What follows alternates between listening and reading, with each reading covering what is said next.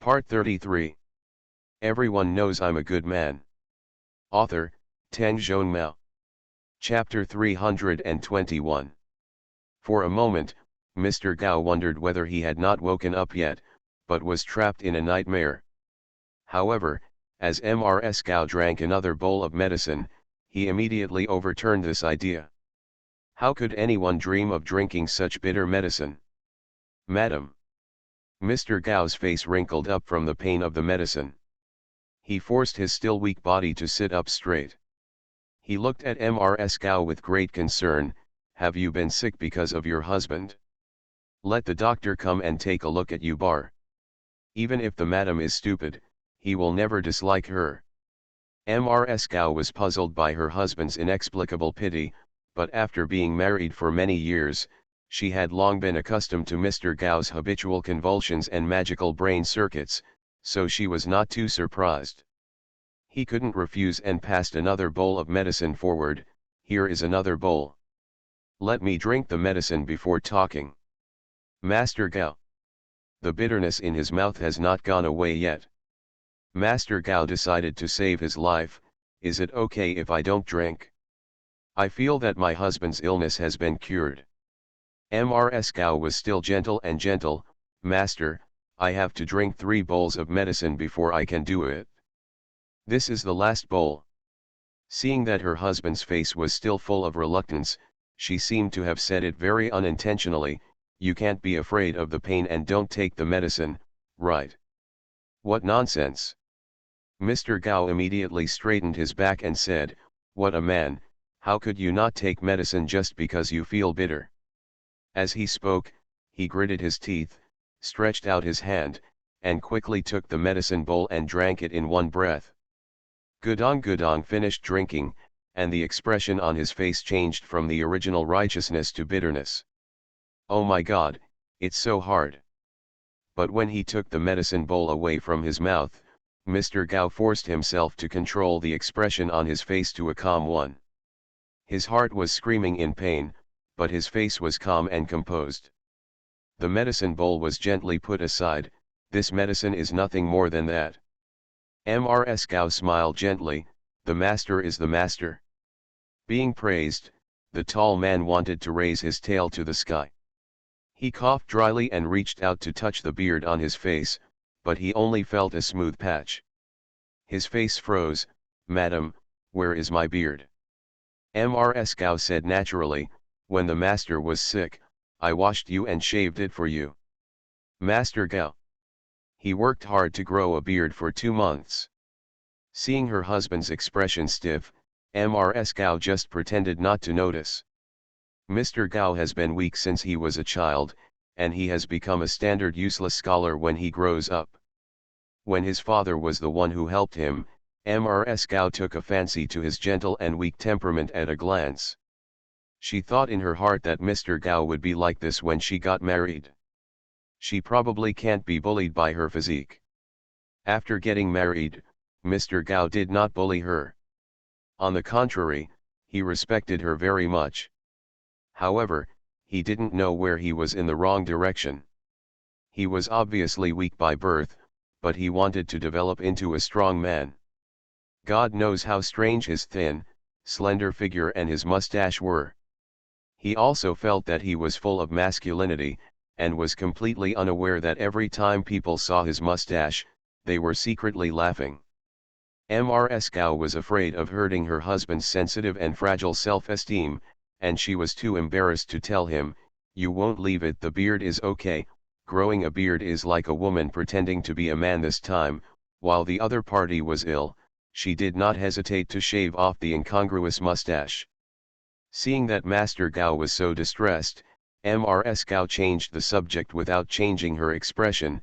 Now that you're awake, I'll ask Nagasawa to come and see you. Our children have helped us so much, even if you wake up. I don't know what he means. Mr. Gao, who was immersed in the pain of losing Hu, was suddenly reminded of Ji Chang's existence, and his expression froze again. Gao Leimo is his only daughter. She has always been a mixture of his and his wife's strengths. She has his wife's beautiful appearance and the same cheerful temperament as him. Master Gao regarded his daughter as the apple of his eye. When Gao Lai was 8 years old, he had been quietly observing the sons of his colleagues of the same age. As a result, he carefully selected Hu for such a long time that a young master from the home mansion kidnapped Hu. Rogue. Shameless. When Mr. Gao found out about this, he was so angry that he almost knocked on the door with a stick. In the end, he couldn't carry the stick at all and had to give up. In addition, Mrs. Gao also analyzed the matter clearly. If this matter really went to court one-on-one, it would indeed be possible to seek justice, but it would not be good for my daughter to make the matter worse. It doesn't matter if she can't get married in this life, but everyone looks at her with contempt, so how can she live in the future? They loved her, but they couldn't really let her stay away from home for the rest of her life.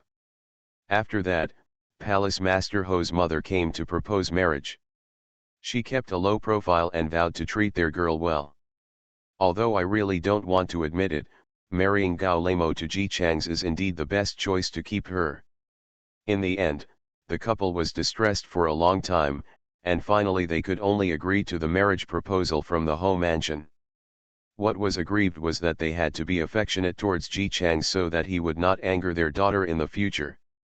The more Mr. Gao thought about it, the angrier he became, but in the end he still didn't want to delay his daughter, so he could only take a deep breath. Okay, let him in. After finishing speaking, he subconsciously spoke to Mrs. Gao to reassure her, "Madam, don't worry, I will definitely not show off my flaws, and I will pretend to be very affectionate to this boy." Then Mrs. Gao straightened his clothes with a smile, "Why are you pretending? We are all a family. Nagasawa is a good boy. We misunderstood him before. He will not care about your rudeness." Master Gao. He was silent for a few seconds and then said, "Madam, why don't we let the doctor take a look at your illness first?" Mrs. Gao smiled, "Nagaze has already checked it out for me, but he is not sick, just some old injuries. He will be fine after taking a few medicines prescribed by him." Master Gao, "Chang's. Did Ji Chang's prescribe medicine for you?" He could understand every word of these words, but why couldn't he understand the combination? Isn't Ji Chang's his cheap son-in-law? Isn't he the young master of the home mansion? How can I still prescribe medicine? Mr. Gao hoped that there was something wrong with his ears, but his wife ruthlessly shattered his fantasy. "No, this child is young, but his medical skills are very good. He also prescribed the medicine you drank, otherwise you would also. It can't get better so fast. Tell me how his mother taught him. This child was really well taught at such a young age." Master Gao. The 13-year-old young master of the home mansion, Ji Chang's, a notorious libertine, personally prescribed medicine for him. He touched his throat and thought, if he spit out the medicine now, could he still save it? However, it was too late. Ji Chang's had already opened the door. Saluted him in a decent manner, "Nagaze has met my uncle." Master Gao looked at the young master in front of him who was dressed in a fashionable and elegant outfit, and the corners of his eyes twitched. "Nagaze, get up. You kid, no matter how many times you've come here, you're still so polite." He tried his best to smile affectionately, but in his heart he was wondering whether he should find an excuse to run away and secretly vomit the medicine. Ji Chang's prescribed medicine for him.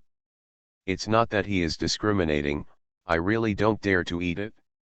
Ji Chang's glanced at the other party, not sure whether he could see what Gao Gao was thinking, and suddenly said, "Look at Uncle's face, the medicine he just drank has penetrated deeply into his body, and he will have strength within a moment."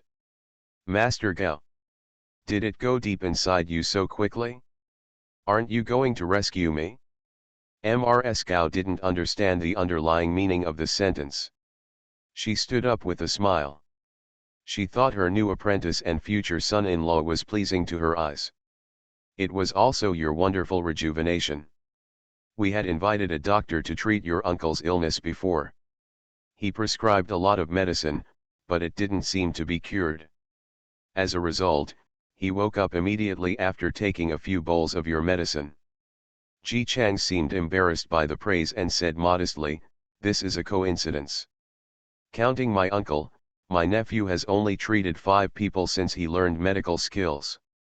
Ji Chanjun, Emperor Zhou Railing, who is 100 years old, plus his future father-in-law, there are indeed just 5 people.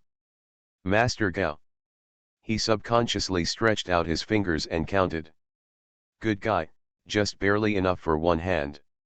Ji Chang's was still saying very humorously, "If you want to be ranked, my uncle can be regarded as the junior patient No. 5. Patient No. 5's tall mind has collapsed. This is no longer patient number 5, but simply guinea pig number 5. Unexpectedly, his wife, who had always loved and valued him, didn't know why, but she didn't even realize that Ji Chang's was a novice village doctor, and she thought that when he woke up, he was a skilled doctor. He kept praising, "You are also humble. The doctors next to you don't have the ability to wake people up with just a bowl of medicine. Look at your uncle's face turning rosy now, which shows how good your medical skills are. Is he rosy?" After hearing this, Mr. Gao quickly reached out and touched his face from behind. It seems to be just right, lukewarm or not, and even a little watery and tender. The better the complexion, the more miserable the expression. I'm afraid it's not a rosy face that brings back youth, but a bowl of strong medicine that brings back the light. The tall man, who felt like he was going to need the dog's leash every minute, turned green and white. He really didn't know how to face such a magical situation. Mrs. Jiansheng was still chatting very enthusiastically with Ji Chang's there. He really didn't want to die on the spot, so he still asked cautiously, "Nagaze, how are the 4 people you treated earlier doing now?" Ji Chang's thought about it seriously. "The first one is cured, but he still needs to recuperate. He has been a little tired recently, so the recuperation time will be longer." Ji Chanjun was so obsessed with the workplace that he wished he was at work 12 hours and 11 hours a day. If he hadn't been following behind to replenish his body, he would have died a long time ago. The second chronic disease must be treated slowly. The centenarian's stuttering was cured, but there is no reason for the brain to have an immediate effect after being injected with it. It can only be slowly adjusted over a few years. The third. Speaking of this, Ji Chang's remembered the forgotten Zhou Railing.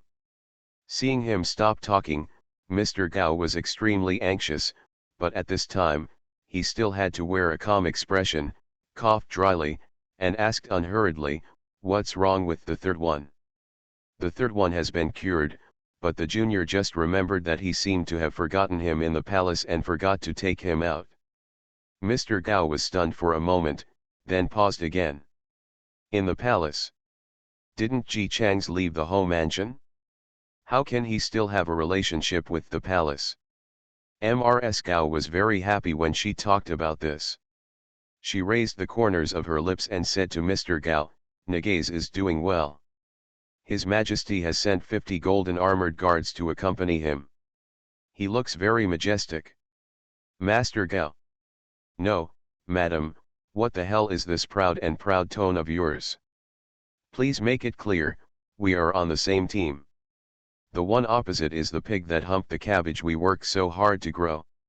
Obviously, Mrs. Gao did not understand her husband's hint, and continued to praise, "Look at our Nagasawa, how young can we be so favored by His Majesty, which child in the capital can be as 13 as him? I can have 50 golden armored soldiers following me at the age of 10. If I tell you that, others will be jealous of me.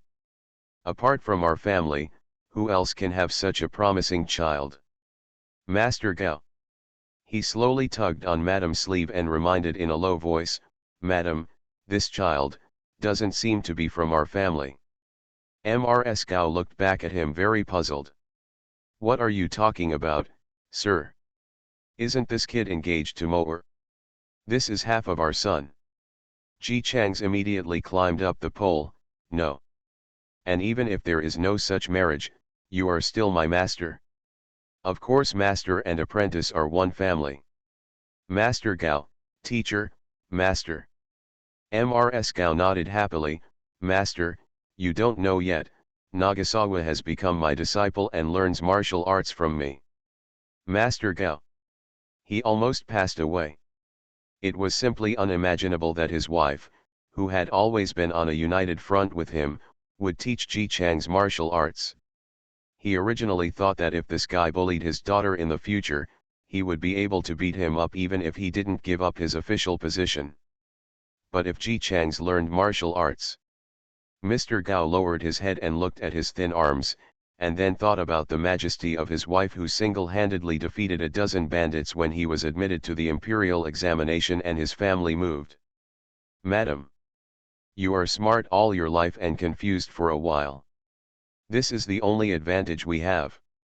If we can even teach martial arts to others, how can we support our daughter in the future? The tall man has an earth-colored face. But he is strong, otherwise he would not have stood out from a bunch of poor families and successfully passed the exam. He is a court official. Although he is a junior official, he can still see His Majesty. Now that Ji Chang's no longer has the status of a marquis, if he bullies his daughter in the future, he can at least see His Majesty and ask Your Majesty to support him.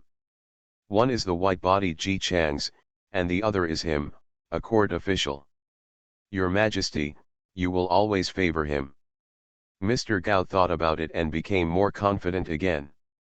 He gradually gained confidence in his heart, and his face was no longer so pale, as if he was rising to heaven every minute. He carefully felt his beating pulse. It seems like he won't die for a while. After calculating for a while, let's wait until Ji Chang's leaves and then find a doctor to take a look at it.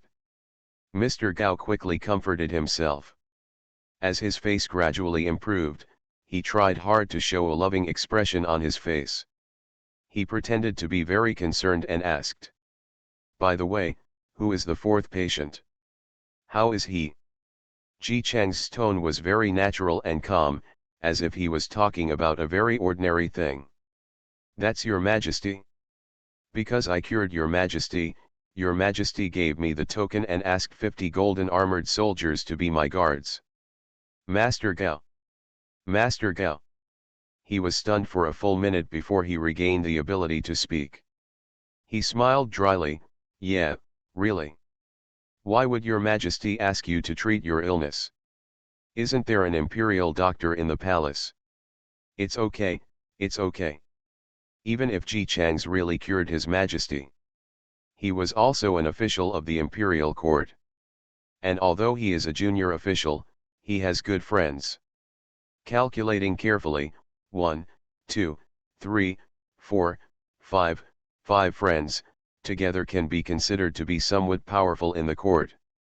Ji Chang's, because my eldest brother is now the leader of the golden armored soldiers, he took me into the palace when Your Majesty was ill. Mr. Gao, who was counting the number of his friends in his heart. His whole body was petrified. The leader of the golden armored soldiers, is he the one who has the power to kill first and then report to the second-rank officer? Ji Chang's nodded. Master Gao. He started to panic a little. No, no, no. Don't panic. Even if Ji Chang's cured His Majesty's eldest brother and was the leader of the golden armored soldiers, he was not a relative of the emperor. In a real duel, he probably wouldn't lose, right? Ji Chang's, speaking of this, I forgot to tell Master just now that His Majesty said that I have made great achievements in curing diseases and wants to make me a king with a different surname. He was still a little shy and looked outside. Please don't worry, both of you. Although I have no ability, I got the throne by accident. Even if I have no income in the future, the prince will have a salary every year, Miss Gao, and I will not have a bad life. Master Gao. MRS Gao. Mr. Gao was already numb. To be precise, his mind was completely blank and he couldn't even understand what Ji Chang's meant. Facing his wife who was so shocked that she couldn't speak, he could even say in a very calm tone after being stunned for a second, "Oh, that's how it is. Ms. Gao was a little confused at first, but when she saw that her husband was so calm, she began to wonder if her reaction was too big. She coughed dryly, "That's a great thing. Your mother will be very happy." Ji Chang's paused for a few seconds. Then he said in a tone of sudden realization, "I forgot to tell my mother. No, I have to go home and tell my mother." He stood up in a hurry, then turned around uneasily and said, "There is still some chaos outside, I'm afraid it will take some time to get better. Uncle is sick, and has injured her leg again, Miss Gao is still a woman who has not left the court, and I won't be well for a long time either if you stay. I will leave 30 golden armored soldiers living near your home. If there is anything to be done, just tell them." Ms. Gao thanked her repeatedly, "Thank you very much." There was a sudden chaos outside, and we were very panicked. If it weren't for your child, our family would have suffered a lot. Master, why are you so polite to me, your direct disciple? Ji Chang smiled and said casually, "Isn't this Tianyuan disease appearing outside? Chaos is normal, but fortunately, Tianyuan disease can be cured well and will be eliminated in a few days. Then life can continue as usual." Ms. Gao didn't react at first, she just smiled and nodded. She had been waiting for Ji Chang's to leave in a hurry. She was sitting next to Mr. Gao and talking to him about how much she cared for Ji Chang's, the kid, when her head suddenly woke up and she reacted belatedly. "What? Tianyuan disease? Isn't that the disease that killed Emperor Tianyuan 100 years ago, and even the king of the country tried to use it to no avail?" Ms. Gao looked confused and hurriedly patted her husband on the shoulder, who looked calm as if he knew everything. "Sir, why are you still so calm? Tianyuan disease is what it is." Mr. Gao came to his senses after being slapped like this, and his face was full of shock. "What?" Seeing that his reaction was right, Ms. Gao breathed a sigh of relief. Just as she was about to communicate with him, she heard the husband next to her say in shock, "Ji Chang's is going to be the prince." Ms. Gao. Mr. Gao was shocked, and then he remembered to ask the lady next to him, "What did you just take pictures of me for?" Ms. Gao, "It's okay. You can rest. I'll go outside to see more." Ji Chang's always had good deeds that he wanted to spread thousands of miles. Mr. Gao also rescued, and the Gao family made arrangements. Naturally, he had to tell the other party about this great good thing in front of Zhou Niang. Oh yes, and uncles, aunts, grandparents. To be honest, when others mention Zhou Niang, they always praise her. Speaking of the Zhou family, they also said that they would teach their daughters well. If they hadn't raised them well, Mother Zhou wouldn't have such a good character. Even her husband's concubines and children would be impressed. But the Zhou family must also face a situation. The biological fathers of so many children don't care about them. Even Zhou's mother and Ji Chanjun said that they have their own place to make money and don't need to worry about it. But how could the Zhou family, who had seen their daughter suffer for so many years without being able to help her, bear to let their daughter, who had just escaped from the sea of suffering, continue to work hard to earn money? Anyway, these children will be relatives of their Zhou family from now on, so it doesn't matter if they help. Especially Ji Chang's. This was raised by Zhou Niang and was the child closest to their Zhou family. And he also cured Zhou Beizhui. This child is no different from his direct biological child. A good way out must be arranged. Mr. Zhou thought deeply for a long time. Ji Chang's current grades are in the upper middle range, his temperament doesn't seem to follow the rules, and he is young. It's not impossible to force him to study, but I'm afraid that his temperament won't work well in the officialdom. It's good to make money by opening a shop, but opening a shop requires a backer. Chang Yan is definitely willing to be his brother's backer, but who knows whether their descendants will be willing in the future. It is better to rely on others than to rely on oneself. It is best to find a way to give Ji Chang's an official position so that others will not dare to provoke him, and it will be nice to talk about it to save face. Moreover, he was already engaged. If he got married, he would always give a betrothal gift. Although Ji Changjun said that he, as the eldest brother, would do this, how could the Zhou family be willing to let Ji Changjun, who seemed to be still a child, do such a thing? Let's discuss together how to collect the betrothal gift. Those from Changjun must join in, and those in Nagasawa must join together. They are not worried about Changyan's future. The child is smart. Now that he has recovered from his illness, he is afraid that he will be able to enter the officialdom soon. Master Zhou will only support him by then. Nagasawa is the most worrying place. It's really difficult to find a way for this child to have enough food and clothing in the future even if he doesn't make progress. The Zhou family is not a wealthy family, so it is a bit difficult for them to get their two children married in a good manner. But no matter how hard it was, no one at the top or bottom said that they really didn't want to help. Changyan and Changzi are two wonderful children. It was already a pity that they could not help Zhou Niang in the first place. Today, even with all the efforts of the whole family, we must deliver these two children in a glorious manner. In this case, we have to be thankful that the older children in the family are already married and living away from home, while the younger children are still young and have no hope of marrying.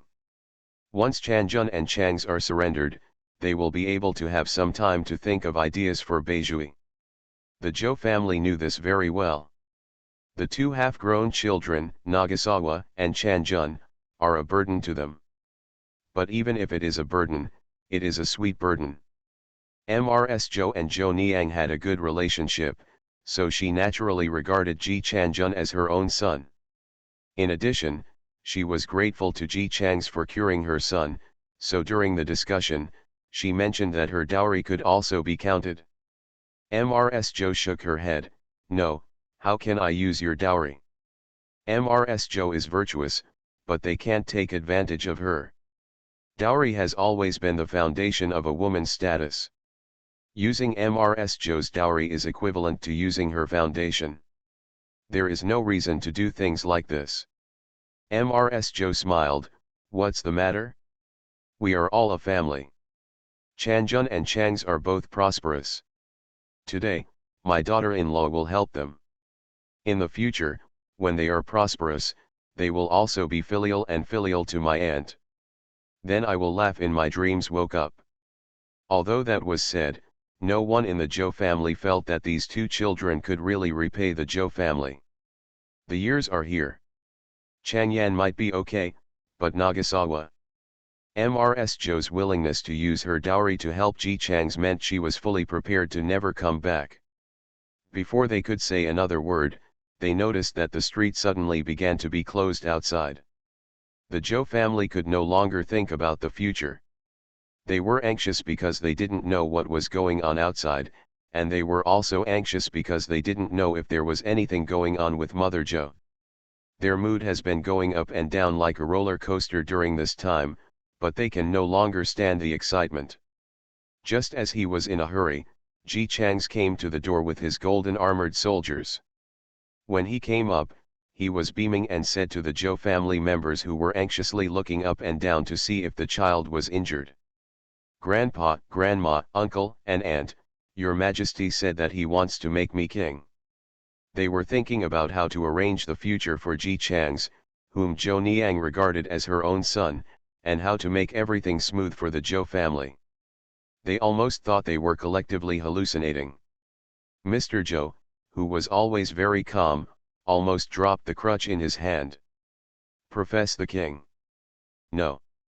His Majesty said it himself. Ji Changs was delighted. The emperor made it clear that he liked the way he didn't know how to hide anything he did. Of course he had to seize the rare opportunity to show off in such an upright and open manner. Your Majesty also said that I am good and praised me for being smart. He also said that I am as talented as my elder brother and praised my mother for teaching me well. Zhou family. Haven't we seen each other for a few days? Isn't this kid Nagasawa addicted to opening a drugstore and unable to extricate himself? Why are you meeting His Majesty? Why is it that even Chang'an seems to be respected by His Majesty? During the time when they were discussing the betrothal gifts of their two children, what on earth did the two children do? Seeing the Zhou family's confused faces, with expressions like "Am I dreaming?" Ji Chang's added another sentence. Your Majesty said that you can ask for a royal decree to be crowned a king. Now that I have left the Marquis mansion, Your Majesty has specifically allowed me to ask for a royal decree for my grandmother. From now on, my mother and my grandmother will both be royal wives. The emperor also watched the excitement and did not take it too seriously. Ji Chang's mentioned it as if he was speaking bluntly, and he readily agreed, with a look of expectation on his face. Looking at that, Ji Chang's was very suspicious that his eldest brother had said bad things about the old lady of the home mansion to the emperor. After all, you have to say that the old lady is lethal. She is small and pitiful, but she is just like a troublemaker. Here, toss it around a bit. Twist it there a bit. There is no sense of existence, but it is still disgusting to death. Ji Chang's Zheng'er's grandmother should be the other parties, but because Mr. Ji caused such a thing, Mrs. Jioming ran to the old lady of the Zhou family. If she knew about it, she would be so angry that she would vomit blood, and she would definitely record this account come to Mr. Ji. In addition, there was an old prince who was full of satisfaction and wanted to develop the prince's palace, but was angry with his son and left the palace. His grandson won the throne. Tisk tisk tisk. Ji Chang's gloated at the thought that Mr. Ji was about to face a mixed doubles match. Look at the old lady from the Zhou family again, her face full of confusion. He immediately ran to the old lady's side like a child. Ji Chang's is good looking, young, and has a sweet mouth. Ever since he became the little grandson of the Zhou family, the old lady loves him as much as if it hurts her. She must have a good relationship with her grandson when they meet. So Ji Chang's acted very skillfully, grabbing the old lady's arm and twisting it. Whether grandma is happy or not, when you go out in the future, others will respectfully call you old madam. The old lady was really confused, but she didn't think Ji Chang's would lie to her. She felt as if she had been hit by a pie from the sky. She pulled Ji Chang's and patted his head. Hey, my parents are telling the truth, right? I can really do that, taking advantage of you and becoming the prince's grandmother. Mr. Zhou can also ask for a royal title, but his official position is not very high, and the old lady's royal position is naturally not very good either.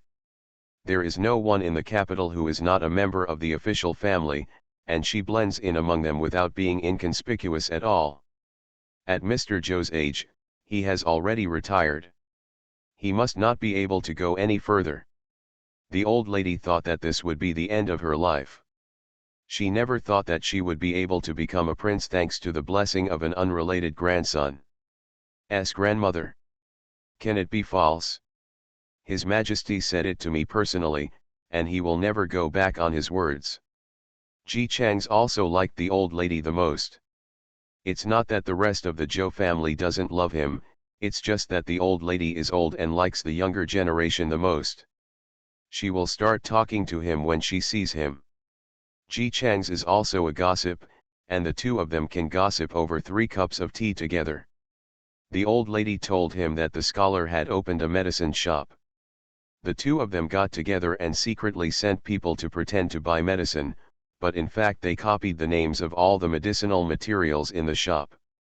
The old lady didn't know what her little grandson wanted to do, but because she loved him and wanted to help her daughter vent her anger, she stayed with him childishly. Just because of this, the two of them really hit it off. Perhaps because Ji Changjun always treated him as a child, Ji Chang's was really willful. He always thought that it would be nice if the old lady really turned into his own grandmother. Ji Chang's coaxed her with the tone of a 5-year-old child. Your Majesty also said that he would give me a palace. The building next to the Marquis mansion is 5 times larger than the Marquis mansion. The servants and furnishings inside, Your Majesty has given it to me, and I will be very powerful. If grandma doesn't live with Nagasawa for a while, then you will be the old lady of my palace. Oh. I live to this age, and I can still become an old lady in the palace. As expected, the old lady was so coaxed that she smiled from ear to ear and felt extremely comfortable. Seeing the pride on Nagasawa's face, she also followed his words. A while ago, the old lady of the Lee family laughed at me for not calling me when others were appreciating the flowers. From now on, I will be the old lady of the palace, grandma. Let's see if they, the old guys, still invite me. This was naturally a joke. They were old sisters who had been friends for a lifetime.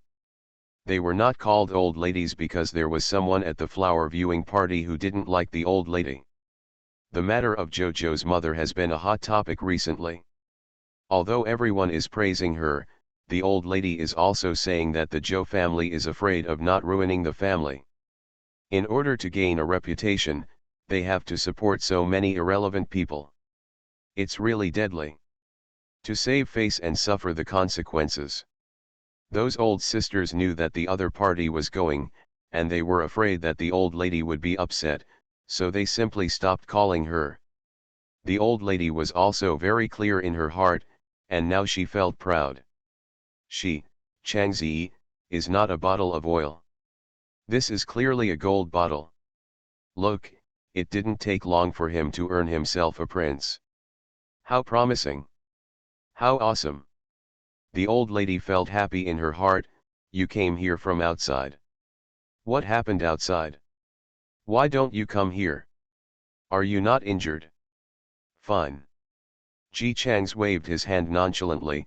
There are all the golden armored soldiers under my eldest brother outside, and they are very kind to me. Jo family, the golden armored soldiers are not His Majesty's confidants. Only then did Ji Changs remember, yes, I forgot to tell the elders that the eldest brother is now the leader of the golden armored soldiers, which is very impressive. Jo family. The leader of the golden armored soldiers, can he kill several high-ranking officials first and then kill him? There's nothing wrong outside. It's just an epidemic. I'm afraid that people will wander around and spread the disease. I can cure this disease. The prescription has been handed over to Your Majesty. In a few days, everyone will drink the medicine and there will be no problem. Ji Changs finished speaking in a few words, and then started thinking about the future with great interest. Grandma, you see, I am a prince now, and the eldest brother is the leader of the Golden Armor Guards. I heard that his rank is comparable to the first rank. In the future, even if I am incompetent, the two of us will, when you go to court, you will be like a green dragon on the left and a white tiger on the right. When the time comes, my grandfather and uncle will have us taking care of them in the court, and they will definitely go smoothly, and no one will dare to mess with them. After enjoying the future happily, he asked again, by the way, Grandma, I heard from my aunt that you are discussing things these days. What are you discussing? Mr. Joe's old lady. Mr. Joe and Mrs. Joe. Discuss, how to take care of the two brothers, how to let them have a smooth life. Didn't you say you wanted to be a backer? How come you have a backer? Behi free and fastest update, no anti-theft, no anti-theft. Everyone knows I'm a good man. Author, Tang Zhongmao. Chapter 322. The surprise that Ji Changs brought to the Joe family was naturally big, and even the steady Mr. Joe couldn't help but frown. The old lady of the Joe family was even more happy and wanted to go out and show off to her old sisters. It's a pity that the whole city is now closed, so even if you want to show off such a great thing, you can't go out. Mr. Joe and the old lady of the Joe family were very sorry. Seeing Ji Chang saying that there were still things to deal with outside, and leaving majestically with the golden armored soldiers, they could only hope that the ban would be lifted soon. Lifting the ban will still take some time. In an era when information technology is underdeveloped and all relies on manpower, treating this highly contagious disease is not as simple as just having a therapeutic drug. Many people are illiterate. If you tell them that there is medicine, they will think you are lying to them. If you ask them to cooperate, they will be so frightened that they will kneel down and beg for mercy. Therefore, the emperor did not intend to send people to explain to them in a nice manner from the beginning.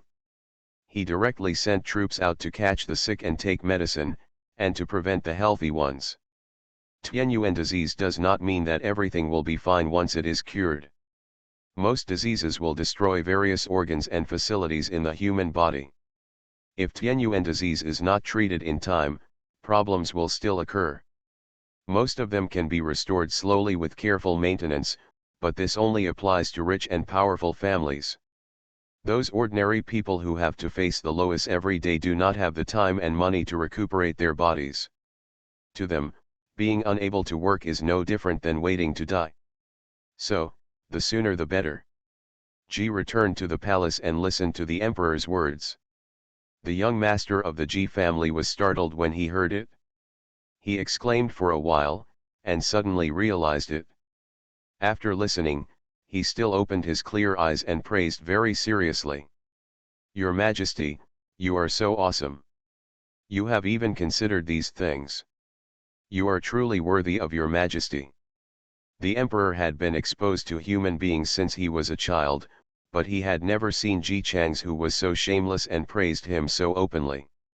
The young master of the Ji family doesn't have any beautiful words when he praises others. He seems to have mastered the sentences he uses. He keeps saying good looking, awesome, and too awesome over and over again.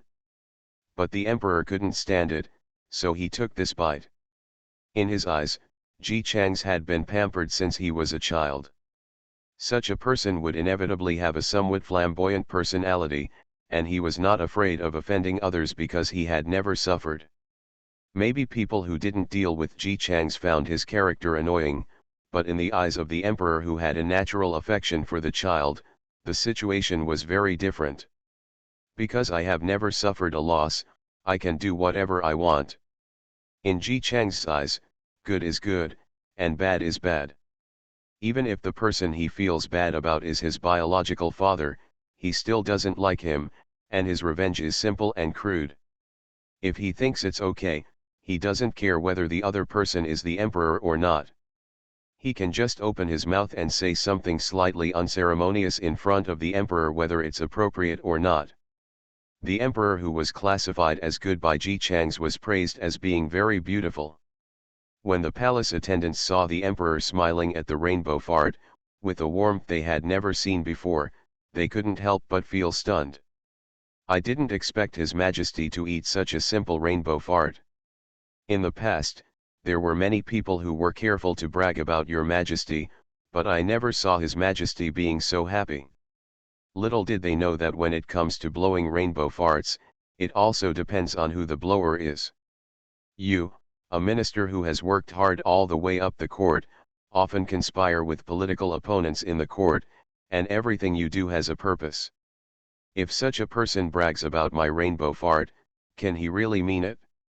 For a person who might not always be sincere in his dealings with others, the emperor didn't believe that he really thought he was mighty and majestic, and that's why he blew all kinds of rainbow farts.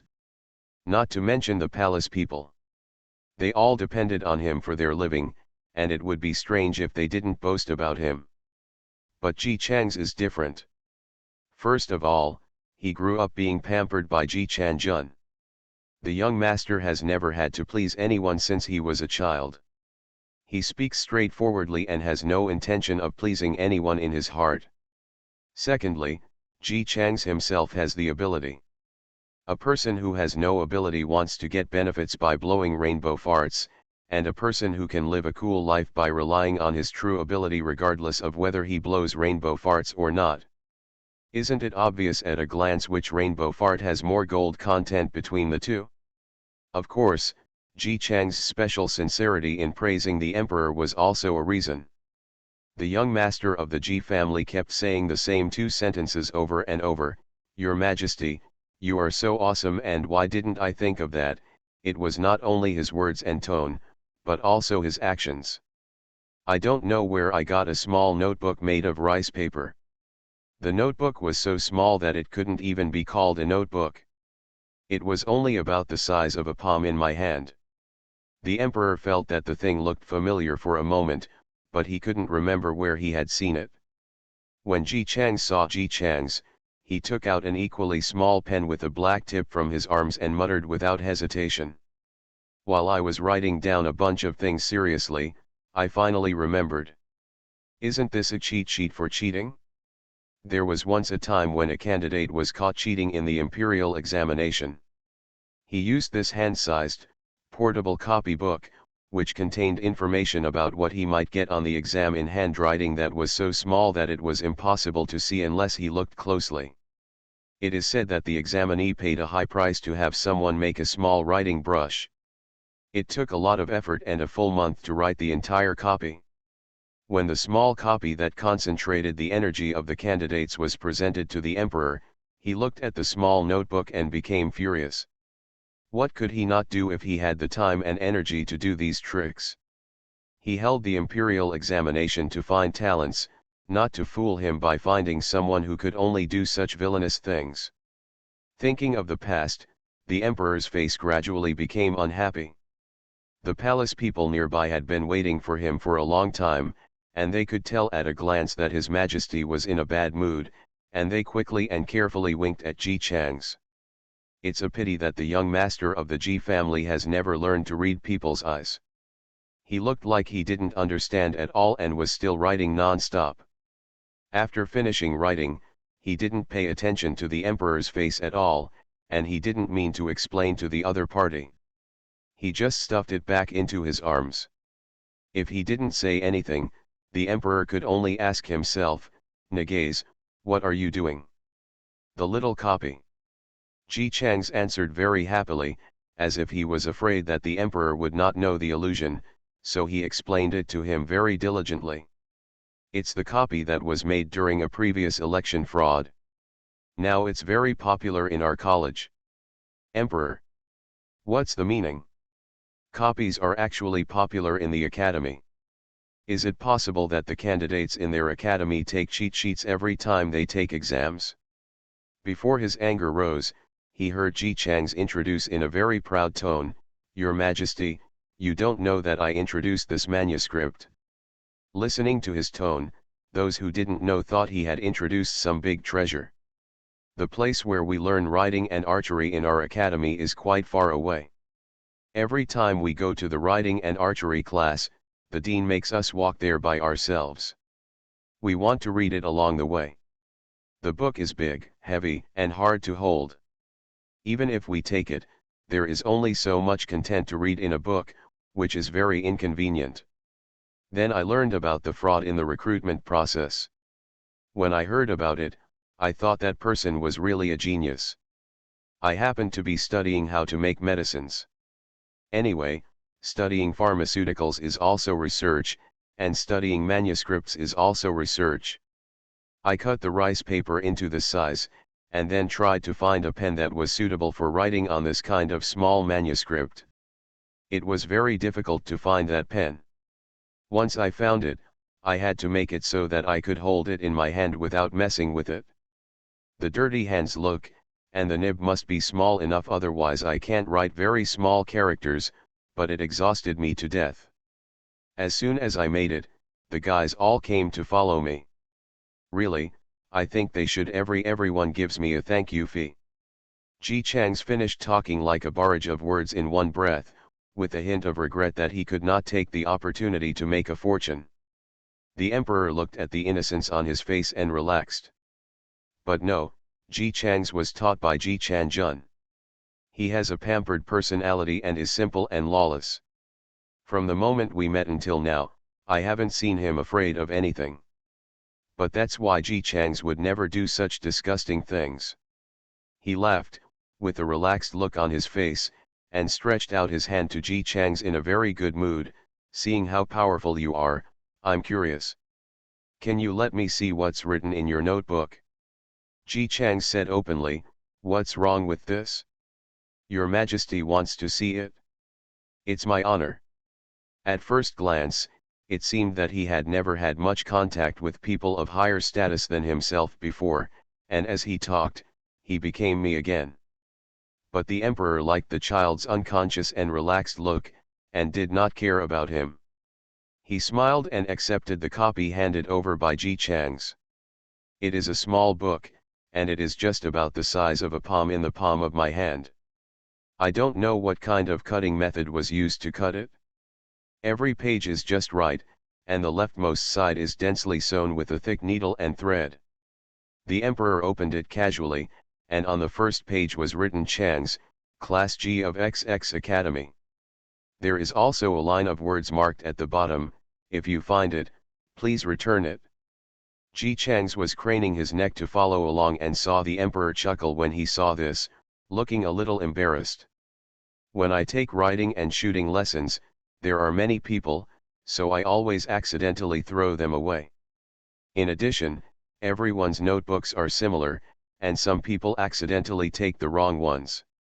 After writing their names, someone will pick them up and return them. The emperor had been taught by teachers in the palace since he was a child, and he had never experienced what it was like to attend school in a group.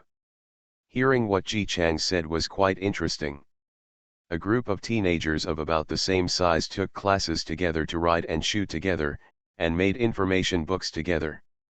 It must be this kind of environment that can cultivate Ji Chang's pure and flamboyant but not annoying temperament. The emperor then turned back. The front part is probably some information from books, all written neatly in characters smaller than a grain of rice. I also specifically marked where I can ask the teacher again. It can be seen from the middle that Ji Chang's is becoming more and more obsessed with medical skills. From time to time you can see him recording some strange experiments. It turns out that mixing XXX and XXXX together and adding XXX will make people sleepy. Jose Ling said that he can't sleep recently, so he should try it. The following is the record after use. Jojo Ling slept like a dead pig in class. No matter how loud he screamed, he couldn't wake up. The angry gentleman sat aside and looked at him. When he opened his eyes and saw him, his expression made me laugh for the rest of my life. Ha ha ha ha. I made a new discovery today. I made a potion that makes mosquitoes annoying. If you sprinkle it on your body, mosquitoes will not bite you. I caught a snake and tried it. The snake was really scared and wanted to run away, but I locked it in the table and it couldn't escape. Ha ha ha ha. Follow-up record of use.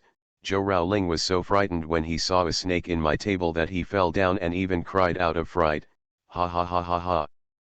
I made something fun, which can make people feel refreshed in a short period of time and make their brains reach their most flexible state. The taste has also been specially adjusted. My brother must be very tired from working outside every day. You can give him this drink. Follow-up record. Zhou Raoling drank it with his hands, and ended up writing furiously all afternoon. It is said that he did not go to bed until midnight. At night I made a special observation and found that he was in good spirits the next day, but there were some dark circles under his eyes. Yes, it seems that this medicine can only be taken in the morning. The emperor took a cursory look and saw that there were all kinds of whimsical ideas of Ji Chang's. The users were all using circumambulation orders for various reasons. The last one is Ji Chang's recording his recent research on an incurable disease that occurred in the past. He was very interested in Tianyuan disease, so he searched a lot of information. A treatment method was developed based on the symptoms of Tianyuan disease 100 years ago. Unfortunately, because Tianyuan disease disappeared 100 years ago, Ji Chang's had no way to verify whether his treatment plan was effective. The emperor already had a vague premonition in his heart at this moment. Sure enough, he saw a familiar name below. Usage record. Right now, I'm boiling medicine in the Zhou family's yard, and Zhou Ling is suffering from Tianyuan disease. What a coincidence, I like him so much. Emperor. At this moment, he finally remembered that there seemed to be a well-treated student who entered the palace with Ji Chang's. But in his eyes, it was just a human case. After making sure that there was nothing wrong with the other person eating, drinking and eating well, he put it in the back of his mind. He turned his head and asked the palace attendant beside him, "What is the name of the student who entered the palace with Nagasawa?" The palace man quickly replied, "It's a student named Zhou Railing." Oh haha. The emperor found that he was not surprised at all. He thought about the last words Ji Chang's recorded in his notebook, and looked at the other party tentatively. "Nagays, what is your relationship with the circumambulation order?" Ji Chang's answered as happily as he could. He was extremely confident, "He and I are good friends, best friends." Emperor. It's not that he can't understand it. If it were him who was addicted to medical skills and researching drugs, and he had just developed a drug and a classmate jumped out to test it, he would definitely like him too. At first, Ji Chang's did grab someone at random to try it, but then Zhou Wanling tried it by jumping around. The key point was that after such a long time, Zhou Wanling had used more than a dozen kinds of medicine alone, and he was still alive and kicking. Cough. Seeing Ji Chang still bragging about how strong his friendship with Zhou Wanling was and how close the relationship between the two was, it sounded to the emperor's ears like a rabbit jumping around and telling him that he likes to have sex with grass. Like friends. People who watch it find it cute and fun. Ji Chang's touted his friendship with Zhou Wanling for a long time, and it seemed as if he suddenly remembered something. "Hey, by the way, where's Zhou Wanling? Didn't he come in with me?" The emperor couldn't help crying tears of sympathy for Zhou Zhouling in his heart. He is still resting in the inner palace, and there is nothing wrong. You can go out of the palace together later. In his opinion, Ji Chang's was heartless and he liked to play with Zhou Wanling because he had the courage to test medicine every time. If he were an emperor, if there was someone who worked hard every day to help him solve important court affairs, he would definitely like him very much. Having said that, I can't blame him for liking his subordinate Ji Changjun very much. Isn't Ji Changjun to him what Zhou Wanling is to Ji Chang's? Every time he had something to solve, Ji Changjun could always help him solve it just right. In addition to his status as emperor, he also had a pen pal status that Ji Changjun didn't know about. Whether it was Ji Changjian's attitude towards official matters or private matters, he knew clearly about both, and he felt more at ease with the other than anyone else. In this way, the emperor found that he and Ji Chang's indeed had a lot in common. Hey, although this kid doesn't like to make progress, and he doesn't have any desire for power and gain that is not suitable for the royal family, but he really likes the other person's temperament. If it were his son, he would have pampered him as he grew up and allowed him to maintain such a clear temperament. The emperor was thinking wildly, and subconsciously rubbed the rice paper with his hand, and suddenly realized something was wrong. Why does this paper feel so good to the touch? The paper he used was always the best in the country, but even so, it didn't feel as good as the paper Ji Chang's used to make his notebooks. If you look closely, you will find that the paper is very delicate, and the white color without any yellowing is clear under the light and shadow. The emperor looked more and more surprised. He had never seen such good paper. If such good paper was available among the people, why not bring it to the palace for his use? The emperor didn't think of Ji Chang's. He was only surprised in his heart, and without showing any trace on his face, he asked as if unintentionally, "Chang's, this paper is good, where did you buy it?" "This is not a purchase." As expected, the young master of the Ji family didn't notice anything and casually took the fruit that the emperor had given him before and ate it happily. "I made it when I was making medicine. The rice paper I used to make this kind of notebook was either too soft or too hard to carry around, so I thought of a way to make this kind of paper. Self-made." The emperor's face showed nothing, but he was very surprised in his heart. The value of paper is not just a matter of words. To make paper, the paper that is made is still suitable for writing.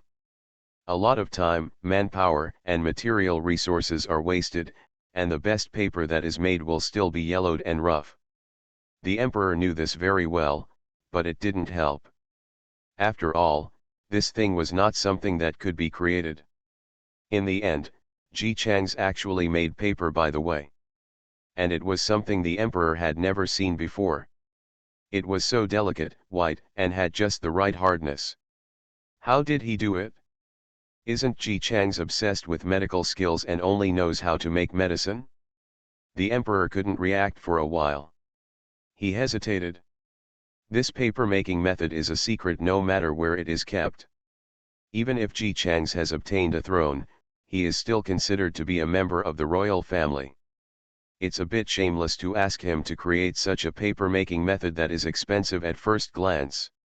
The emperor was still hesitating whether he wanted to be shameless or shameless. Ji Chang's over there had already explained the paper-making process, what raw materials were used, and what technologies were used in the process with a bit of ridicule.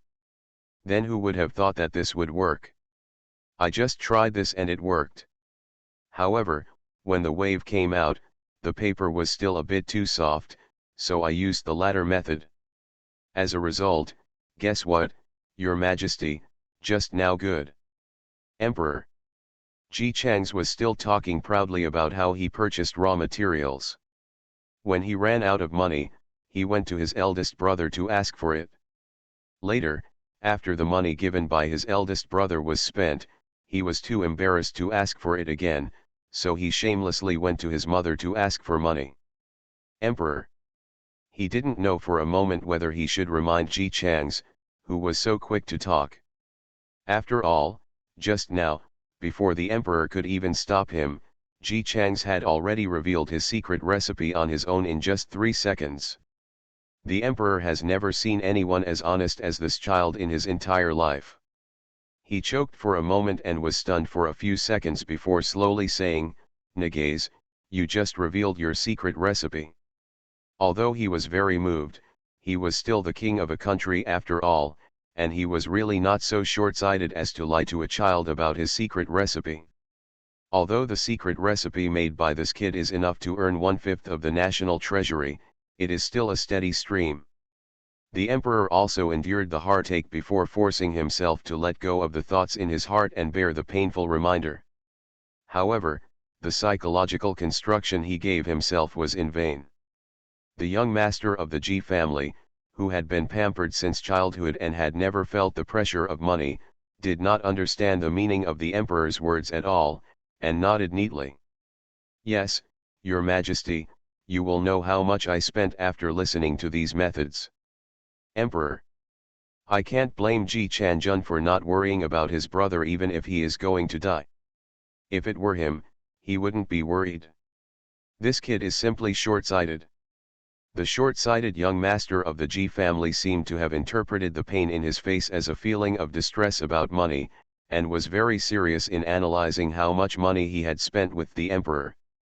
Although my mother and aunts took their hair to practice, they couldn't stay idle, so they simply opened a shop to sell some makeup and powder for women.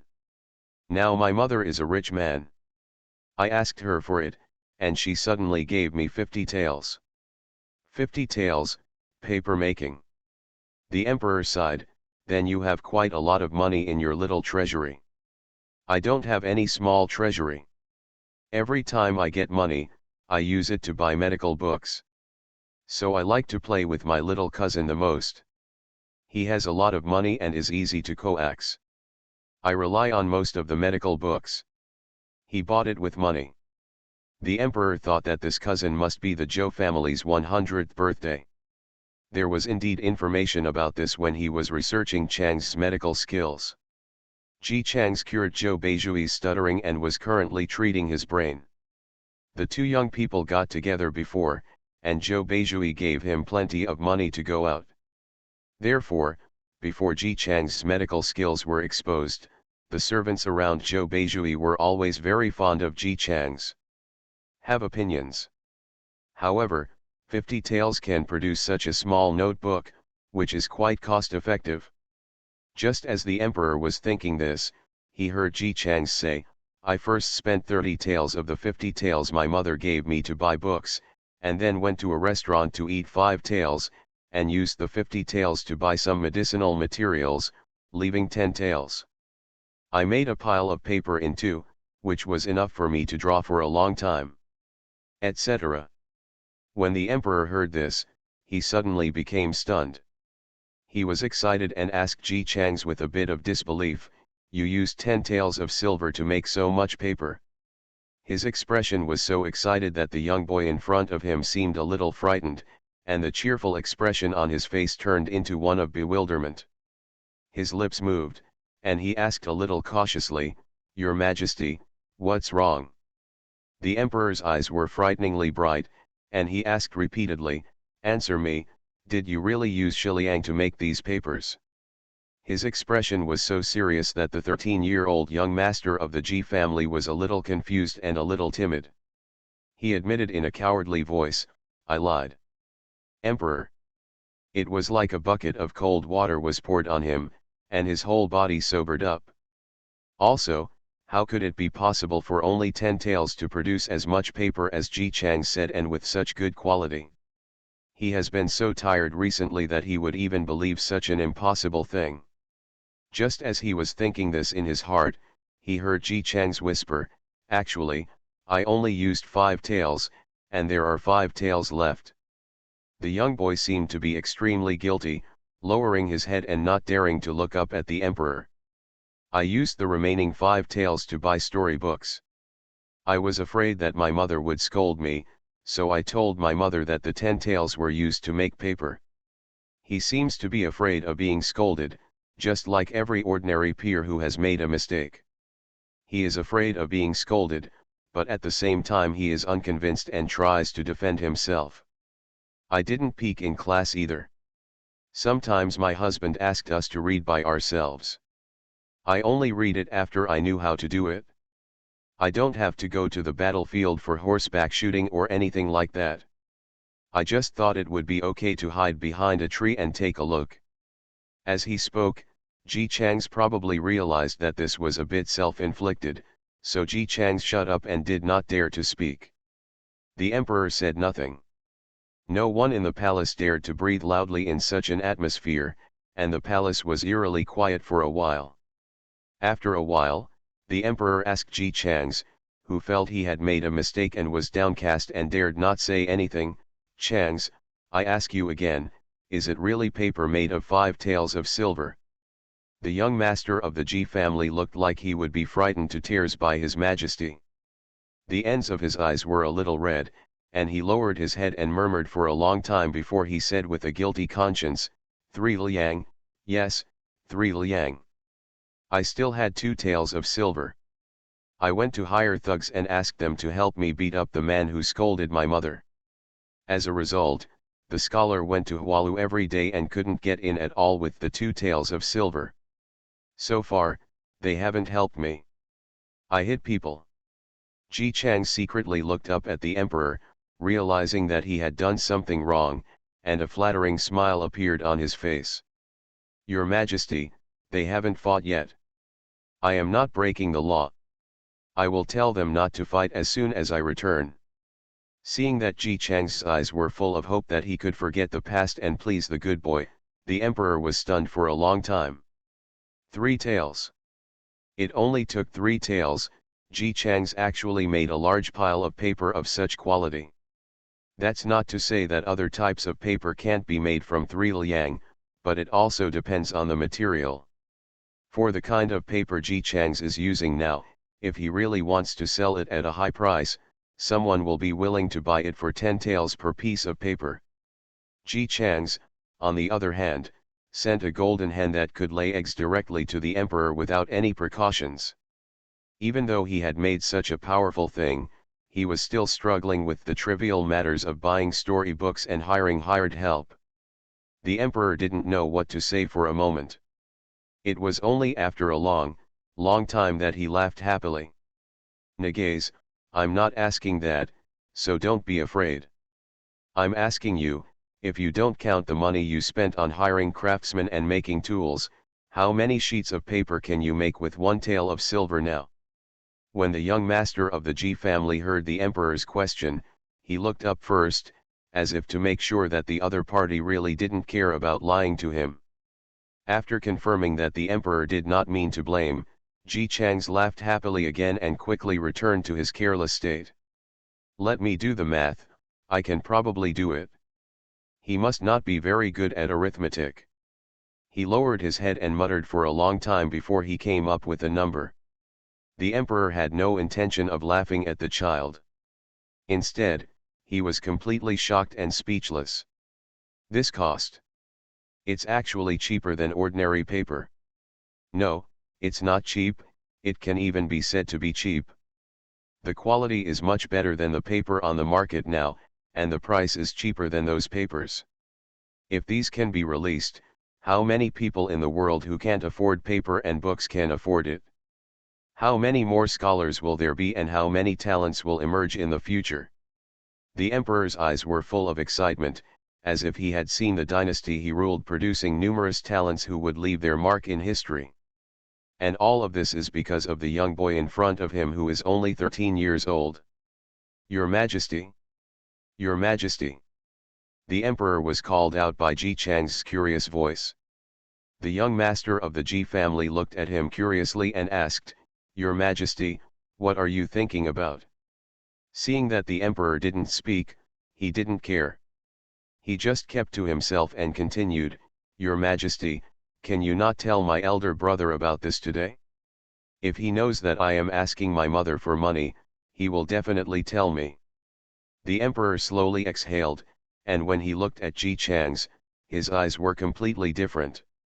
This child is no longer just a lovable child, but a young man with abilities that others cannot imagine, who can bring him a prosperous life like Ji Chang Jun. The emperor was extremely excited. How could he not be excited and happy when he met a pair of talented and loyal brothers at such a young age? After trying to calm down, he asked Ji Chang's, you have made a great contribution this time. Tell me, whatever you want, as long as I can do it, I will definitely satisfy you. Ah! Have I made a meritorious deed again?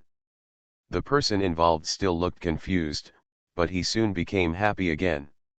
Without thinking at all, he asked the emperor directly, Your Majesty, is everything really okay? The emperor nodded, anything is fine. The eunuch next to him moved his expression, wanting to remind the emperor, but it could be seen that he was so sure, but he still didn't say anything. The golden words are not just words. Your Majesty has agreed happily now. If the young master of the Ji family asks for a reward that he shouldn't ask for, it will be difficult to end it by then. The emperor was quite sure that Ji Chang's would not ask for anything too excessive. The most important thing is that this child has no such things in his mind. He felt that what Ji Chang's most likely needed was money.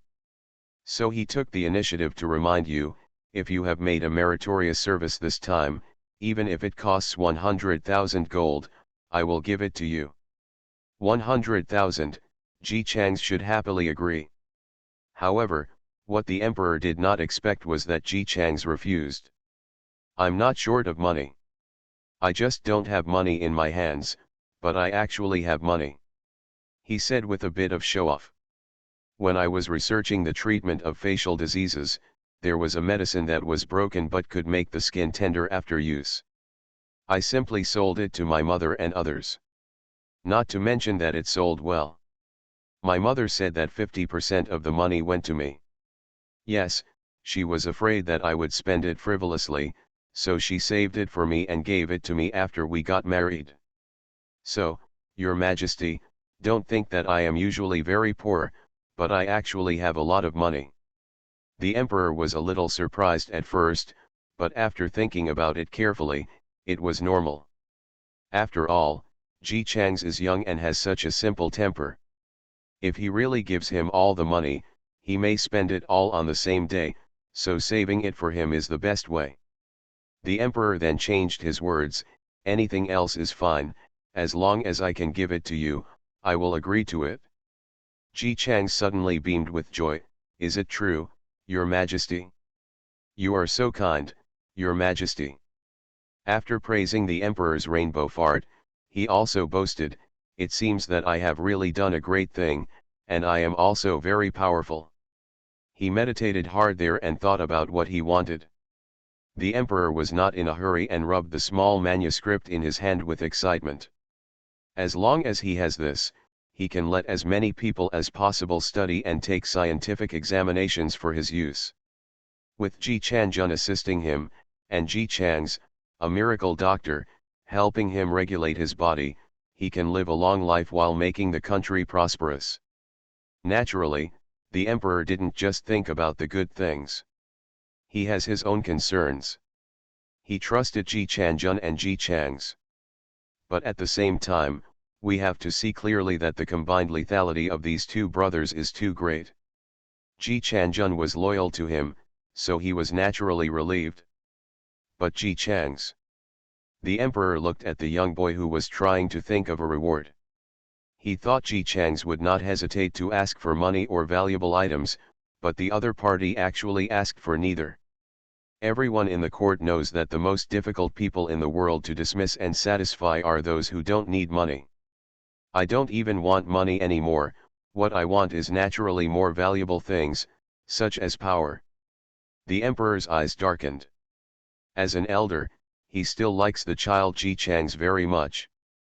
But as an emperor, even if he didn't want to at the moment, he couldn't help but look at the other party with a little suspicion. Ji Changs, has he really become greedy? Just as he was thinking about it, he suddenly saw the young boy in front of him suddenly raising his head. Your Majesty. I thought of it. Your Majesty, can you send someone to beat up that bastard who scolded my mother? The emperor was stunned for a moment, then relaxed. Yes, how could he be greedy for power? This is Nagasawa, who is simple and innocent. Be free and fastest update, no anti-theft, no anti-theft. You are listening to novels at Bless Up channel. Wish you happiness and luck. Please subscribe to receive new novels. How do you feel about this novel? Please like and leave a comment. Everyone knows I'm a good man. Author, Tang Zhongmao. Chapter 323. Chapter 264. At Ji Chang's request, a certain scholar who was hiding at home and afraid to go out was forcibly dragged to his yard. Facing a group of serious-looking soldiers covered in armor, he froze and really didn't know how to react. Reason tells him that he has not committed any crime recently. But emotionally, how could I not be afraid when I saw so many golden armored soldiers who were full of hostility and could kill him in a minute if they were pushed out? The sound of water sounded, and the golden armored soldiers all had a look of disgust on their faces. Yo! Why are you standing still? What are you looking at? Ji Chang's careless voice came from behind, and the golden armored soldiers immediately separated. The young master of the Ji family walked in with an arrogant face. When he saw the condition of this man, disgust showed on his face. I thought you were so bold and dared to offend me. I didn't expect it to be like this. They haven't even taken action yet, and you're scared to death. The scholar was really scared to death. There were water stains all under the pants, and the scene didn't look good for a while. He was looking pale and panicked. When he saw Ji Changs come out and say something like this, and the golden armored soldiers around him looked respectful, he immediately understood that this was the person in charge. This young master, you and I are strangers. How did I offend you? He also knew that this person was here to settle a score. He didn't dare to say anything else, so he could only ask cautiously, is there any misunderstanding? No misunderstanding, the one I hit is you. Ji Changs didn't bother to talk nonsense to him, so he took a step back and waved his hand. Hit me. Just don't kill me.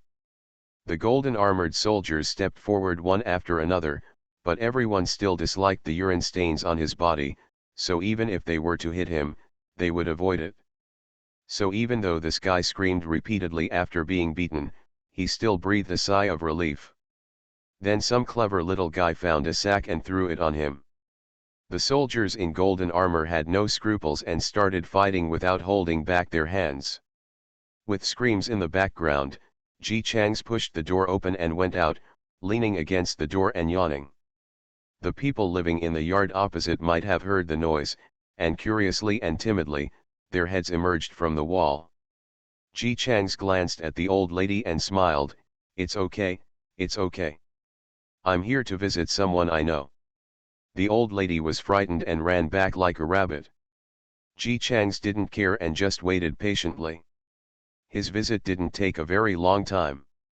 When he was done waiting to leave, the scholar who was visited had been beaten so hard that he had no energy left and was screaming miserably. After hearing that there was no movement, the old woman next door carefully climbed up the wall and stretched her neck to take a look. When the scholar saw his neighbor, he shouted at the top of his lungs, "Report to the official. Report to the official quickly." He was usually sarcastic, and he always looked down upon his illiterate neighbors. His relationship with the old lady was not good to begin with, and with the chaos outside at the moment, people would not dare to walk around. So the old lady only glanced at him, and after confirming that the gang of soldiers were specifically looking for trouble, she withdrew again. No matter how angry the scholar shouted outside, she never showed up again. Ji Chang's felt good after beating this guy. At this moment, the street was no longer as quiet as before, and the soldiers in golden armor began to give medicine to the patients. Because they were all patients, and there were so many patients along the way, those patients who still had strength were afraid that they would be pushed over and burned. Some were so frightened that they turned into a puddle of soft mud, and some simply screamed and struggled, making the scene a mess. The golden armored soldiers were expressionless and would only take action when someone made too much noise. Those who kept screaming along the way thought that these golden armored soldiers were some kind of villain. Ji Chang simply dismounted. "Forget it, it's too much trouble. Just choose an open place to boil the medicine. Let the patients line up to drink the medicine. After drinking the medicine, they can rest where they are. When the fever subsides, let them go home. The reason why they are afraid is that they are afraid of being imprisoned in a strange place where no one knows. It is better to administer the medicine directly on the spot." The golden armored soldiers also thought this was a good idea, but there was a problem. "Master Ji, those medical doctors only know how to make small pots. This medicine can't be made by just putting everything in all at once. You have to watch the heat and other things, plus stir the medicinal ingredients and so on. This method is different from ordinary Chinese medicine." Ji Chang's original work. It is very good if those imperial doctors can learn how to boil medicine in a small pot. How can they upgrade themselves? Then go and tell His Majesty and see if it's okay for me to stay here. Anyway, I have nothing to do. Ji Chang's took the initiative to work part-time. How could the emperor not allow it? I added a good feeling in my heart. This kid must be taking the initiative to do things because he wants to share my worries, and ordered the super cauldron used by the Thai hospital to be sent to Ji Chang's. The medicinal materials were poured in sack after sack, and the water was poured in bucket by bucket. At this moment, he couldn't care about anything else. Ji Chang's didn't do anything himself. He stepped on the makeshift ladder and ordered the 2 golden armored guards to stir. The firewood also started to burn, and the water in the boiling pot was bubbling. The golden armored guards received the order and redirected the patients to the side of the cauldron. "Everyone lines up, no one is allowed to jump in line, stand still." A large number of strips of cloth were brought over, and the black cloth was divided into small pieces and tied around each patient's arm. These patients were originally in a panic. They naturally felt something was wrong with them, and after being brought out by the golden armored soldiers, they found that the people who were taken out together with them also had the same symptoms, and they all suddenly panicked. Epidemic is a word that those in power don't want to hear, and the common people below don't even want to hear it. They generally have no money to buy medicine and see a doctor, and they don't have enough time or food to support them in bed. The final result of contracting the epidemic is often to close the city and wait for death together. The most famous one is Emperor Tianyuan 100 years ago. Even the emperor was helpless against the epidemic and died of the disease. How could they not panic after realizing it was an epidemic? but there were golden armored soldiers covered in weapons next to them.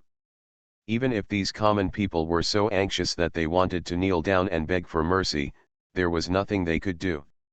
Some dared to resist for a moment or two and then were captured, while others only dared to walk tremblingly and cry pitifully. As a result, I was crying and was not sent to a small dark room. Instead, I was taken to the place where I usually go to the market. The empty place was almost full of people, and there were golden armored soldiers everywhere and people who were as confused as them. The majestic golden armored soldiers asked them to stand still.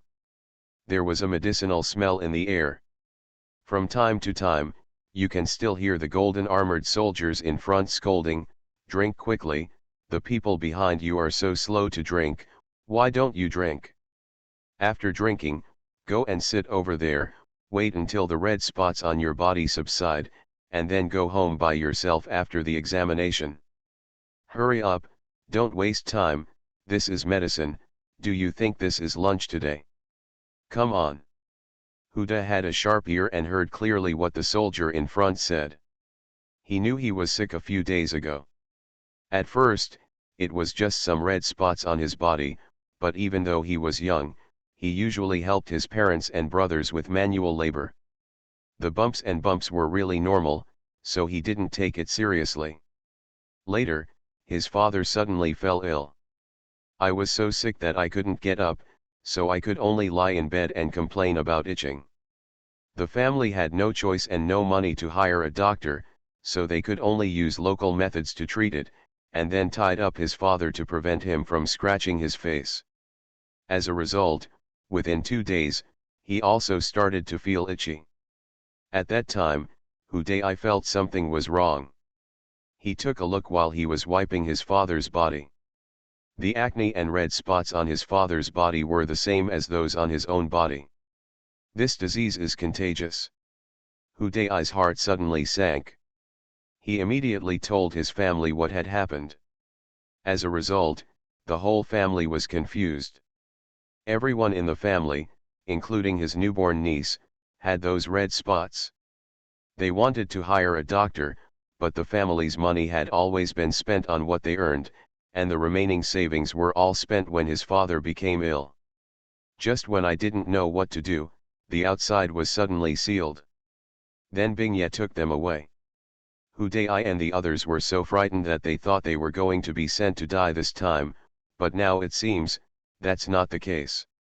The golden armored soldier walking in front was speaking loudly, "Don't think about running away all the time. This medicine is for your treatment. Your Majesty bought the medicinal materials with your own money without paying a penny take it from you." Many people standing there breathed a sigh of relief when they heard that they would not charge money. They also guessed that those medicines were for treating diseases. They had been worried that they had no money just now, but they didn't expect that His Majesty wouldn't even ask for a penny from them. Relaxation and survival caused many people to kneel on the ground and kowtow gratefully in the direction of the imperial city. Hudai pretended that things were slowing down and did not kneel down. He kept looking back and vaguely saw his father's figure leaning on his elder brother. He was so anxious that he had the courage to shout in a low voice, "My lord, this lord." The golden armored soldier who was patrolling around heard the sound and came over, with no trace of impatience on his face. "What?" "Sir, my dad has been ill for several days, and he is a little unwell today. He is very far back in the queue. Can you let me and my dad switch places? Let him take the medicine first, and I will go to the back." The golden armored soldier looked a little better. "How many days has he been sick?" "5 days, it's been 5 days. I couldn't get out of bed for several days. When I woke up today, I was so groggy that I couldn't walk. Look, sir, I'm not lying to you. The one being supported behind me is me." "Father." The golden armored soldier took a look. He was indeed an old man with a pale face, looking like he was going to die if he didn't take medicine. He nodded, "You don't have to change places with him. Master Ji has ordered that those who are seriously ill can jump in line." Hudai cried with joy, and tears fell all over his face. He quickly knelt down and "Thank you, sir, thank you so much." As expected, Jin Jiabing walked to the back and went to his father. As he walked forward, he saw the baby in the arms of Hu Dai's sister-in-law, and his face became solemn. Is this child also infected? Hu Dai's sister-in-law was timid and couldn't speak after stumbling around, but his eldest brother hurriedly replied boldly, "Yes, yes, my little girl is also sick. She had a rash on her body yesterday." Jin Jiabing pulled away the baby's swaddling clothes and looked at her rash-covered shoulders, frowning. Children can take this medicine, but babies don't seem to be able to take it. After all, it is a quick medicine. The purpose is to relieve the body's illness as quickly as possible. The medicine is very powerful. Children are fine, but babies are weak. If a bowl of medicine is given, no one knows whether they will die first. The faces of Hu Da's family suddenly changed. His sister-in-law couldn't care less about being afraid, and quickly asked nervously with a white face, "What do you mean by this, sir? Then my daughter can't be cured?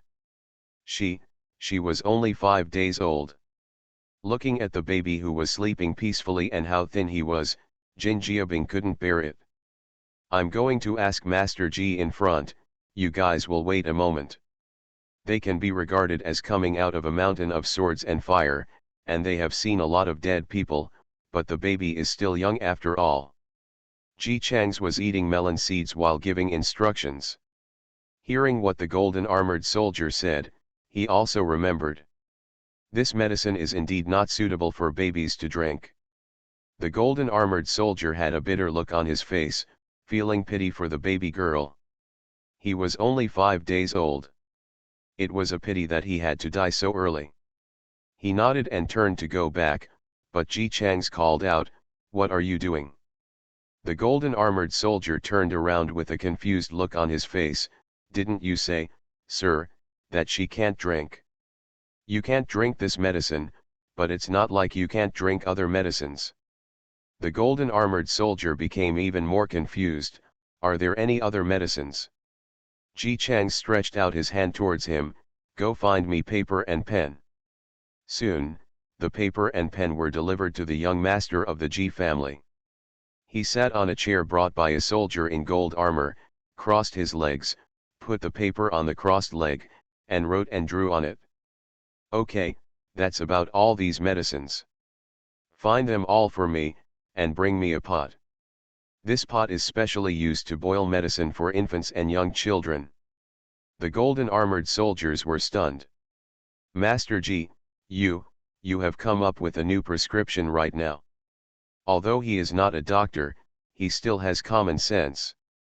Other doctors would definitely not be able to come up with a prescription that can treat Tianyuan disease without being too powerful in such a short time. "Ji Chang's, is it possible that I can still find an old prescription for you?" The golden armored soldier was in a daze, and for a moment he thought he had seen a god. "What are you doing standing there, looking for medicine?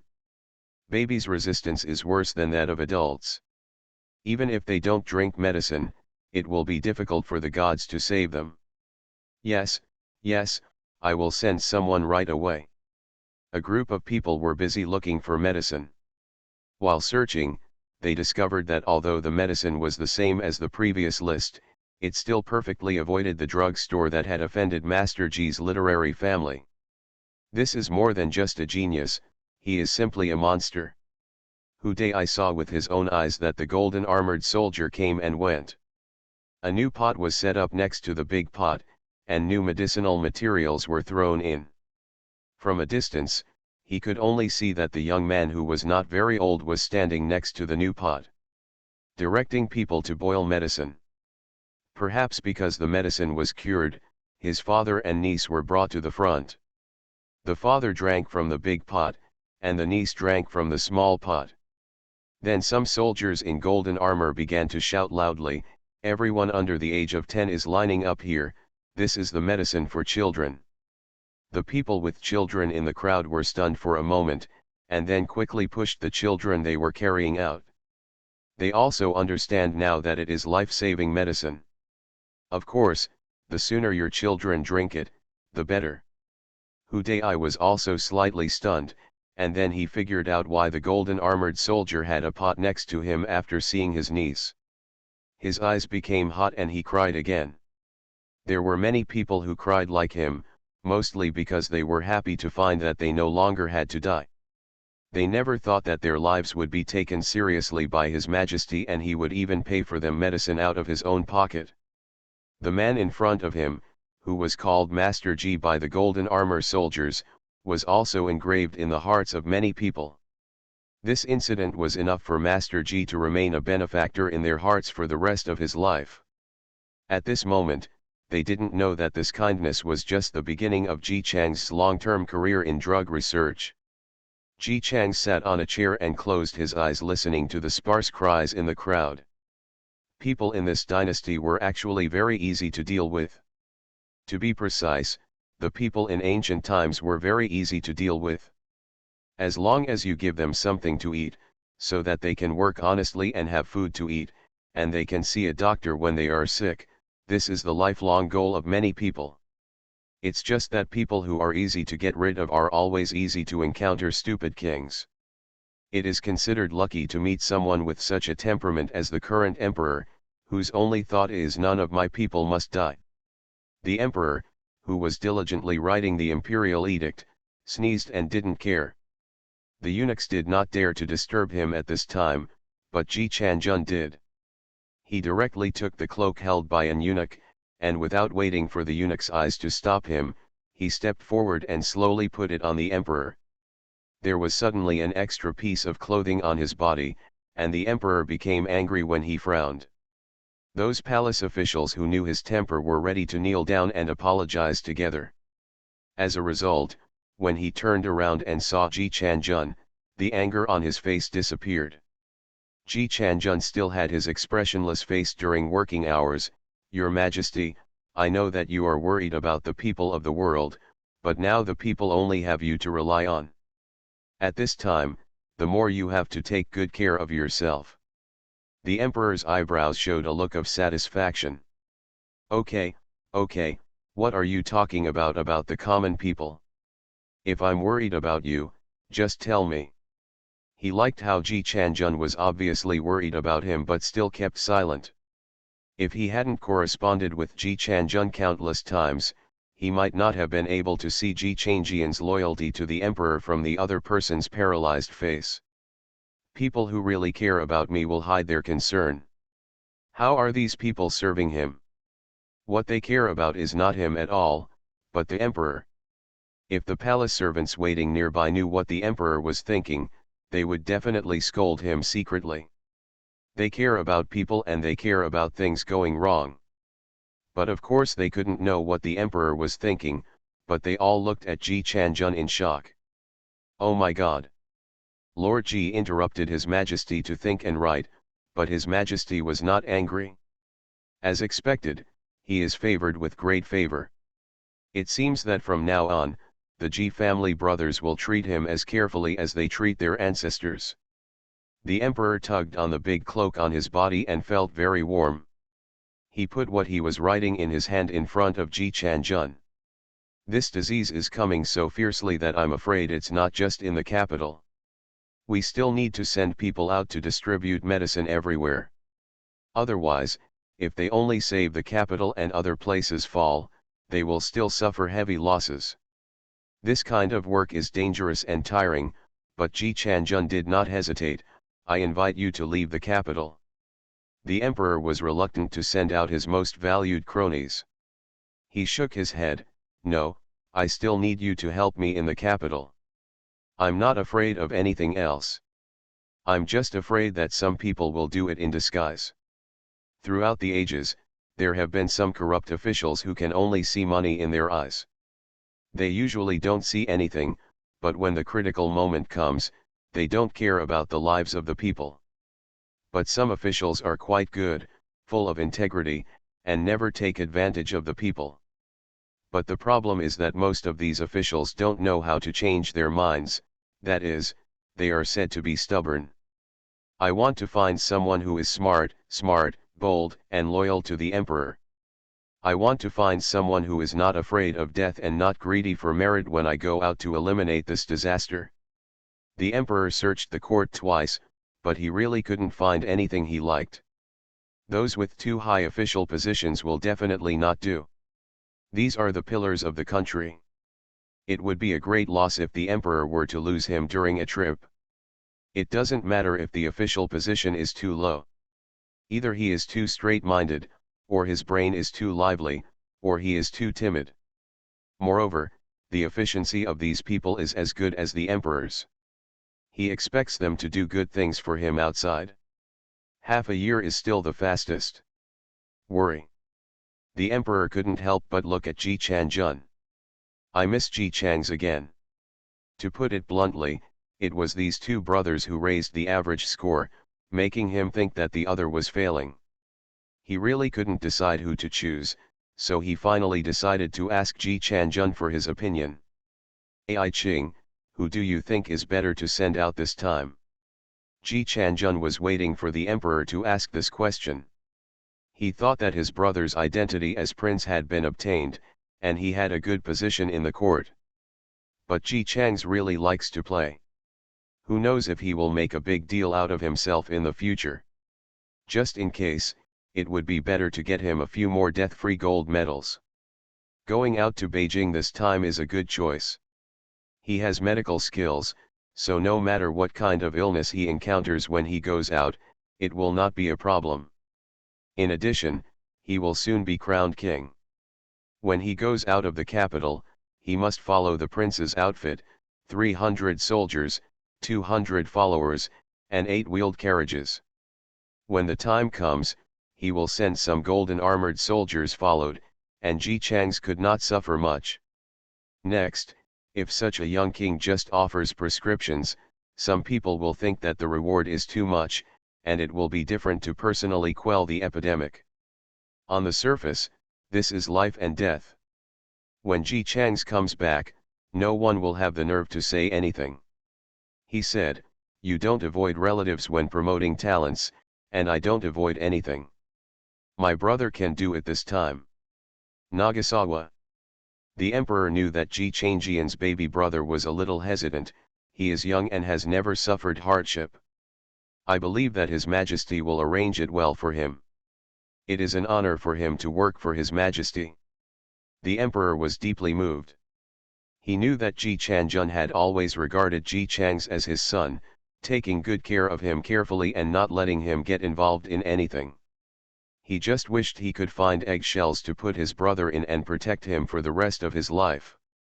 Now, he can actually let his brother leave the capital for him. What kind of loyalty and patriotism is this? Send all my brothers out? What the emperor didn't expect was that Ji Changs was more sincere than his brother. When this boy entered the palace and heard the emperor's words, he not only agreed, but also took the initiative to mention, "Your Majesty, my mother and others have some medical skills, so they can also help. Know some medical skills or something. Being able to use Chinese medicine to make beautifying and nourishing medicinal diet can be regarded as medical skills." The emperor was really shocked now. "Your mother, but she is a woman. My mother has always respected your Majesty, and as a woman, I am willing to dedicate myself to your Majesty." Ji Changs flattered her without saying too much. Mother and the others are all practitioners of Buddhism, and they are considered to have been born. This time they work for the court, it is also a meritorious deed for them. Merit is merit, mainly because if Zhou Niang can participate in this process of curing diseases and saving people, it will be equivalent to a golden body in the future. If others want to slander her, they have to see if the rescued people across the country will scold him to death. Ji Changjun also understood what his brother meant and nodded accordingly. Of course the emperor is willing to let Zhou Niang go.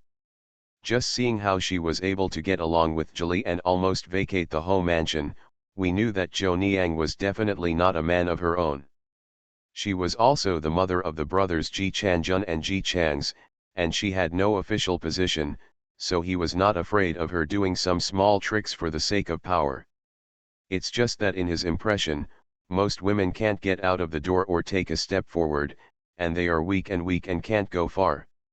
It wouldn't be good if Wednesday's mother got sick on the way and something bad happened.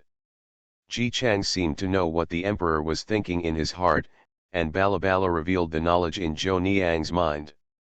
To be honest, he felt aggrieved for Zhou Niang. Her talent is definitely much better than Master Ji. If she is asked to take the imperial examination, she will definitely pass it. This shows that Ji Chanjun, who is such a monster, is also an inherited mother, and it is impossible to inherit it from his father anyway. But unfortunately, she is a woman. You can only get married, and if you get married, you can only suffer the injustice for the sake of the children. After finally getting divorced, you have to lead a spiritual practice and take away your concubines to avoid many rumors. Even so, there are still some fools who can't figure it out and only restrain women because they have no ability. This refers specifically to the scholar who was inexplicably injured all over his body after Ji Chang's kind visit. Since he had such an opportunity, Ji Chang still wanted to push Zhou Niang forward. She must be willing to do it herself. Even if she has to go back to practice hair training after this time, it will definitely be a surprise for her. The emperor finally agreed. After all, he still couldn't resist the temptation of Wednesday mother, maybe the third Ji Chanjun. For an emperor who was full of satisfaction and had his sights set on a larger territory, he actually cared less than others about the fact that women must stay at home, that their husbands must be their top priority, and that only men can do things. I don't care whether you are a man or a woman. If things don't go well, it's all bullshit in his eyes. This was what Ji Chang said after seeing his temper. According to the emperor's idea that you don't distinguish between men, women, old people, and children, in my eyes, they are all social animals. As long as he can taste the sweetness, he will definitely be the first to respond to women's work. If there is a man who objects next to him, he will not change his mind just because of a few words from others. To put it bluntly, this guy is someone who doesn't let go of the rabbit before he sees it.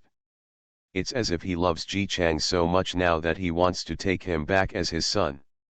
That's Ji Chang's own ability. With him around, it's like he doesn't have to worry about any disease. If Ji Chang's doesn't know how to do anything but nibble on brother, let's see if he likes it. The matter is settled. After all, it is a big matter, so we still need to talk to the courtiers. After a day and night of boiling and feeding the medicine, the person who administered the medicine had a numb face and cleared all the patients in the capital as quickly as possible. Naturally, those courtiers were also included. Courtiers are treated better and can directly register to receive pills. The emperor does not want everyone to be equal. If the courtiers and the people were equal, who would study hard and want to become his subordinates? He was imprisoned in the mansion for no apparent reason, then learned about the epidemic for no apparent reason, cured the disease for no apparent reason, and finally went to court for no apparent reason. Finally, the courtiers watched for no apparent reason as Ji Chanjun stood in front wearing the court uniform of the leader of the Golden Armor Guards. Isn't this the one from the Marquis Mansion? I'm going with Mother Zhou, my eldest son. How did you become the leader of the Golden Armored Soldiers? Before he officially went to court, the emperor ignored the whispers below and drank tea quietly with his head down. Then there was Ji Chang's, wearing the emperor's court uniform and standing in the prince's place. The courtiers were not surprised.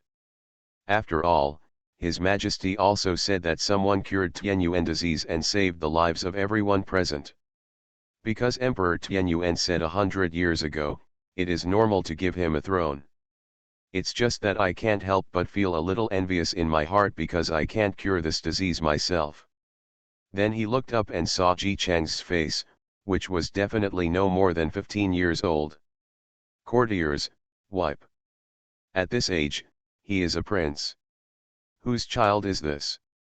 Immediately the whispers began again. He was still from the Marquis mansion. He was raised by Mother Zhou on her knees. Later, the eldest son recorded him as the direct lineage. Is it from the Ho mansion again? The courtiers smacked their tongues and looked at the old Marquis standing in front. Old Marquis. He was stunned when he saw the quality of clothes Ji Changjun and Ji Changs were wearing. The grandchildren also had a tacit understanding that no one would look at him. Even if they occasionally met his eyes, their eyes would be cold and emotionless. The old Marquis was not a fool. He knew at a glance that the two of them did not hate him, but they did not have any feelings for him. Who told him to turn a blind eye to Master Ji's bastard? He was not much help, and was equivalent to an accomplice. Even when Mr. Ji beat Ji Chang's last time, although he took action, it was only with a big thunder and a small rain, and then he didn't care much about it. It's normal for them to be like this. The old Marquis couldn't describe how he felt in his heart for a moment. He just wished he could go back a few decades and strangle the traitor to death when he was born. No. It would be better to wait until he gives birth to the two children, Changjun and Changs, before pinching them. At this moment, feeling the whispers and mocking looks from the people around him, he lowered his head and wished he could crawl underground. Others soon lost their interest in discussing the Ji brothers' counterattack. At the beginning of the last dynasty, the emperor gave a list of people who wanted to go out of Beijing to fight the epidemic. There were Wednesday Mother and a bunch of exes inside. The court suddenly became lively. How can a woman be allowed to show her face? How can a woman do such an important thing? It goes against the ancestral etiquette. Ji Changs, who had shamelessly lied to the emperor and insisted on bringing him here before he was canonized, was waiting for this time. He smiled and grabbed the old man next to him who was shouting the loudest, "If this man doesn't want the woman to go, then how about you invite yourself to go out to fight the epidemic and replace the next woman?" Old man. His condition was very dangerous, and he had to travel in miasmatic places along the way. If his old bones were gone, would he still be alive to come back? The expression on his face changed many times, and finally he gritted his teeth and said, "This is not why we don't let women go, it's because Ji Changs, if you don't want the woman to go, then you can go and take her place." Needless to say, these are all available. You Junior, you are simply unreasonable. Ji Changs pointed to his court uniform embroidered with the three-clawed dragon pattern. "I am the prince, and my rank is above you. Please speak politely to me. Who is your junior?" Old man. He searched for words all over the place, but unfortunately, Ji Changs only had one sentence to talk about. "Him, it's against etiquette." "Ji Changs, you go ahead." "Him, that's ridiculous." "Ji Changs, you go ahead." "Him, absolutely ridiculous." "Ji Changs, you go ahead." The emperor took a leisurely sip of tea on it, feeling a little unhappy in his heart. It was the first time that he had seen these courtiers united to this extent. What Ji Changs said before going to court still took root in his heart. The emperor couldn't help but think about it. Do these people want to follow the so-called etiquette, or do they really know that those women are also capable and are afraid of being compared to them? Thanks to the emperor for being a transparent prince at the moment when he needed to learn the most. At that time, no one was kind enough to instill these ideas that men should have in him. Now that Ji Changs has raised his head, he has started to think about it himself. Seeing the new young prince blaming the whole audience. Even if someone was angered and agreed directly to take over, he would nod directly and ask the eunuchs who followed him tremblingly to add to the list. "Okay, then I will get rid of a maid who follows my mother." The official who was about to throw his life away, only to be replaced by a maid. His face was almost blue with anger. I could only stand there and keep saying, "Absurd. Absolutely ridiculous. How can a woman be allowed to do court work? That Wednesday Niang, I thought she was gentle and virtuous before, but I didn't expect that she turned out to be such a temptress, actually trying to interfere in the affairs of the court. Ji Chang's chuckled. You are an official in the court, and my mother is a temptress in the court? Double standards. He cursed something that no one else could understand. He turned around and marked the place where this person should go to the miasma. The man. In anger, he stretched out his hand to teach Ji Chang's. He raised his hand, but Ji Chang's did not dodge. Before he could hit the opponent's face, his hand was already tightly grasped by a hand that appeared out of thin air. Turning his head, he saw Ji Changjun with a cold face. Ji Changjun shook his hand and he screamed, covering his hands and not daring to show his head again. Ji Chang's was extremely proud with his eldest brother supporting him from behind. Come on, if you still disagree, let's argue. People who disagree. Ridiculous. Absolutely ridiculous. They were all like bullied chickens, looking up eagerly, expecting the king of a country to make the decision for them. At first glance, the emperor was drinking tea and looking at them with disgust. The emperor really disliked it. This class of social beasts is really useless. If you don't want women to join, then you can do it yourself.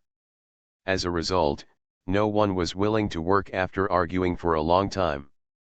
If you don't want to, don't let others go. What the hell? He sighed in his heart, feeling that these people were really being pretentious. His journey is across the stars and the sea. The emperor clicked his tongue. You guys, your vision is still too low. The grasslands have not been conquered yet, and there are not enough manpower. There are still men and women. You don't care whether he's a man or a woman. It's okay if things are done well. I'm so embarrassed and ashamed of myself for such a small thing. Courtiers. Such a thing. What the hell is this called? After confirming that the emperor's gender was male, he actually thought so sincerely, and the courtiers were immediately confused. No matter how many times I calculated, I didn't even get it. Among the male emperors, there was such a strange man who saw no men and women, only social beasts. Behe free and fastest update, no anti-theft, no anti-theft. Everyone knows I'm a good man. Author, AncientChina. Chapter 324. Those who were discussing endlessly, those who were silent, and those who were whispering, all looked confused after what the emperor said. No. They understood every word of His Majesty's words, but they couldn't understand how they were put together. What does it mean to care whether he is a man or a woman? Can men and women be the same? But no matter how hard they found it unbelievable and how hard they tried to persuade His Majesty, who looked like he had a brain problem, the emperor had only one reaction. If you can do it, go ahead. If you can't do it, don't beep. He didn't care about the difference between men and women at all, nor did he look at whether women throughout the ages had to stay indoors and never leave the house. All he could see in his eyes were the words Ji Chang's had told him before to relieve his boredom. Ji Chang's liked to read storybooks, and the emperor knew that. It is said that he read it in the mansion and in the academy. Ji Changjun felt that the thing was too much for him to play with, so he hid and watched it secretly. This feeling is very new to the emperor. After all, no one loved him when he was a child. For a little transparent prince, he could not see even the books in the palace, let alone the novels outside the palace. Therefore, it was a very good experience for the emperor to listen to Ji Chang's various stories about how interesting the story books were. Especially those scripts that have no logic, but Sushuangdu is indeed full of logic. Ji Chang's finished speaking, and the emperor finished listening. Neither of them was very dedicated. So Ji Chang's volunteered to tell the emperor his own script. It mainly tells the story of a non-existent protagonist in a non-existent dynasty who goes out on a merchant ship to have fun. As a result, there was an accident on the merchant ship, and he floated to the sea and was sent to an island full of gold mountains. The savages on Jinshan Mountain knew nothing, but he could start fires, so the savages regarded him as their leader. Later, he took the savages on a small boat to go home, but it was a pity that the boat could not hold more heavy things, so he had to draw this island on the map and plan to bring people to dig it when you go back. The boat encountered an accident on the way back and unfortunately capsized again. So the protagonist held the driftwood and floated to another island. There were no gold mountains on this island, but iron ore. Jinshan and iron mines are what the emperor wants most. Naturally, he has no shortage of wealth, but if he has gold mountains, it means that the treasury will be rich. If he has iron ore, he can make more weapons. Even if Ji Chang said that these were all fabricated based on rumors spread by some overseas businessmen, the emperor still casually said to him, "But it is true that a caravan encountered an island with iron ore before, but it is a pity that the location cannot be distinguished at sea, and when they took people there again, they couldn't find them. It made my blood boil." Only then did he realize that the barbarian country, which he had always looked down upon before, actually still had so many valuable treasures. They just stayed there quietly, just waiting for him to come forward and get them. The grassland, the sea, and the emperor's eyes were burning with desire for foreign expeditions. But here comes the problem. There simply weren't that many manpower to complete his ideas. Even if you are born now, it will take at least 10 years to grow up. Anyway, they are all human beings, so what is the difference? I heard that among the people, those people are poor and have no conditions for women to rest in the house. They all work in the fields together. Unmarried people may need to pay attention to sun protection, while married people all go to the fields. Got something done. In this case, it means that both men and women can use it, it just depends on where it is used. Seeing that the ministers below gave up besieging Ji Chang's and began to try to brainwash him, the emperor slammed the table. There was a heavy sound, and under the power of the king of a country, the ministers who had been talking all kinds of things immediately shut up. By the way, I just told you that if the woman really can't use it, then that's it. If it is available, I will definitely use it. Don't tell me what is unreasonable. You have done all those things and don't bother me at all. Don't say you don't let women do things. I am willing to let men do it even if you don't let men do it. Ministers. Isn't this a rogue move? But unfortunately, the one who brushes off rogues is the king of a country. No one dares to play tricks on others, so they can only swallow their dissatisfaction. In order to avoid being too embarrassed, they comforted each other. Most women are illiterate in writing, and at most they can only do embroidery. How can they do what His Majesty has ordered them to do well? They have always been delicate. They must have come back crying before they even got there. Women are small, and Your Majesty will know it in a few days. There were some people talking all over the place to save their own face, while others were silent. But at this moment, these two groups of people are standing together. Ji Chang's clicked his tongue, unity, really unity. Even if he had not been in court before, he knew that many of these people were political opponents. However, today, he did not see any intention of quarreling with each other. They talked to each other when they got together, and they were very affectionate. Ji Changjun listened to his brother's words and looked at them with deep eyes. His years of flying pigeon messages are not in vain. He can be regarded as controlling what people are thinking. Now these people just disdain to add old-fashioned ideas to cause trouble, but when the woman really makes achievements, they are afraid that it will rebound even more. He whispered to his younger brother, "Just watch, there will be more trouble. It doesn't matter, let them make trouble, as long as His Majesty doesn't change his mind." Ji Chang's ensured that the emperor, who was fully committed to the idea of working workers, working souls, regardless of male or female social animals, would not be led away.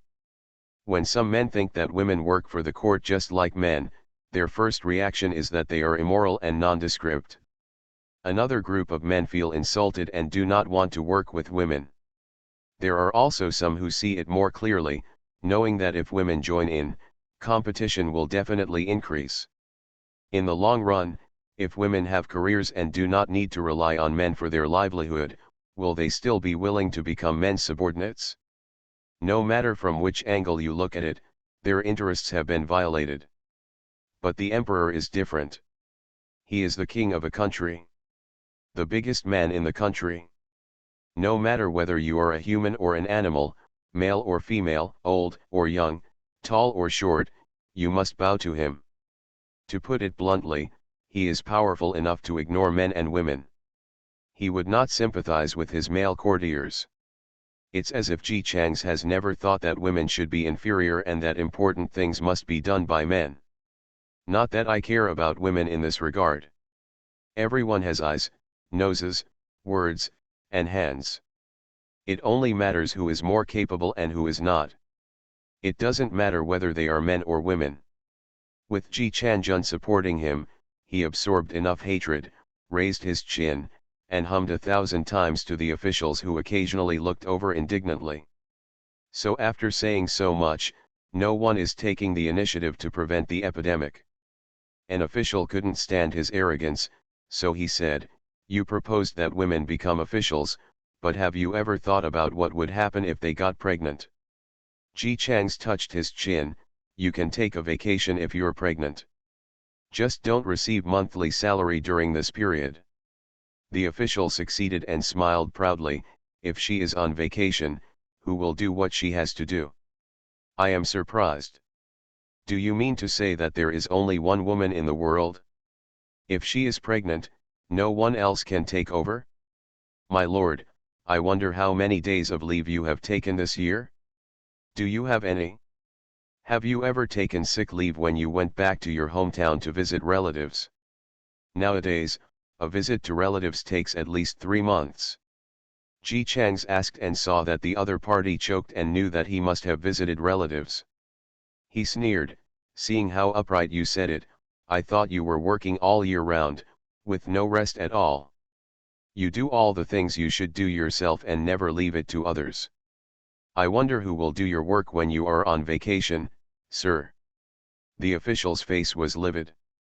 He wanted to refute but couldn't find any point to refute, so he just kept talking.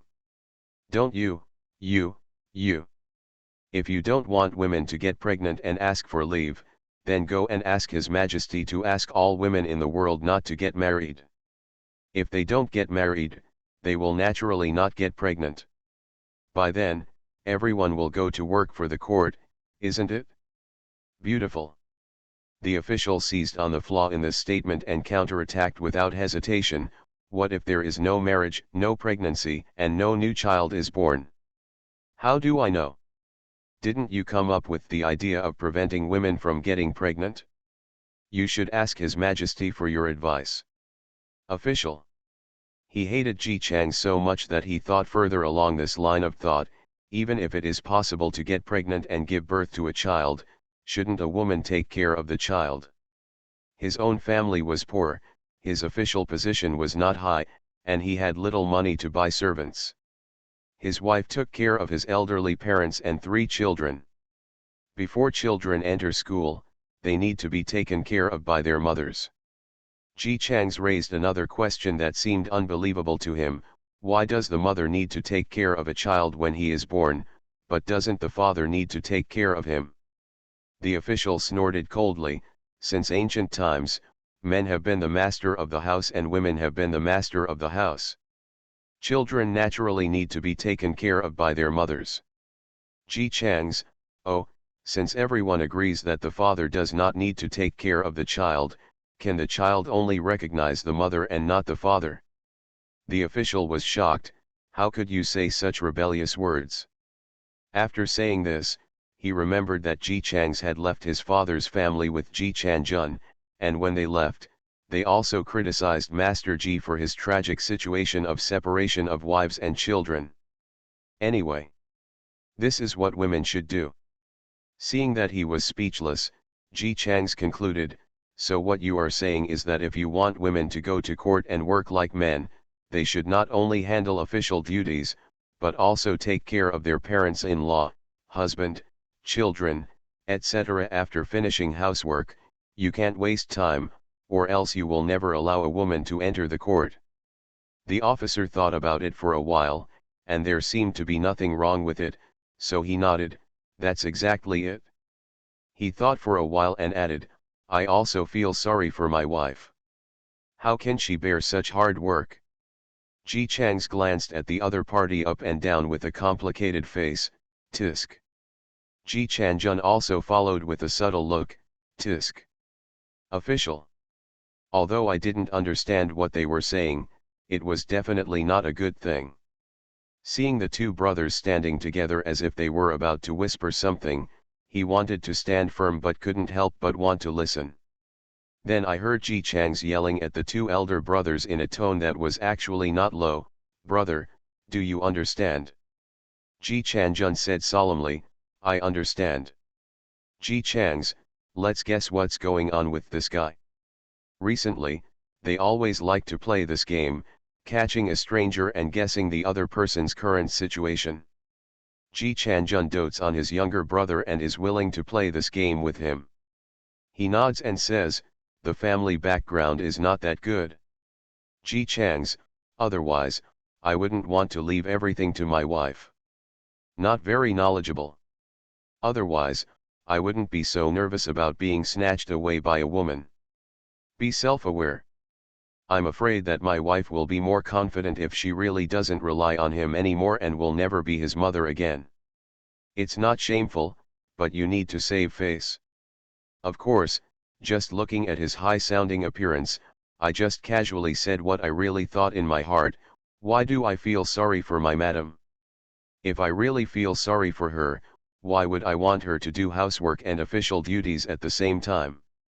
After confirming that most of the people in this court were actually like this petty official, Ji Chang's completely lost interest in them. He is not afraid of offending people either. After all, the emperor understood that there was a survival of the fittest. There are no women or men in his tiers, nor is there any party distinction. When things are done, she is his beloved. Can't do it well, haha. In the end, the emperor overcame all objections and issued this decree. As for other people's objections, don't listen to the bastard chanting sutras. I can't hear you. If it weren't for the fact that there was not enough manpower now, the emperor would have wanted to arrest a few people who were not very good at their work to establish their authority. But isn't there a shortage of people? Wait. As for the things that his ministers are worried about, I don't care. Anyway, it's good that I got the talent. After going to court, the emperor called Ji Changs, and the two enjoyed their good wishes of expanding their territory together. Ji Changs patted his chest and promised, "I will definitely handle this matter beautifully." Yes, not bad. The emperor liked the way his subordinates were so dedicated to doing things for him. This is your suggestion. After you go out, if you have time, write me a, "What is that thing you said before?" report. Yes, write a report for me. If only women could use it. Even if women are too weak to fight on the battlefield, they can do other jobs. The emperor thought carefully about the position he knew. It seems that the boys in the inn, the accountant, the street vendor, and the city wall builders did not use women, but those who drew the city wall blueprints did. But in this way, it seems that all the heavy work will fall on men, and women can only do some light work because of their physical strength. Will it cause trouble among the people? After hearing what the emperor said, Ji Changs actively came up with ideas. Why are they making such a fuss? They must make money based on their abilities. Why does your majesty want to divide them according to men and women? But you can divide them according to those who have read and those who have not. For example, those who have studied, women and men can be accountants, then whoever does it well will definitely have more money. For those who have never read books, if a woman does not do hard work and works as a boy who only serves tea and water, then the person who does the hard work will definitely earn more than the boy. He also kindly opened up a new direction for the emperor: money can make things worse, and your majesty can reward and punish you. If you do things well, there will be rewards, and if you don't do things well, there will be punishments. The rewards can be given directly to money good. He implicitly expressed that in the past, official salaries were dead wages. If someone was suddenly short of money and had no other way to make money, he might embark on the path of being a corrupt official. But it would be different if there were bonuses. It would be great to put the energy you have used towards corrupt officials into working hard to get bonuses. This money can be obtained without burning hands, and it is very honorable. The more the emperor listened, the more he felt that this was the case. No. He used to really waste social resources.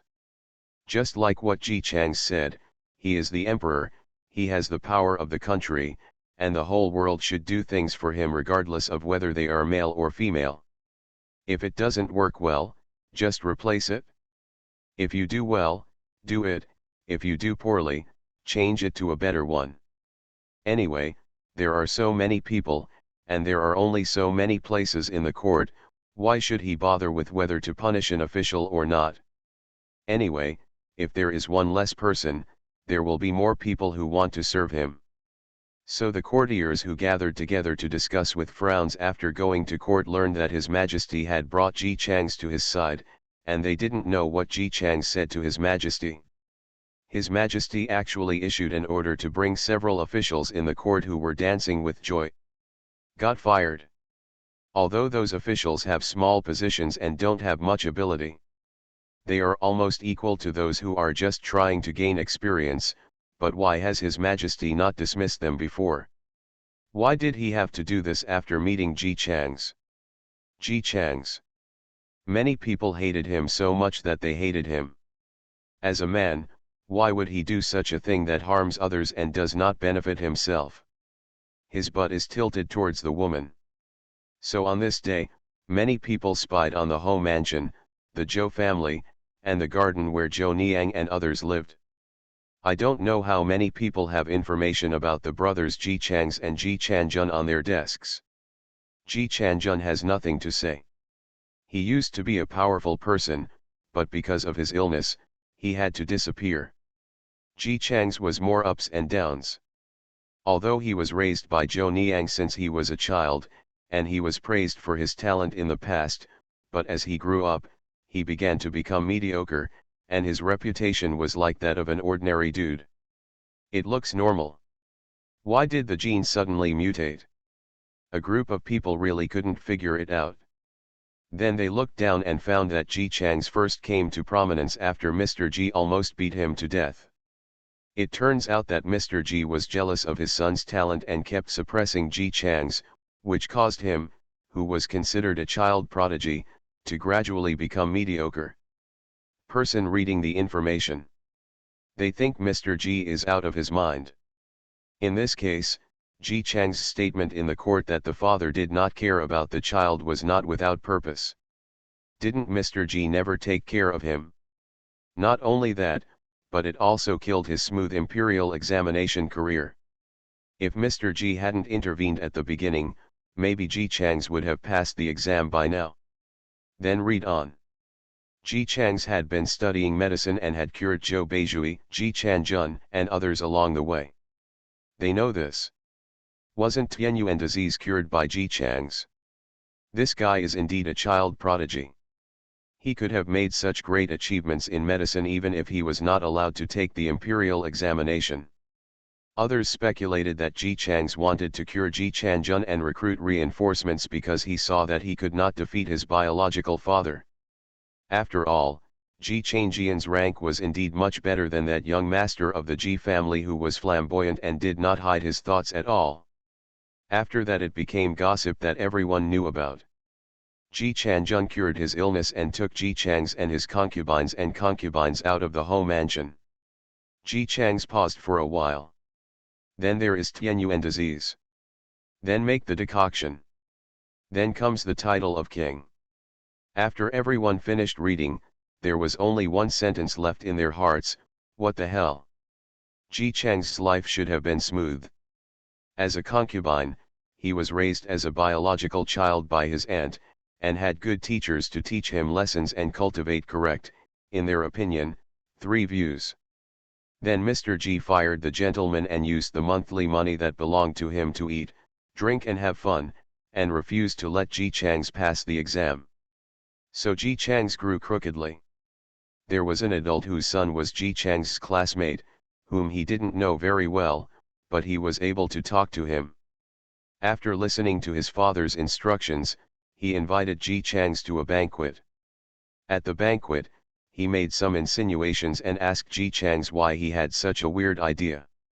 Women become officials. He is only 13 years old. Who taught him? The ninth young master of the Ji family, who had turned the entire capital upside down, sighed. Yandao, after his father did not allow him to study hard, he had nothing to do but follow his peers to the flower house to kill time. He had never been in contact with many women at his age. Those girls in the flower house all ended up involuntarily because of their female bodies. After hearing this many times, he felt very pity for them.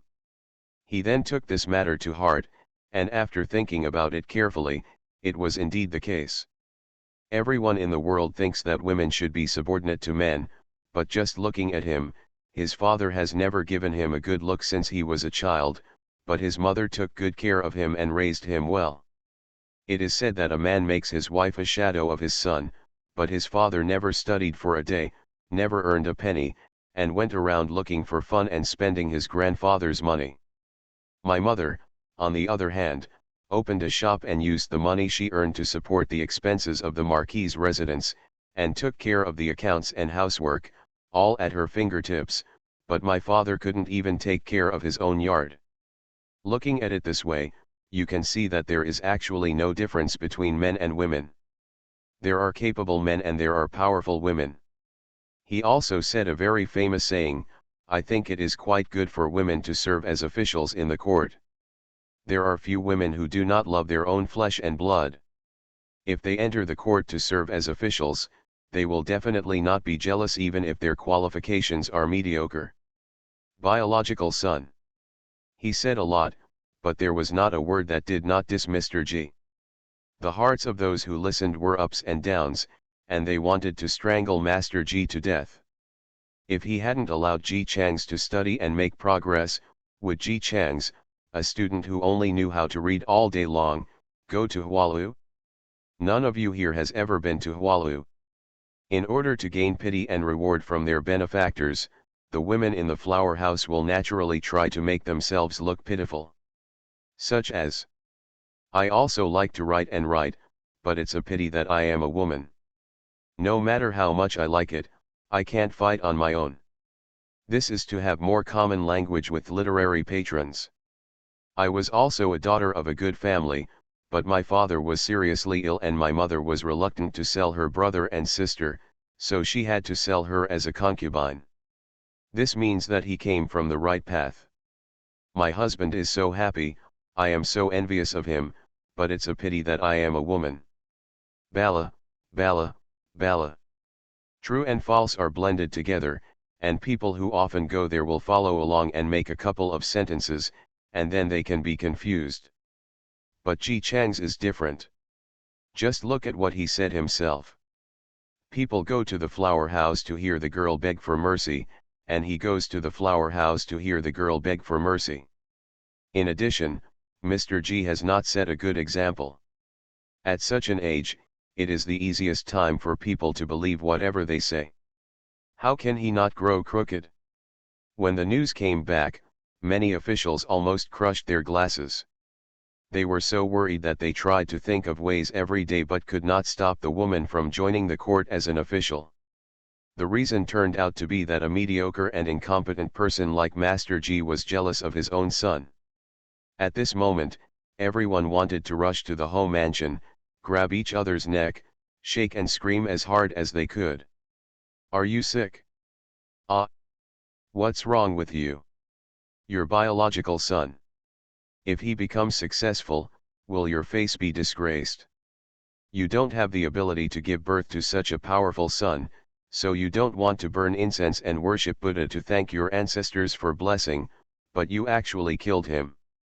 A normal person who should have successfully passed the imperial examinations, passed the imperial examination smoothly, and worked hard to build the imperial court, suddenly turned into a men are unreliable, women are very powerful. Isn't this a crime? Mr. G, who has always been lagging behind on news, has been a little afraid to go out recently. For some reason, he always feels like there are things looking at him pitifully everywhere as soon as he goes out. He looked like he wanted to kill him. He was so scared that he asked his father for help. As a result, the old Marquis had no idea whether he was stimulated by the two rebellious sons after he came back from the last court. He was no longer interested in having a second child and kept lying in bed sickly. Mr. G was very disappointed. It's not that he cares about his biological father, but the money in the house is a bit insufficient, and he wants to go to his biological father for some money. You can't ask your biological father for money, you can only ask your stepmother.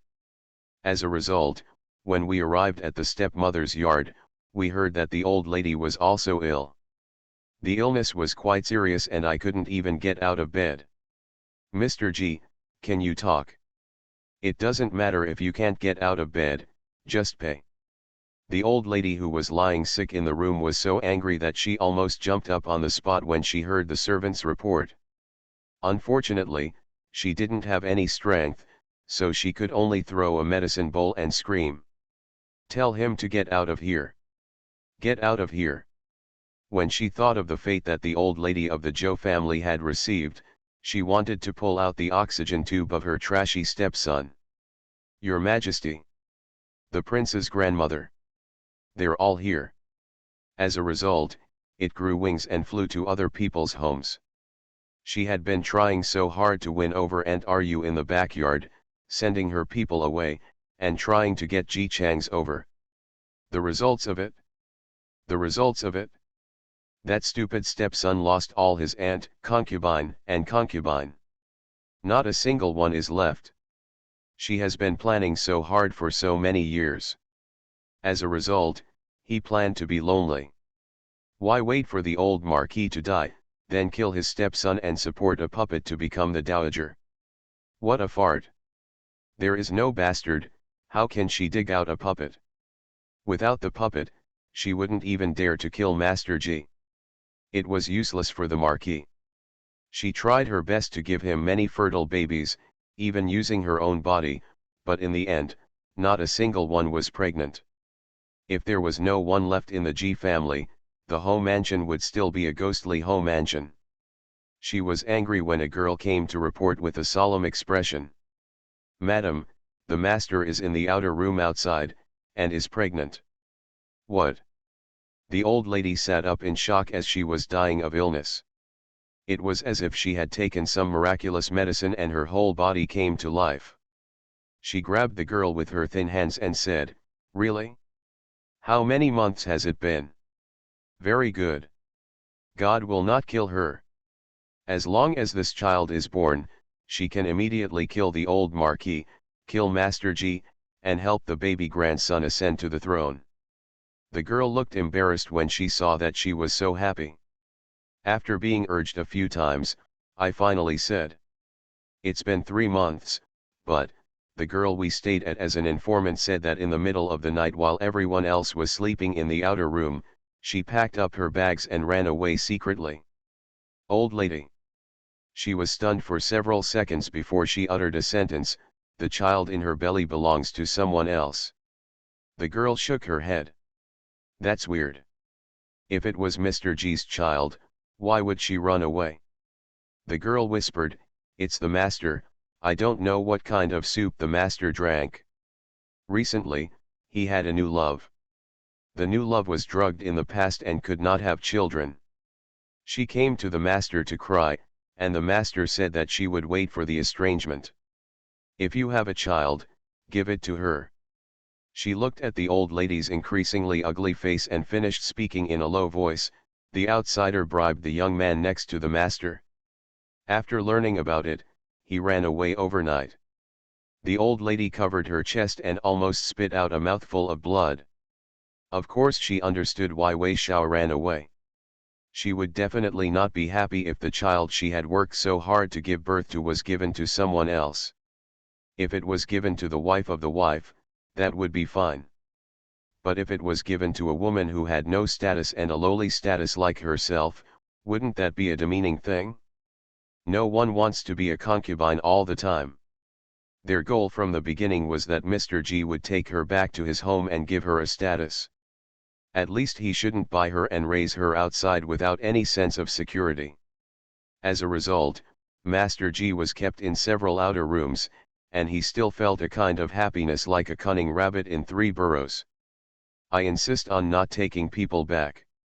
Things in the home mansion are turbulent, and this outer chamber must know about it. She originally thought that now that there was no one in the home mansion, Mr. G would finally be willing to take her back, but it turned out not to be the case. If you have a child, you can take it back. Still not. Even children are given to others. Master G treated her badly, and he would be a fool not to run away. As a result, the only seedling left in the home mansion also disappeared along with his mother. The old lady was really going to be vomited to death.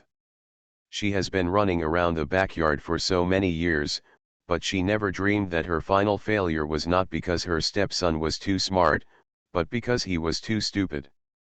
At this moment she truly regretted it. I had known this. I shouldn't have tried to challenge Zhou Niang in the first place. How wonderful the house was when she was here. Try to find. In the end, she still didn't give up. The old lady gritted her teeth and said, "If you want to see people alive or dead, you have to find the outer room for me." "Girl," she timidly said, "old lady, she in the outer room, she didn't run far." Seeing the old lady looking over, she gritted her teeth and said it anyway. She went to join the uncle. "Old lady. Old lady." The girl continued intermittently, maybe she also knew that she was pregnant and had nowhere to go. Somehow she found the uncle. The uncle checked her identity and kept her. She carefully looked at the old lady's face, looking at the uncle's intention. It seems that he does not intend to let the child in her belly return home. That's certainly not the plan. Ji Chanjun has no interest in getting married and having children. These younger brothers are equivalent to his sons, and they will all be his support and supporter in the future. Since we already have 20 of them, it doesn't matter if we have one more. If it was a younger sister, wouldn't His Majesty also be thinking about letting a woman become an official? Maybe the younger sister is more powerful than the younger brother. Ji Chanjun has been urgently changing the training plan for his sisters. They will all read to him. When women can also take the imperial examination, everyone must at least be a scholar. Old lady.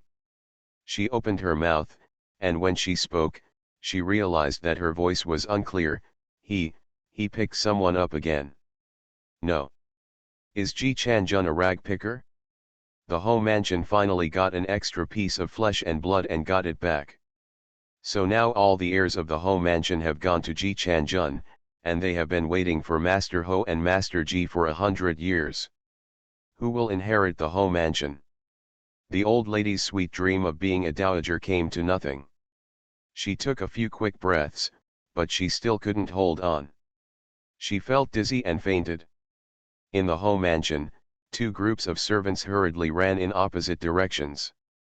After meeting each other, they were stunned for a moment, and then they opened their mouths at the same time when they realized that the other party was from MRS Ho. It's not good. Mr. Ho passed away. It's not good. The old lady is paralyzed. The 2 groups of people spoke at the same time and were stunned at the same time. Something happened to the 2 biggest people in the house, so they had no choice but to go to Mr. G. However, after searching around, I couldn't find anyone. Where is Master G? The anti-epidemic team was about to set off. Holding the little sourness in his heart, he quietly went to the street to take a look. While reading, he also muttered, "Who told you to abandon me? If you still stay with me, why would you have to work so hard for the court?" Each and every one of them is a weak woman, how can she bear the pain of wind and sand? The carriage procession soon arrived. The carriage was very big, but the people inside were not the women, but the newly appointed prince, Ji Changs, who was 13 years old and still very much in need of care and attention. He sat comfortably inside and opened the curtain to look outside. When the people outside saw his face, they suddenly became excited. "It's Master Ji. It's the doctor who cured us." Amidst the cheers of the crowd, tall horses came up from behind. The people sitting on these horses were all women with their hair tied up and wearing fancy clothes. In fact, they are still very young, and they have taken good care of themselves. In addition, they are in a good mood, and they all look radiant and majestic. When they were together at home, they would usually play the piano and dance with me.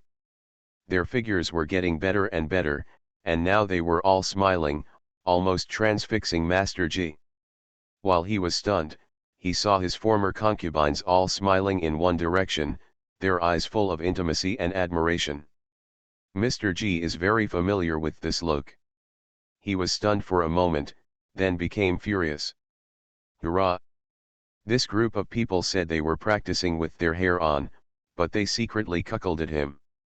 He wanted to step forward to argue righteously, but he saw those beautiful girls smiling and coming to Zhou Niang, who was also riding a horse. When they looked at her, the respect and admiration in their eyes almost overflowed. Mr. Ji. He even saw a familiar face at the end of the send-off line. Mr. Ji rubbed his eyes and looked at the figure who was catching up and handing over the bundle, looking forward to it. "This is the clothes I made for you with my own hands. I just ask you to take care of yourself along the way. I will definitely learn medicine and martial arts every day to serve you as soon as possible." Mr. Ji. "No, isn't this his outer room?" "No, no, I must have seen it wrong. His outer room was waiting for him at home." Master Ji returned to the house he bought outside with the complex mood of "My concubines went blind to work for me and my wife." When he opened the door, he saw that the house was empty. "Mr. Ji. What about my outer room? It's so big. Even if I'm pregnant, what about my outer room that can be used to make clothes?" Behe free and fastest update, no anti-theft, no anti-theft. Everyone knows I'm a good man. Author, Tang Zhonmao. Chapter 325. Traveling in ancient times when transportation was underdeveloped was very tiring. Ji Changs wasn't that squeamish at first, but maybe because he was treated like a precious egg in this world, he couldn't bear it anymore when his butt was turned upside down, and directly called the craftsman who repaired the carriage to face him while he was resting. The carriage crackled. Yes, they brought carriage repairmen with them. Every time the emperor sends someone out for a long trip, the carriage craftsman must be brought with him. After all, everyone relies on carriages to travel. If the carriage breaks down, is it difficult to expect the ministers to repair it? As courtiers, and because Ji Changs was a prince, they brought 8 carriage craftsmen with them this time. 8 middle-aged men. The old man would not be sent on a long journey. After all, the journey was difficult, and no one knew whether the old man would suddenly belch, were whispering and knocking around the carriage. Because it was rest time at night and it was dark, they could only put torches around and use this time to modify the carriage according to King Yu's wishes. Everyone was resting around piles of fires, and Ji Changs must be next to Zhou Niang. Most of the people brought by Zhou Niang were women. Now a group of beautiful women were sitting quietly under the firelight. Even when they spoke, they were in low voices, which was quite eye-catching. Most of them were taking advantage of the renovation to do what they were doing. Some are reading medical books, some are making clothes with their heads down, some are making insoles, and some have found paper and pen and are drawing. One held a piece of pork and practiced sewing on it. This was naturally taught by Ji Changs. Alcohol had been used and anesthetics had been available throughout the ages, so he planned to perform a caesarean section. This ant was the one she chose to teach. She was particularly good at embroidery. No matter how thin the needlework was, it was all neat and orderly in her hands. Ji Chang still vaguely had some memories of her. When she was still in the home mansion, she had spent a lot of effort to embroider a screen as a gift. Wednesday Mother. Zhou Niang likes it very much. Since using that screen, she has not replaced it with anything else. Ji Chang's had seen it several times by accident. The embroidery work on it was indeed exquisite. If it were sold, it would definitely fetch a lot of money. This aunt who is good at embroidery is also an embroiderer herself. When she first entered the house, her embroidery skills were not as good as she is now. She can only be said to be excellent. Although the contract of prostitution was originally in the hands of someone else, she refined her embroidery skills, completed the tasks for the master and then took on private work. The progress was smooth, and she waited until she was a little older. Her eyesight was not good, and her hands had calluses. When I can no longer embroider, I can become free with that money. Unfortunately, this good wish was shattered after meeting Mr. G. Mr. G went to her master's house to have a drink, got drunk and vomited outside. It happened that she came back from going out. He fell in love with her at first sight and asked to leave that day. The next day, there was an extra person in the backyard of the home mansion. The ant who doesn't speak and just embroiders silently. Later, after Zhou Niang took her away, there were a bunch of beautiful women looking at the account books, studying makeup, studying perfume, studying rouge, and some were addicted to dancing and musical instruments. The goals are quite the same. After they had finished practicing their dance instruments, they would show it to Zhou Niang. The perfume, rouge, and makeup would be all applied to Zhou Niang. The account books were also shared with Zhou Niang. After escaping this time, they really didn't know how to thank each other, so they could only try to use your skills as much as possible. The way this ant thanked Zhou Niang was to find a nice place to stay and embroider quietly every day. Ji Chang's approached Zhou Niang and said that he wanted someone who was light-handed, good at embroidery, and courageous to help, so Zhou Niang recommended her. I'm not brave enough to see it, but I can try it. As a result, I found that this ant had to concentrate on embroidery and was one of the stable ones. After learning the theory, in order to practice well, she asked the people in the kitchen to get pork, and she carefully put a layer on the pork every day. Cut the layers apart and sew them over again. When it's done, remove the thread, and the pork can be turned into a meal. The person who worked in the kitchen for this reason ran away when he saw this person from a distance, as if he was seeing a ferocious beast. The same goes for the strip. She asked the kitchen directly for the meat. If pork is not available, other meat will do.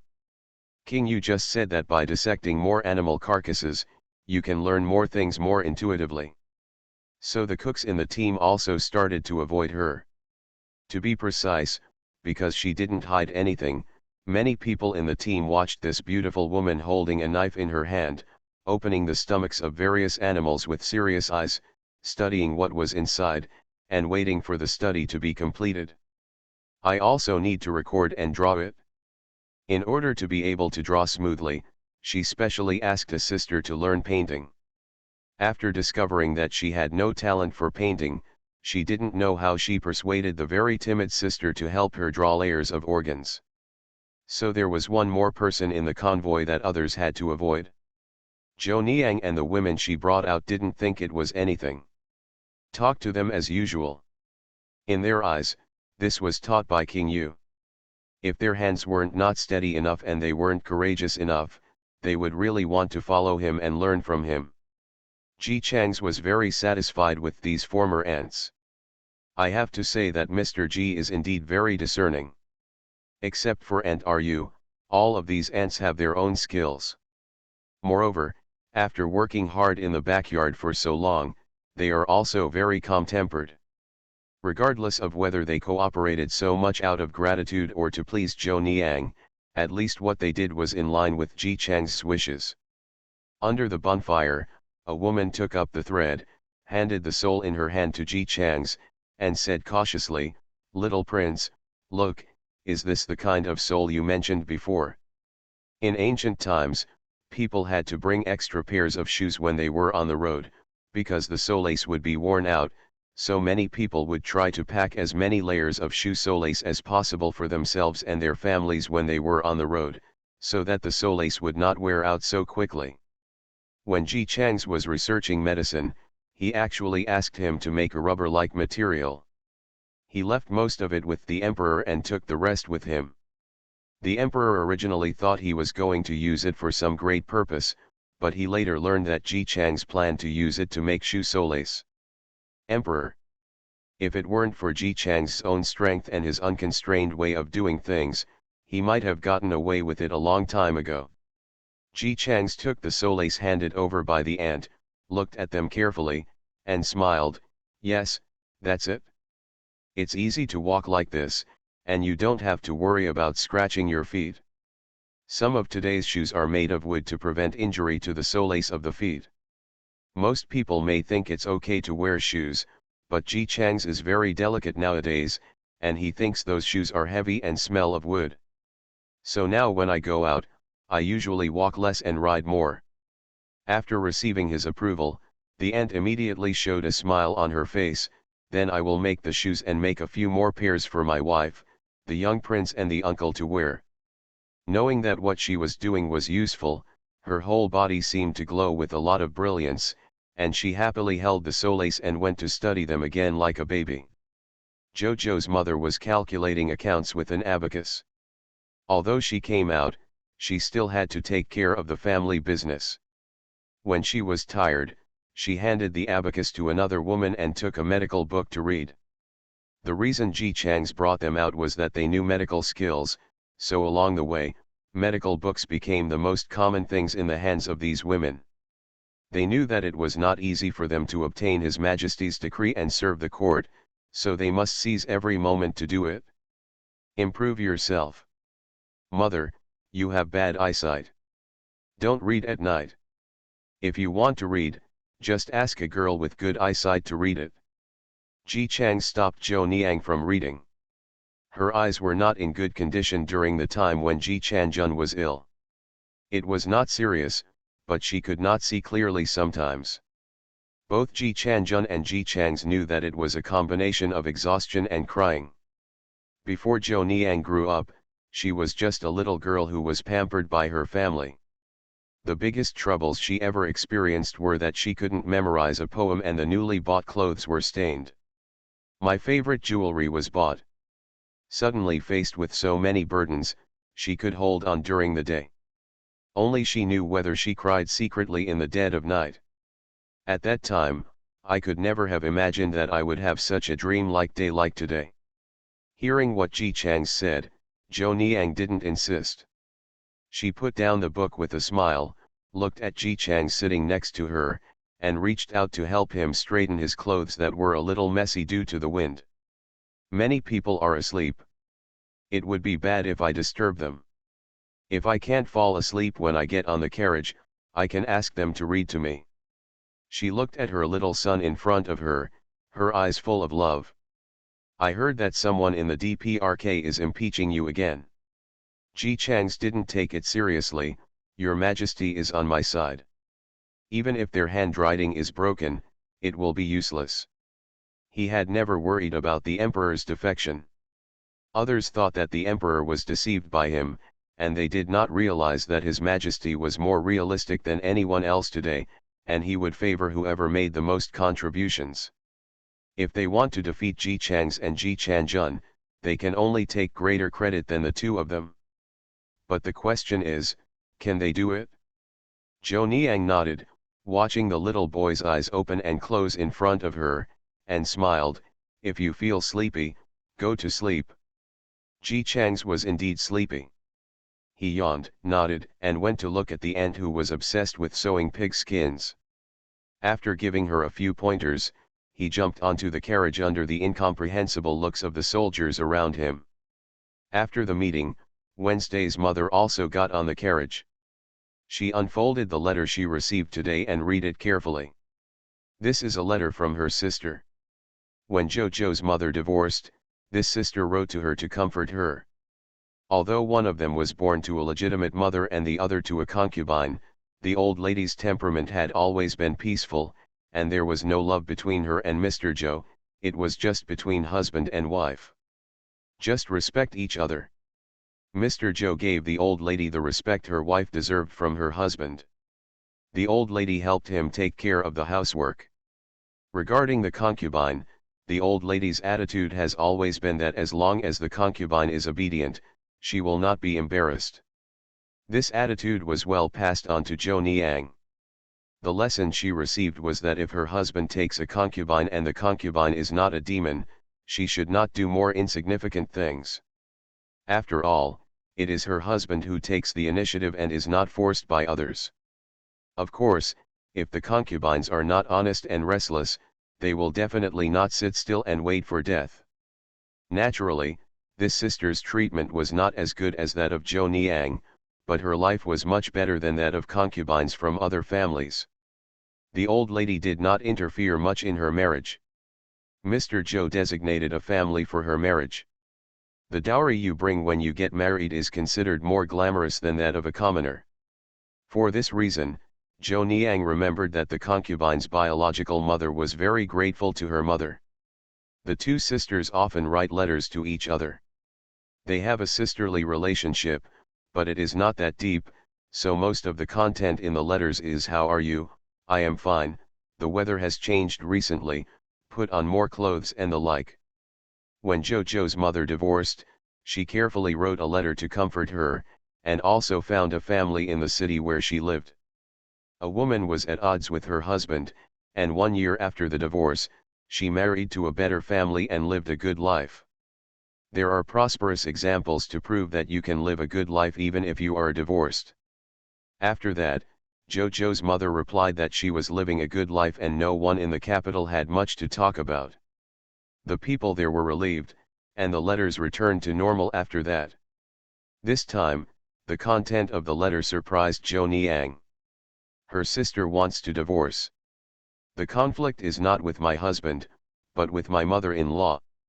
Since she got married, she gave birth to 3 daughters but no sons.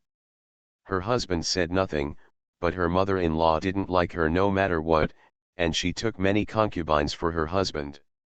Those concubines relied on the support of their mother-in-law and often showed off their power in front of her.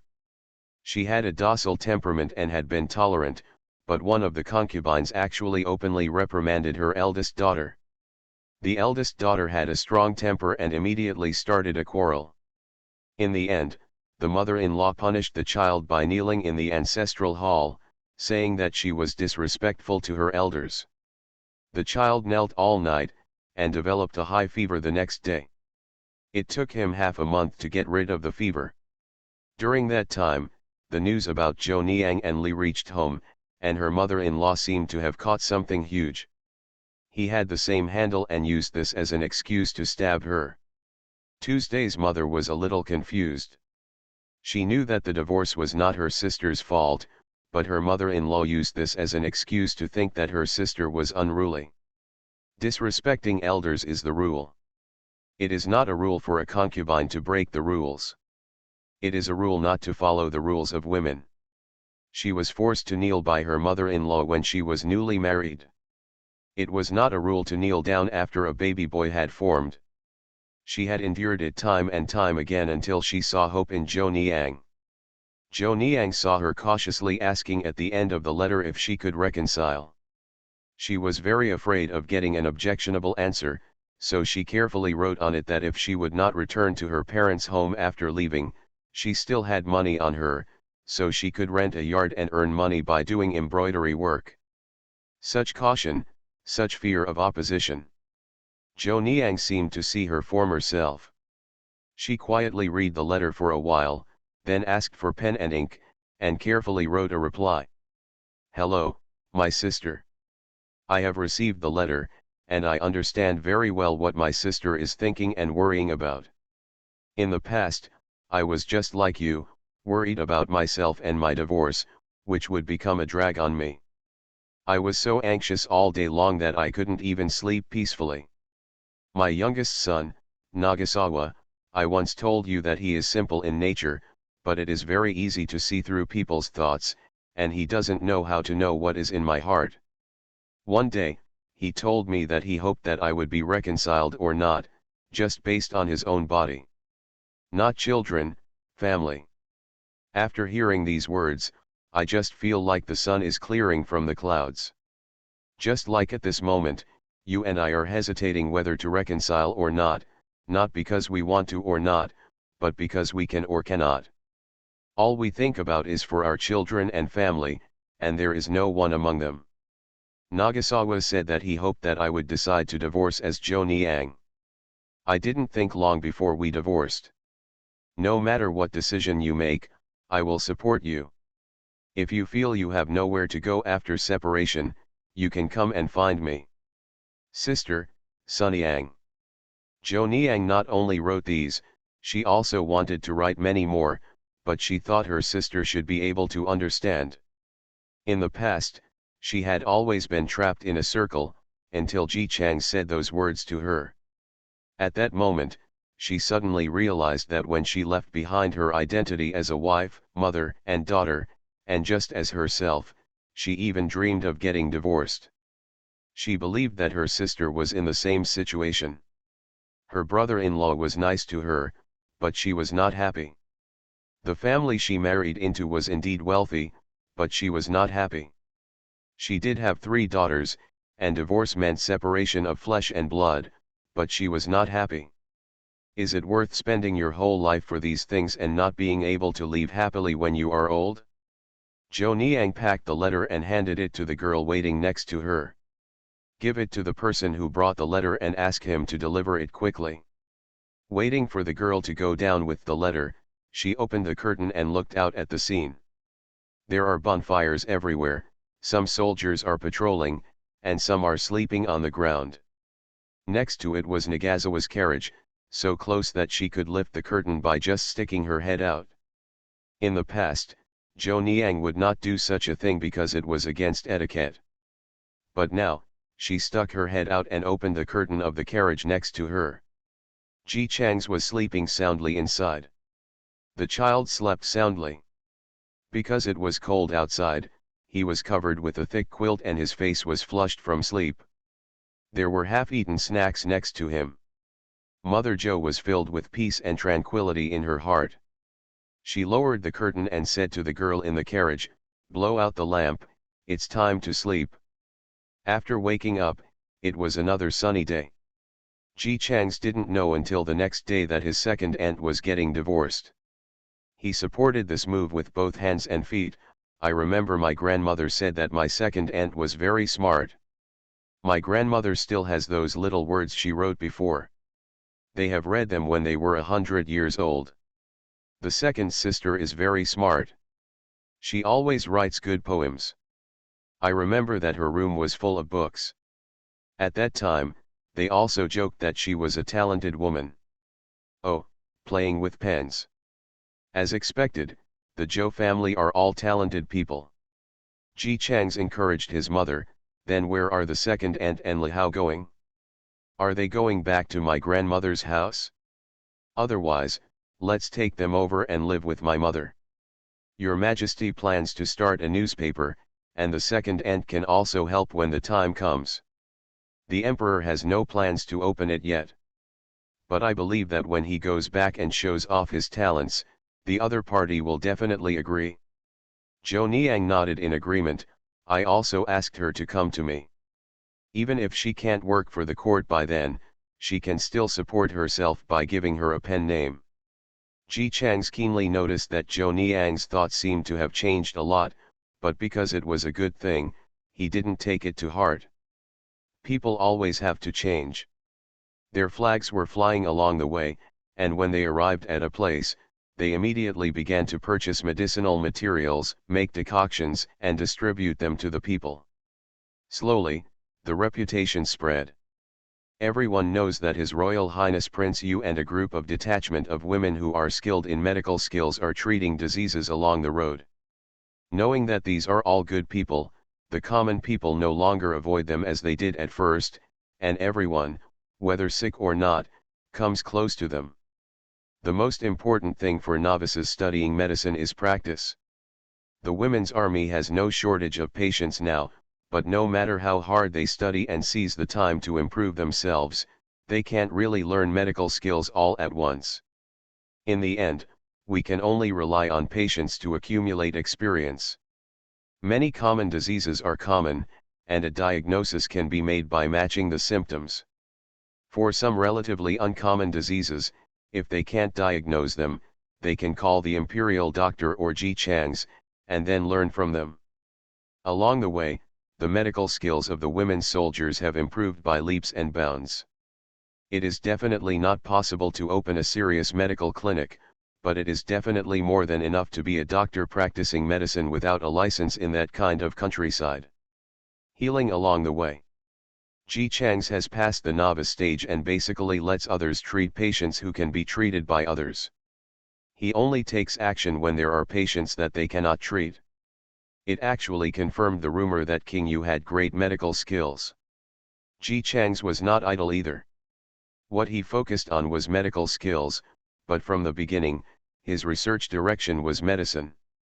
Studying medicine cannot save all patients. But it is possible to develop drugs that are common to the general public. Along the way, more and more people followed the convoy, and their reputation spread wider and wider. So gradually, all the patients who did not believe the words of the court and hid themselves unwilling to receive treatment came to know about it. Tianyuan disease has been solved by King Yu. They no longer need to die, as long as they take good medicine, they can be cured. The local patient's uncooperative problem was solved before Ji-Changs and the others arrived. In addition, the court allocated food for disaster relief that they brought with them. This trip was not like coming to treat people, but like treating the country. Go to one place and calm down another place. Naturally, I suffered a lot. Even if the carriage has been modified, it will still be bumpy when it encounters two bumpy places. At night, the soldiers will lay the salute directly on the ground and spread the sleeping ground, and light a bonfire next to it to guard against wild beasts. So Ji-Changs and a group of young adults began to study tents. It needs to keep warm, not be blown away by the wind, and is easy to carry. It's good to keep warm and not be blown away by the wind. It's easy to carry, but it almost didn't make these young adults' hair turn gray. There are tents at the border. After all, the border is bitterly cold. If you sleep on the ground, you will really freeze into popsicles. But easy to carry. What a sin, how can such a big tent be so easy to carry?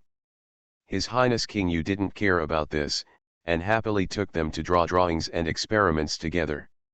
He didn't waste any time along the way. When the convoy stopped, he started to set up a tent. They were still wondering how His Royal Highness Prince Yu, a young master who had been pampered since childhood, would think of studying paper, but now they are not surprised at all. Good guy, he's so tossing. Recently, just to make a tent, he had to waste a lot of raw materials. It just so happens that he is also a rich man. When he runs out of money, he goes to Zhou Niang to ask for it. Sometimes they even wrote to the legendary leader of the Golden Armored Guards asking for money, and then they could always see that every time the Golden Armored soldiers responsible for conveying information from the capital and this place came on horseback, they would take a heavy weight from the horse. Burden. His Highness Prince Yu took the money and went back to planning what materials to buy happily. Don't forget to greet them, come quickly, we have money again. Young adults.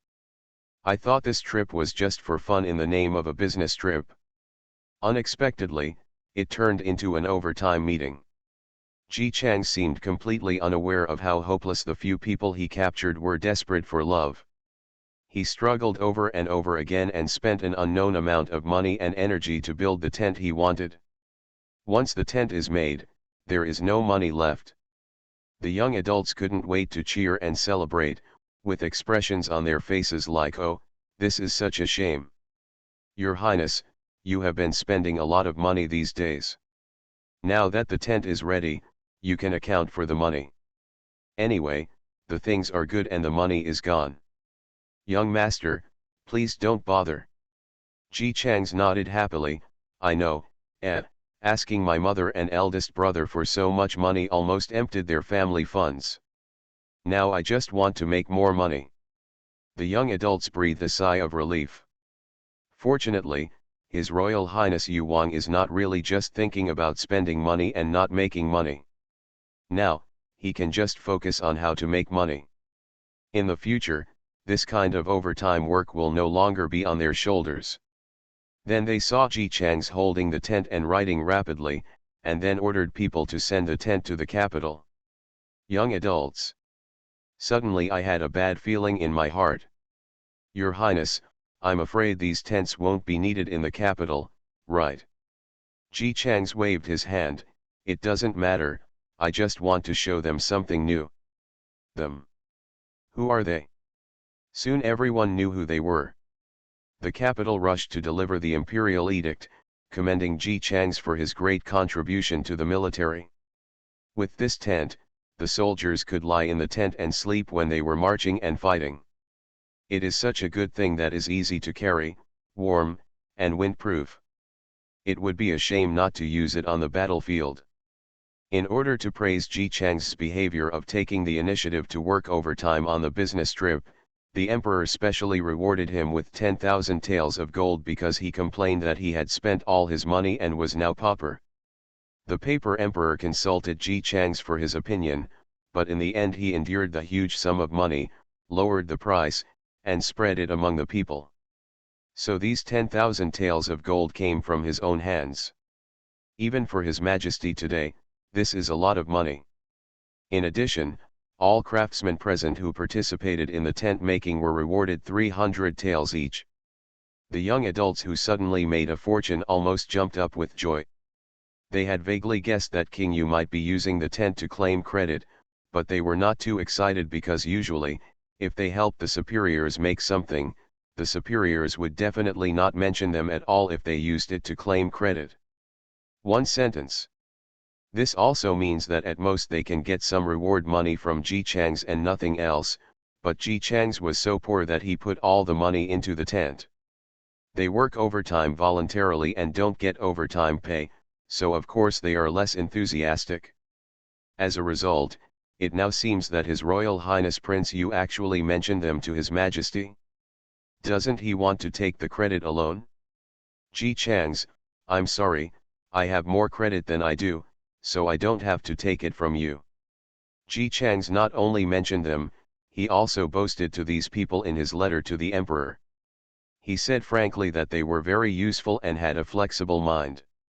Moreover, because he was young and strong, he was very fast at work and even worked overtime at night. Very energetic. The disadvantage is that he eats a lot, because he also needs to use his brain power, so he still needs to replenish his brain. And he has no money, so he hopes that your Majesty can allocate some food money so that these strong laborers can eat more and continue to work for him. Such a simple and straightforward way of crying about poverty is indeed very useful. The emperor directly gave 300 taels to each of them, and raised their grades by 1 level. These people are more excited about promotion than money. Before he was even excited for a second, he saw Ji Chang struggling to pick up a large piece of gold, pinching it happily, and then raised his eyes happily and smiled at them. We have money again, why don't we study together what can be done to make the carriage more comfortable? Young adults. With the joy of promotion and a huge sum of 300 taels in their hands, what else could they do in the face of Ji Chang's invitation to work overtime? Grit your teeth and add it? As long as you get enough overtime pay, it doesn't matter if you work like a cow or a horse. Ji Chang's led these technicians to vigorously invest in grassroots construction. As a result, along the way, equipment that was originally very simple in his eyes became high-end one by one. The body of the car was re-lengthened, the interior was stabilized, and the wheels were padded with something similar to rubber. A small part could take a group of people for more than 10 days, and they couldn't feel at ease even after it was finally finished. His Highness Yu Wang's little head seems to always have an endless supply of new ideas. Naturally, they also have endless overtime. While working overtime along the way, Beijing also received various good news. The reputation of the detachment of women gradually spread, and I heard that many people even spontaneously built temples to express their gratitude to them. Because of her identity as a woman, and Ji Chang's special promotion, every time the reputation of the detachment of women was spread, it would always be accompanied by words such as kindness, medical skills, and saving people regardless of rich or poor. It's almost like folklore. If you say that the daughter of a family in the village next to you is a medical student, she saves people for free, and has saved many people, you can talk about anything. But if you say that the imperial court sent an army of women, these women look like gods. Even if they are only delicate in appearance, they are too beautiful to look at. Just because they cure diseases and save people, do good deeds, and have great merits, so they carry the fairy spirit makes it look very beautiful. He also said that these women's army was amazing, and the leader was King Yu's mother. Do you know who King Yu is? It was King Yu who cured Tianyuan disease, saved countless patients, and was crowned king by His Majesty. His medical skills are so superb, how can his mother be any worse? It was also with this in mind that His Majesty invited King Yu's mother, hoping to save the people along the way, and they really did it. Because of their merits in treating the common people, the imperial court set up a medical clinic specifically for them. When the medical clinic was first established, countless people went to pay their respects, worship and everything. Most of them hope that the detachment of women will keep their families healthy and safe, and that their children will grow up smoothly without any problems or getting sick. Of course these women soldiers are still alive. It's not important either. Anyway, if you are sick, just go to the doctor. It was rumored outside that it was magical, and with a bit of mythical meaning, the establishment of the medical institute was easily accepted by the people, and the emperor directly announced that the medical institute would accept students, regardless of gender. He did hesitate at first. After all, there are differences between men and women. He planned to accept only male students or only female students, but a letter from Ji Chang's interrupted his idea. Why should we collect them separately? In that case, wouldn't it be possible to compete better? How else could he identify his more capable subordinates? He should accept both of them together. When the exam comes, the subordinates he receives will be the best among them, rather than being the best among men or the best among women. As for whether people will let their sons and daughters go to co-ed schools, I don't care about you. Love goes or goes. This kind of school provides food and accommodation, and even distribution after graduation. The school is even guarded by soldiers in golden armor. Anyone who dares to mess around will be directly hacked to death. Some people are pretentious and don't want to come to such a safe school with good remuneration and room for future development, and the emperor doesn't want to accept them yet. He is very ambitious at heart. Just like what Ji Chang said, his land is so big and there are so many people underneath it. Why should he worry about the chatter of a small group of people? Love goes or goes. Love to learn or not to learn. Anyway, if you don't want men and women to make progress together, then don't make progress yourself, and don't think about trying to win over his future subordinates. At the beginning, some people did make a fuss. After all, the idea of co-educational education seems to many people to be simply shocking, or to be precise, unheard of. They have never seen such a willful emperor. How can you say that a co-educational school is a co-educational school? What's the difference between men and women? You have already given in to allowing women to serve as officials in the court, so why are we still embarrassed to take such a big step and press on you step by step? The emperor didn't care at all. No matter how noisy love is, I can't hear it. What? Do you think it is women who are most dangerous in co-education? Isn't that simple? Anyone who dares to do anything disgusting to a female classmate will be hacked to death without any discussion. If 7 or 8 die, they will be honest. Opponent. The emperor didn't understand these people very well. They clearly said that co-education was dangerous for women, so why did everyone propose that women should drop out of school instead of men? According to what they said, isn't it true that men are more dangerous, so men leave? Why should the perpetrator drop out of school? So they must have just found an excuse to oppose him, a bunch of garbage. The emperor has now seen through this group of subordinates who can only do anything but beep. Now in his heart, Ji Chang's and Ji Changjun are his beloved subordinates. He is here to pick up Ji Chang's now. Naturally, there were also those courtiers who helped Ji Chang's do a lot of good things along the way. Well, he is a talent, and I heard he is very young, very good, and can be used. No, he has been reused for many years. The emperor, who was full of expectations, finally welcomed the convoy that had been away for nearly a year. Then I saw Ji Chang's pushing out a few people. Your Majesty, these are those talents. I must recommend them to your Majesty. The emperor stared at the unshaven uncles in front of him, with big bags under their eyes and dark circles under their eyes, and slowly raised a question mark. As promised, where are the young adults? Behe free and fastest update, no anti-theft, no anti-theft. You are listening to novels at Bless Up channel. Wish you happiness and luck. Please subscribe to receive new novels. How do you feel about this novel? Please like and leave a comment. Everyone knows I'm a good man. Author, Tang Zhongmao. Chapter 326. Those uncles with faces full of vicissitudes of life were accepted by the emperor with expressions that were hard to explain. He spoke kind words to the excited uncles, first commended them in a gentle tone for their dedication to the court, and then announced promotions and salary increases in front of their eyes, which were moved to tears. Waiting for these uncles to go home, he sat in the palace and thought about how long these people could last.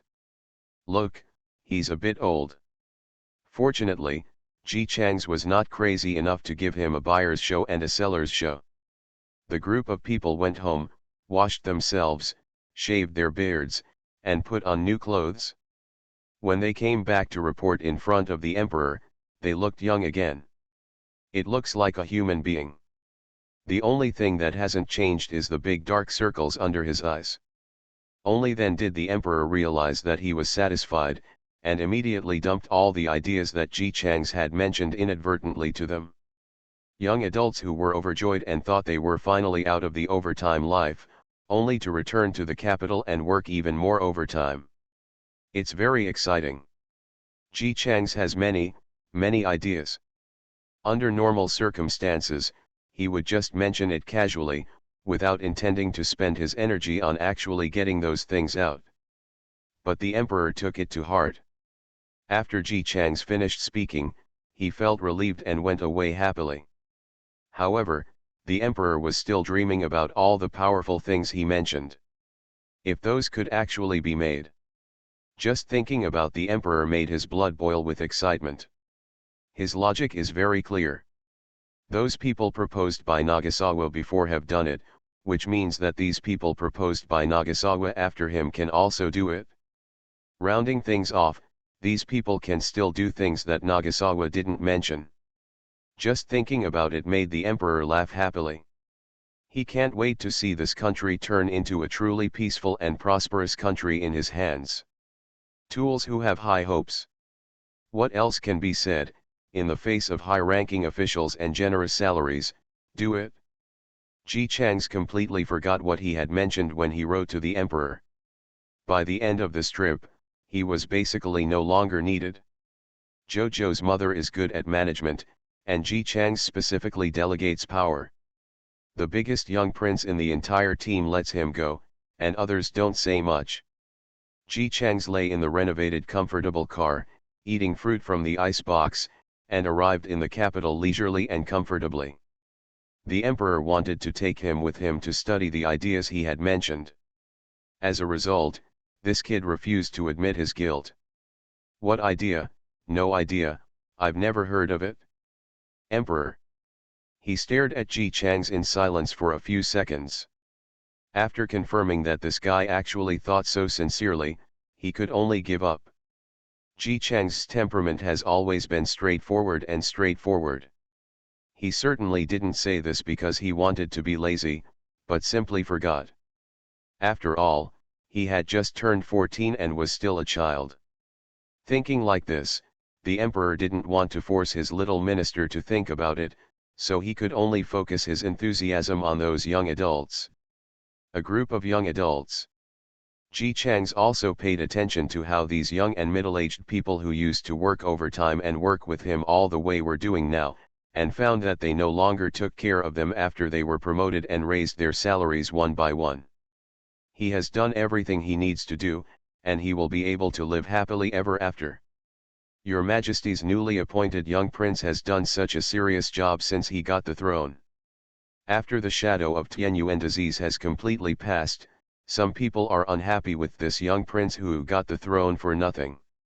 Which one of them didn't work hard from dawn to dusk and study hard at night? They worked hard all the way, and the result was not as good as someone else's prescription.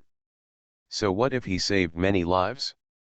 As a member of the common people, Ji Chang's should have handed over the prescriptions for free, but he still had to take the prescriptions to claim credit. After winning the throne, he refused to follow the right path and even encouraged His Majesty to recruit female officials. Seeing His Majesty letting go of more and more official positions, and speaking outly that capable people would take them, both men and women felt anger from the bottom of their hearts.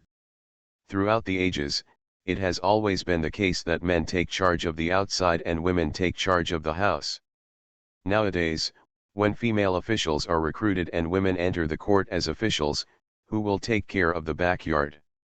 If things go on like this, wouldn't it be a big mess? This was the first time Ji Chang's heard these words. The emperor had heard them countless times before. As soon as it was officially announced, similar words came to his desk. The emperor just wanted to recruit more talents. As a result, each of these people acted as if he was about to give up his country to others, and looked at him as if they were looking at a coward. The emperor was too lazy to pay attention to him, so he pretended to be dead when the papers were handed to him. For a while, some old ministers would come to the emperor to cry because of their seniority. He was very annoyed. However, these old ministers were all very capable. Who should be fired? Can't bear to part with it? When I wrote to Ji Chang's before, I complained a few words, and soon I received advice from this kid. Those old ministers who often went to the emperor found that their majesty had changed. If someone came to the imperial court to cry, he would hold a teacup and listen. My dear, take a rest. If you're tired of crying, drink some water. Here, give Iking a handkerchief to wipe her tears. It's okay, Iking continues to cry. I'm hungry. Let's have some snacks. The old minister who was crying and looking embarrassed said. He was confused and confused. The emperor's attitude towards him was indeed very good, but why did he feel that he was being perfunctory? But as soon as he stopped, the emperor urged him, why don't you say anything, my dear? I'm listening. You can go on. If you're hungry, you can have some snacks with me. When you're full, you can continue. Veteran. He continued tentatively. The emperor nodded while eating snacks. Iking continues, I am listening. The veteran's mouth went dry when he spoke, and he wanted to pour out all his passion, but when he did so, the emperor didn't react at all as he should have. She didn't mean to refute his statement at all, and she nodded along, as if she was listening very seriously. But I don't know why, the old minister always feels that he is extremely aggrieved. But what else can he do? The king of a country has listened patiently to him for so long and his attitude is so good. Is it possible that he can ask the other party not only to have a good attitude, but also to communicate with him in detail? Waiting for the emperor to slowly finish the plate of snacks, the old minister spoke out what was in his heart without getting any response. It was like a fist hitting cotton, making people feel suffocated and uncomfortable but also lacked the energy to do it again. Something else. In the end, when the old minister left, he left in complete dejection. As soon as he left, the emperor immediately continued to read the memorial in a good mood. From then on, the emperor listened with a smile to everyone who came to him to complain and talk about things that should not have been done. Anyway, you say what you say, and I do what I say. It took a while for the veterans to realize in disbelief that their beloved emperor was actually playing rogue with them. I used to say you can do what you want, but now it's like I listen, but I won't change. Isn't this meat on a hob? This is not it. No one knows where your majesty learned the tricks of the rogue people in the market, but they really have no choice. Gradually, fewer people came to complain in front of the emperor. As soon as Ji Chang's came back, some people repeated their old tricks. There is nothing they can do about your majesty playing rogue. Even if Ji Chang's is a prince, he is only a teenager. It is not easy for him to use this trick. Naturally, the group of veterans did not go. It was already shameful for them to make trouble for His Majesty, but they were not that bored to make trouble for a 14-year-old child. Most of the people looking for Ji Chang's are peers. Talking nonsense in front of him. After Ji Chang's watched him freshly for a few seconds, he asked the guards who were following him to tie him up, and he was sent directly to Tianfu in an open and bright way in front of a bunch of people. He is the prince now. If he offends the prince, he will be punished 10 times. Other people. No one expected Ji Chang's to be so arrogant. Why should he? He is a king of the opposite sex, and he is not a serious member of the royal family. Even if he gets the throne, shouldn't he do his duty and not cause trouble?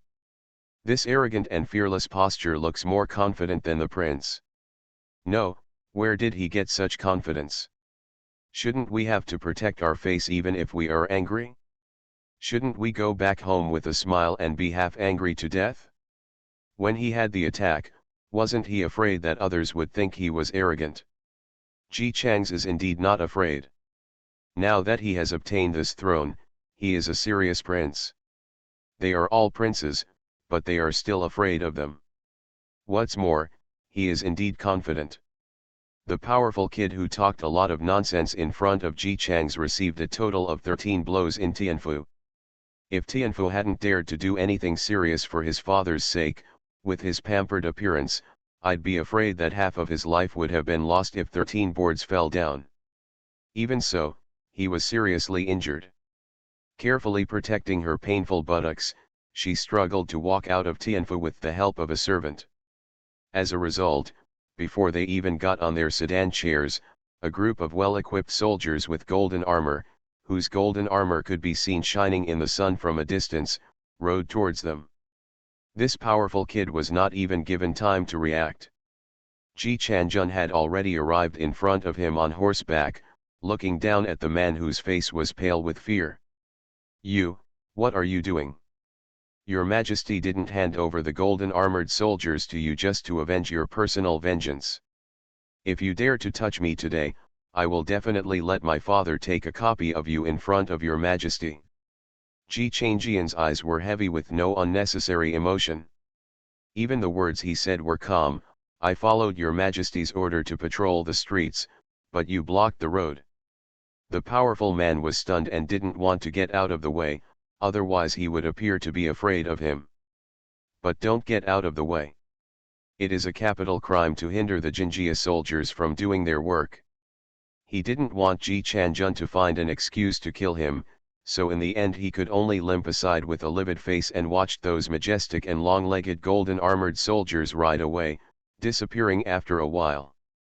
Recently, because the imperial court has begun to recruit female officials, the people who have always followed the imperial court have gradually relaxed restrictions on women. In order to encourage women to study, the imperial court posted the enrollment information of the co-educational school and spread the word that if there were children in the family who passed the exam, they would be rewarded with 10 taels, 2 would be 20 taels, 3 would be 30 taels, male and female. No limit, and so on, there is no upper limit. It lasts for 10 years. During these 10 years, the court will give each student 10 taels of silver as a reward. The emperor felt distressed for a while at first, but he thought about the talents. Money is more important than talent? That must be talent. For the sake of his grandiose career, it is nothing to sacrifice a little money. As soon as this news came out, there was an uproar among the people. If the court directly ordered women to enter school, they might not be happy. After all, going to school costs money, and if they study, their time will be taken up. How can they help the family? But it's different if a student can get 12 taels after entering. 12 taels. To ordinary people, this is a lot of money. If one passes the exam, it will be worth 10 taels, and if two pass the exam, it will be worth 20 taels. At this time, who cares about boys and girls? It is better for all the children in the family to pass the exam. Once you get the money, the college will still provide you with food and accommodation, and you will be assigned to work after graduation. You will have a lot of monthly money every month.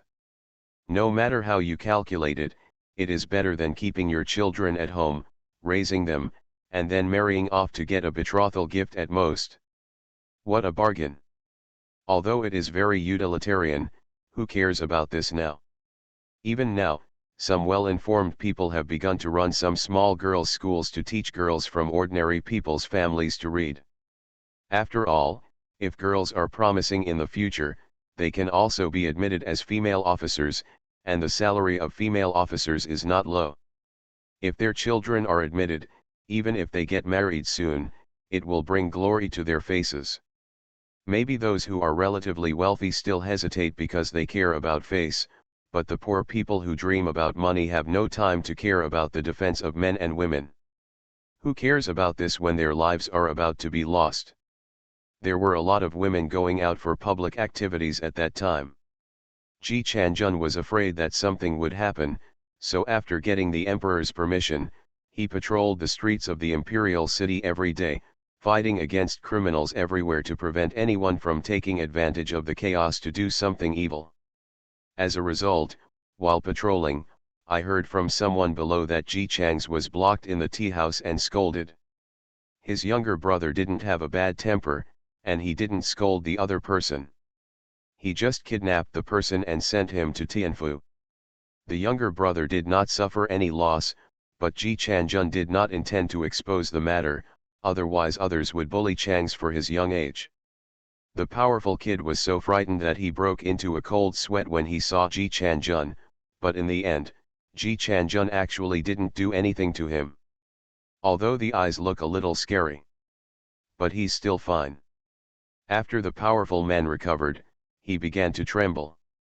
Just say that no matter what, these Ji brothers cannot commit murder in the street. Ji Chanjun is the leader of the Jinjiabing, and he usually represents the image of the Jinjiabing. If he really takes revenge for his brother and his own selfish desires, then the impeachment can kill this man.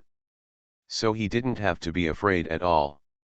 Ji Chanjun looked powerful, but he was just a paper tiger.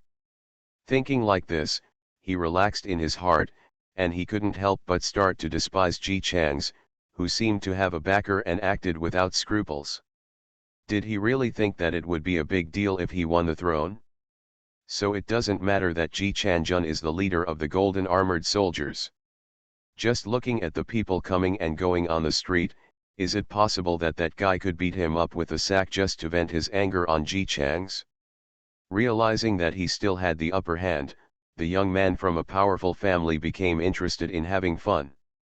As soon as his buttocks were well conditioned, he immediately started calling out his friends. We all grew up together. We can't be called childhood friends, we can be considered as good friends.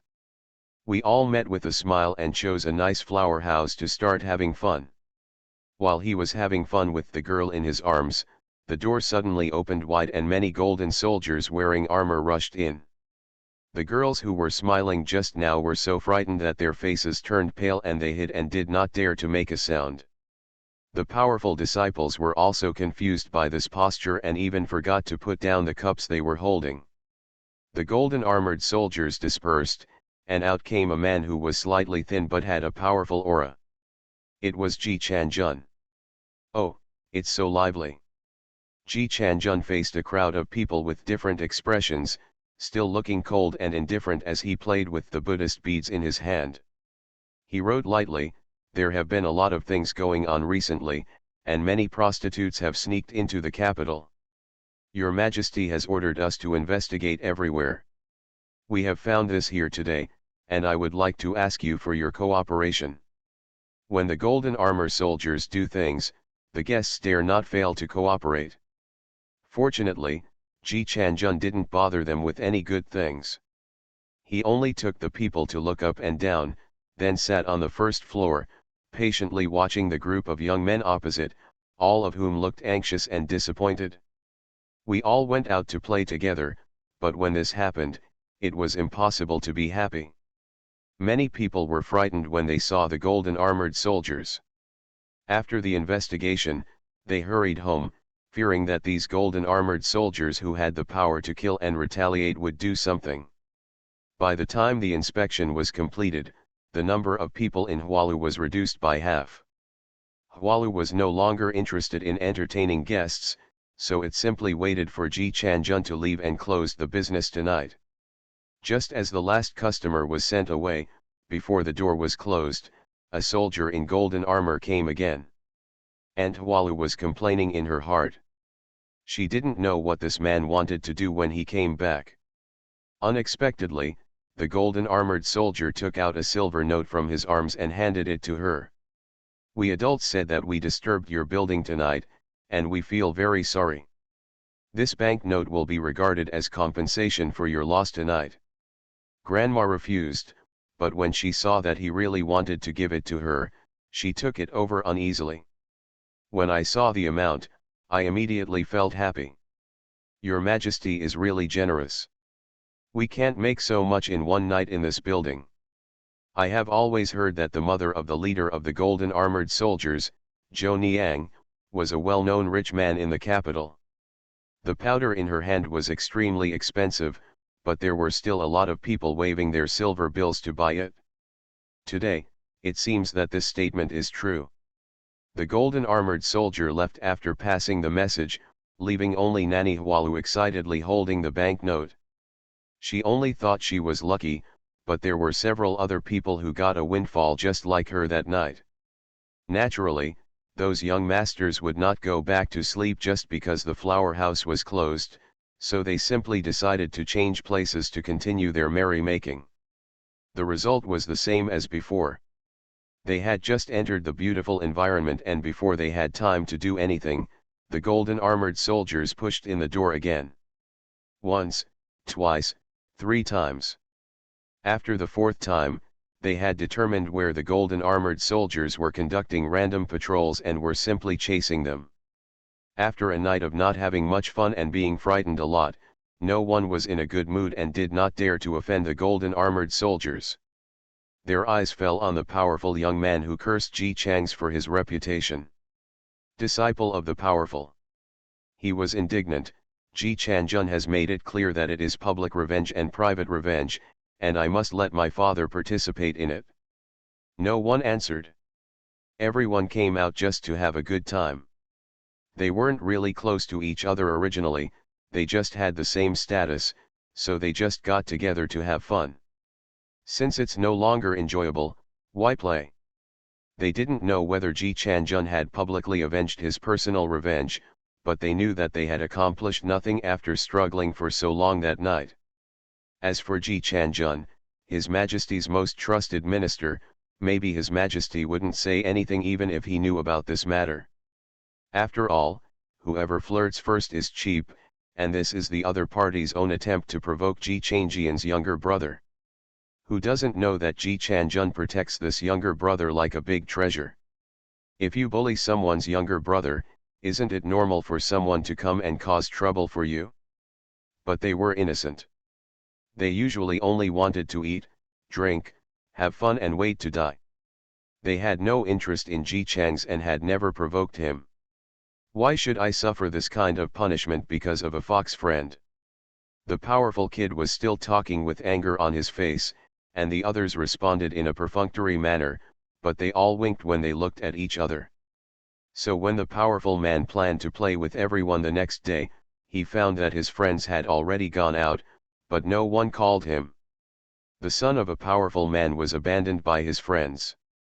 This circle hates trouble the most, and him provoking Ji Chanjun means trouble, and none of them are serious friends. We are just playing together. If you don't let us have fun, then it's a waste of time. Disciple of the powerful. He was indignant and thought for a while about suing Ji Chanjun for using power for personal gain. As a result, it didn't work after a lot of fussing. Those places that were inspected at the beginning were stuffed with money, and they were full of good things about Ji Chanjun. He tried his best to find a few of the golden armored soldiers, but when he found them, he realized that although those golden armored soldiers had been tossing all night, after the torment was over, Ji Chanjun actually paid them overtime pay out of his own pocket. There's still plenty of money. The group of golden armored soldiers now wish they could come here every day and make a fortune every day. How could they help him file a complaint? After struggling a lot and not getting it done, he could only give up in disgrace and had to force himself to tell others for the sake of face. It was because he didn't want to argue with Ji Chanjun. Then when he returned home, he was scolded by his mother. After being scolded for a while, he found out that Zhou Niang had found out about this from somewhere and actually refused to sell powder to their family. The makeup powder in Zhou Niang's shop is expensive, and the quantity sold is fixed. Each store must register when buying. Therefore, it is quite simple to stop selling powder to this family. His mother and sisters all use this company's makeup products because they are easy to use and expensive, and have become a tool for comparison. As a result, others are now using the latest version and praising it. Even if they can't use it themselves, others will talk about it behind their backs, saying why their home was rejected by Zhou Niang and so on. Ji Chang's is a prince, his brother is a new member of the dynasty, his mother is the first female official in the dynasty, and 7 or 8 of his other brothers and sisters have successfully passed the exam this year. His Majesty had great faith in Ji Chang's and openly told others several times that he wished Ji Chang's was his son. Such a person, who has done everything to provoke him, has now also implicated them. Disciple of the powerful.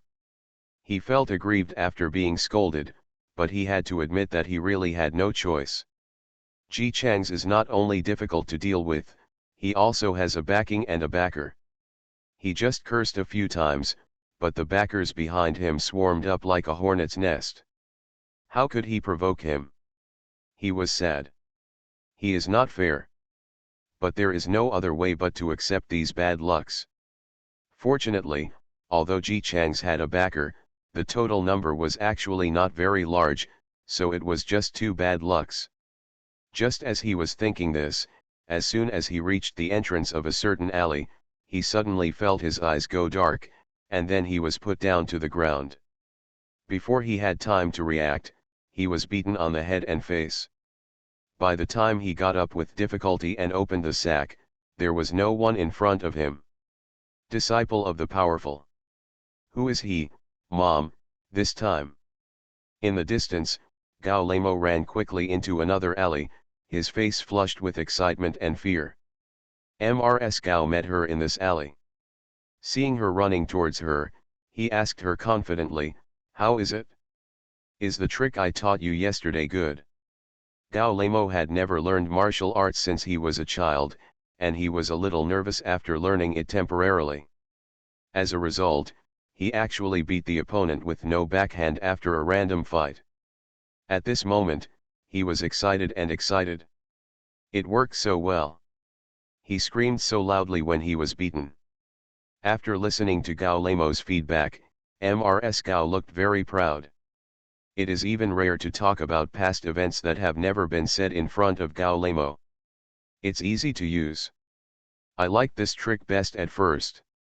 When your father just married me, he was still a poor scholar. He had a good temper. Sometimes he would encounter robbers when he came back from the city. At that time, I use this trick to beat them until they cry for father and mother, and they will never dare to bully your father again. Gao Lemo nodded vigorously after hearing this. Seeing that she was so well behaved, Mrs. Gao spoke more smoothly. Men are like that. If they look a little better, others will think they are easy to bully, and their temper is always too soft. Look at Nagasawa, he just sent them to Tianfu and never did anything again. This shows that he is just like your father. So at times like this, the more we have to help them. Mrs. Gao sighed a little as she spoke. Back then, because of my martial arts, I was looked down upon by others wherever I went, so I never thought of teaching you. I didn't expect that my son would be blessed. Nowadays, there are already female officials in the court outside. Those who can stand out naturally have talents, skills, and eloquence. Their fighting power was very strong, and the gibbering ministers they often fought with turned pale. Because they were powerful enough and the court strongly supported them, there were more women on the street than before. In the past, unmarried women did not dare to go out for fear of being judged by others, and married women did not dare to go out for fear of meeting bastard men. Now everyone has a little more confidence. Your Majesty has specially ordered the golden armored soldiers to catch those scoundrels on the street every day. If a man dares to do something to a woman, the woman does not have to swallow his anger. If he shouts, he will be punished immediately. The nearby golden armored soldiers came to arrest him. In this way, women who know martial arts will gradually become admired. After all, if you have martial arts skills, even if you can't get a civilian job, you can still get a military job. Mrs. Gao was happy that her daughter had encountered such a world that was friendly to women, but she also regretted that she had not been able to catch up with such a day. But now that it's over, she won't dwell on it anymore and will only focus on teaching Gao Lemo martial arts. Being able to do martial arts is no longer a woman's shortcoming, but an advantage. It's great. Although Gao Lemo had studied seriously for a while, he had not studied since he was a child. This was also his first real person battle. He did not expect that the other party would be so vulnerable, and the tension in his heart slowly faded away. Mom, if we just fight like this, is it okay? Don't worry, I have experience in this. He doesn't dare to show it around now. Come and let me teach you what kind of person you can directly do it. For example, this. The mother and daughter slowly walked away. On the street, many women were walking openly on the street. Soldiers in golden armor patrolled around them, bringing peace and tranquility. Ji Cheng's 10th year as prince. On this day, he slept until 3 o'clock in the morning as usual. The boy who was serving him wanted to scream but didn't dare, so he asked someone to ask the princess. Gao Lemo, who was practicing martial arts in the martial arts field, put away his weapons and nodded after listening to the boy's words. Since the prince doesn't want to get up, there's no need to call him. It's getting colder and colder these days. It's normal for the prince not to get up. The boy complained in his heart that the prince never got up early when the weather was hot. But the princess was used to it, so he didn't say anything, nodded in agreement and returned to the courtyard. After Ji Chang's woke up, he stayed in bed for a while before slowly getting up. Is today the day when foreign caravans enter Beijing? Not long ago, the emperor was greedy for the eye silkworms from other countries, so he sent someone to exchange them. The two sides had cordial and friendly exchanges. The monarch became friendly, and the people below naturally followed suit. They formed a caravan over there and planned to come here to exchange goods. To be honest, The road is really long. If a small businessman hadn't brought back the news, the emperor would have been extremely excited when he heard that the clothes made from silkworm silk were warm and light. If soldiers were allowed to wear these clothes to fight, tisk tisk tisk. That country seems completely unaware of how convenient it is for soldiers to wear such clothes for fighting, but it is understandable. After all, their country is small. If they want to raise silkworms, they have to raise mulberry trees for the silkworms to eat. Naturally, they cannot breed them in large quantities. Until now, the silkworms were only used by the rich and powerful in other countries. The emperor doesn't care about this. He is addicted to infrastructure construction. He has worked hard in the past 10 years. He has seen more and more smiles on the people's faces and more money in their pockets. Occasionally, when he goes out incognito for private visits and sees prosperous scenes, he will be happy. Go to bed at night and have sweet dreams. Ji Changjun was responsible for the last silkworm project. This time the caravan from that country was coming here to do business. The emperor was so happy that he had sweet dreams all night. I have to have sweet dreams. That country is in chaos and is about to end. They don't seem to have any monarch's territory that is inviolable. I heard that they are trying to find a way to check the level of the surrounding countries and plan to become a vassal state directly. The emperor dreamed of expanding his territory. Suddenly a big pie fell. He almost went crazy with joy. He called Ji Changs all night long and fantasized about the sand table. Ji Changs had no interest in this matter. The main reason was that there was no need to let him. The emperor asked him to pay more attention to the caravan, so he just stopped by to take a look. As for other things, he was too lazy to do anything else. Is there anything I can't let others do? He's notoriously lazy. He got up slowly, finished breakfast slowly, changed his clothes slowly, put on his dandy suit, waved his fan and said, "Let's go out with me and take a look." Gao Leimo knew his virtue, made sure he had enough people with him, and hurried to court. He also did not forget to tell his servants to watch Ji Changs while he drank the medicine. A while ago, Ji Changs suddenly wanted to enjoy flowers in the middle of the night. He got up and looked at them for a long time, and he started sneezing the next day. He is a doctor himself, but he doesn't like to take medicine. He has to be watched and coaxed every time before he is willing to take it. Everyone in the palace also knows this problem. When we reached the street, it was already very lively. Bright lanterns were lit high in the sky, illuminating this place as if it were daytime. There were people coming and going on the street, men, women, old people, and children. Ji Changs was squeezed twice before he remembered that today was a gathering. He was not willing to join in the fun, so he simply found a restaurant and sat on the second floor. This angle was just right for watching. Direction to the city gate. It was very lively down there. Several little boys were running down the street like flying, chasing after a woman wearing a gentleman's uniform with an angry look on her face. "You guys are so promising. How dare you skip school?" The child was small and ran very fast. As he ran, he turned back and said, "It's not truancy, it's asking for leave. How many people are wrestling together asking for leave?" The female teacher was extremely angry and cursed, "Have you forgotten that I studied medicine before, and you actually fooled me about this kind of thing?" She ran very fast and actually caught up with these children. She hit them with the ruler, making them cry, "Sir, we don't dare anymore. We just heard that people from the medical school will participate in this temple fair. We want to come have a look." Medical school has always attracted much attention, but it is a pity that medical students are usually too busy to leave the school. The medical skills they learned were learned from Ji Changs, who defeated Tianyuan disease. In the future, they would be sent to various places to explore the world for His Majesty. Many people tried their best to get in, but unfortunately it was too difficult, so they could only retreat.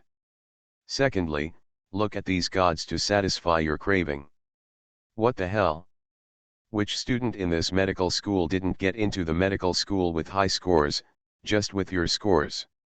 Come back with me. She is so fierce that others would only think it was funny when they saw her. She is so childish that she cannot be suppressed by the teacher who is teaching her if he is not fierce. Ji Chang suddenly noticed something. He looked up and saw a motorcade slowly approaching. Many people in strange clothes got off the car and walked. The leader looked shocked when he saw the fierce look of the female gentleman in front carrying the student back, and spoke to the people next to him in unskilled language. She is not dignified at all. How can a woman be like this? A woman happened to be passing by and heard it, and sneered, "Why can't women be like this? Where does this old idea come from?" The businessman was criticized and wanted to open his mouth to argue, but when he looked up, he saw the woman's clean clothes, neatly combed hair, and a confident aura. He doesn't even have such momentum. The businessman was timid and did not dare to say anything, thinking that he had met a young lady from a wealthy family. As a result, when I walked further inside, I found that the people on the street, men and women, had expressions on their faces, their clothes, shoes, and hats were clean and tidy, and they were all very natural and equal when talking to each other. He didn't dare to make any bad look towards the woman for a moment, and just walked timidly on the street where everyone held their chests out and their heads raised. He was obviously wearing his best clothes and leading a convoy, but for some reason, he always felt a little inferior when walking among the people in this country. Ji Chang's looked at his back as he left cautiously and took a sip of tea. This team of businessmen is probably going to be shocked. Behe free and fastest update, no anti-theft, no anti-theft. Everyone knows I'm a good man. Author, Teng Zhonmao. Chapter 328. Teng Sheng. He suspected that his uncle was crazy. 80 bodyguards, even if some of them are hidden, are still more than the number of people in a small company. However, Ji's father didn't seem to think there was anything wrong with this at all. After finishing speaking, he changed the subject very naturally. "What's going on with you recently? You haven't been home for several days. Have you stayed up all night with your gangster friends again? How many times have I told you, don't always play with your gangster friends when you have nothing to do, think more about it. In the future, look more at the present. What fun is there in being with a group of men? Why don't you go fall in love and get a girlfriend? Do you know how old you are now?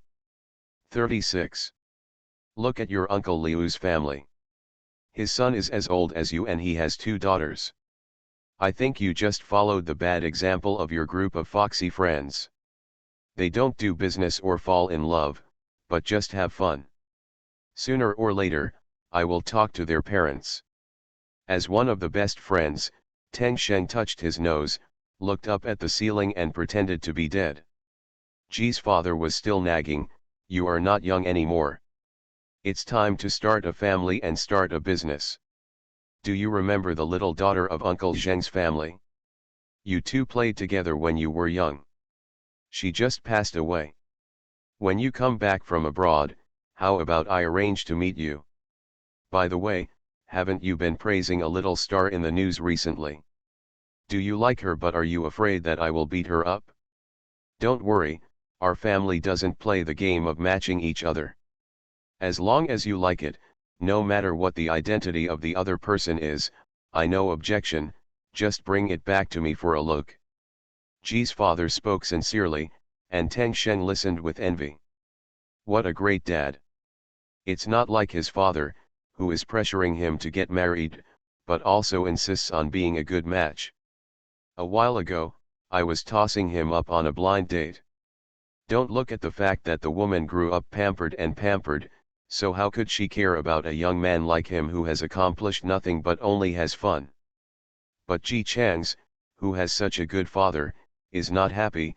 No matter how you get married, you are so happy being single. If you are married and you are not free anymore, how can I be happy? Father Ji was almost angered to death by his confident tone. If you don't get married, how can you give me grandchildren? Let me tell you, Ji Changs, I will give you 3 more years at most, and you must marry me.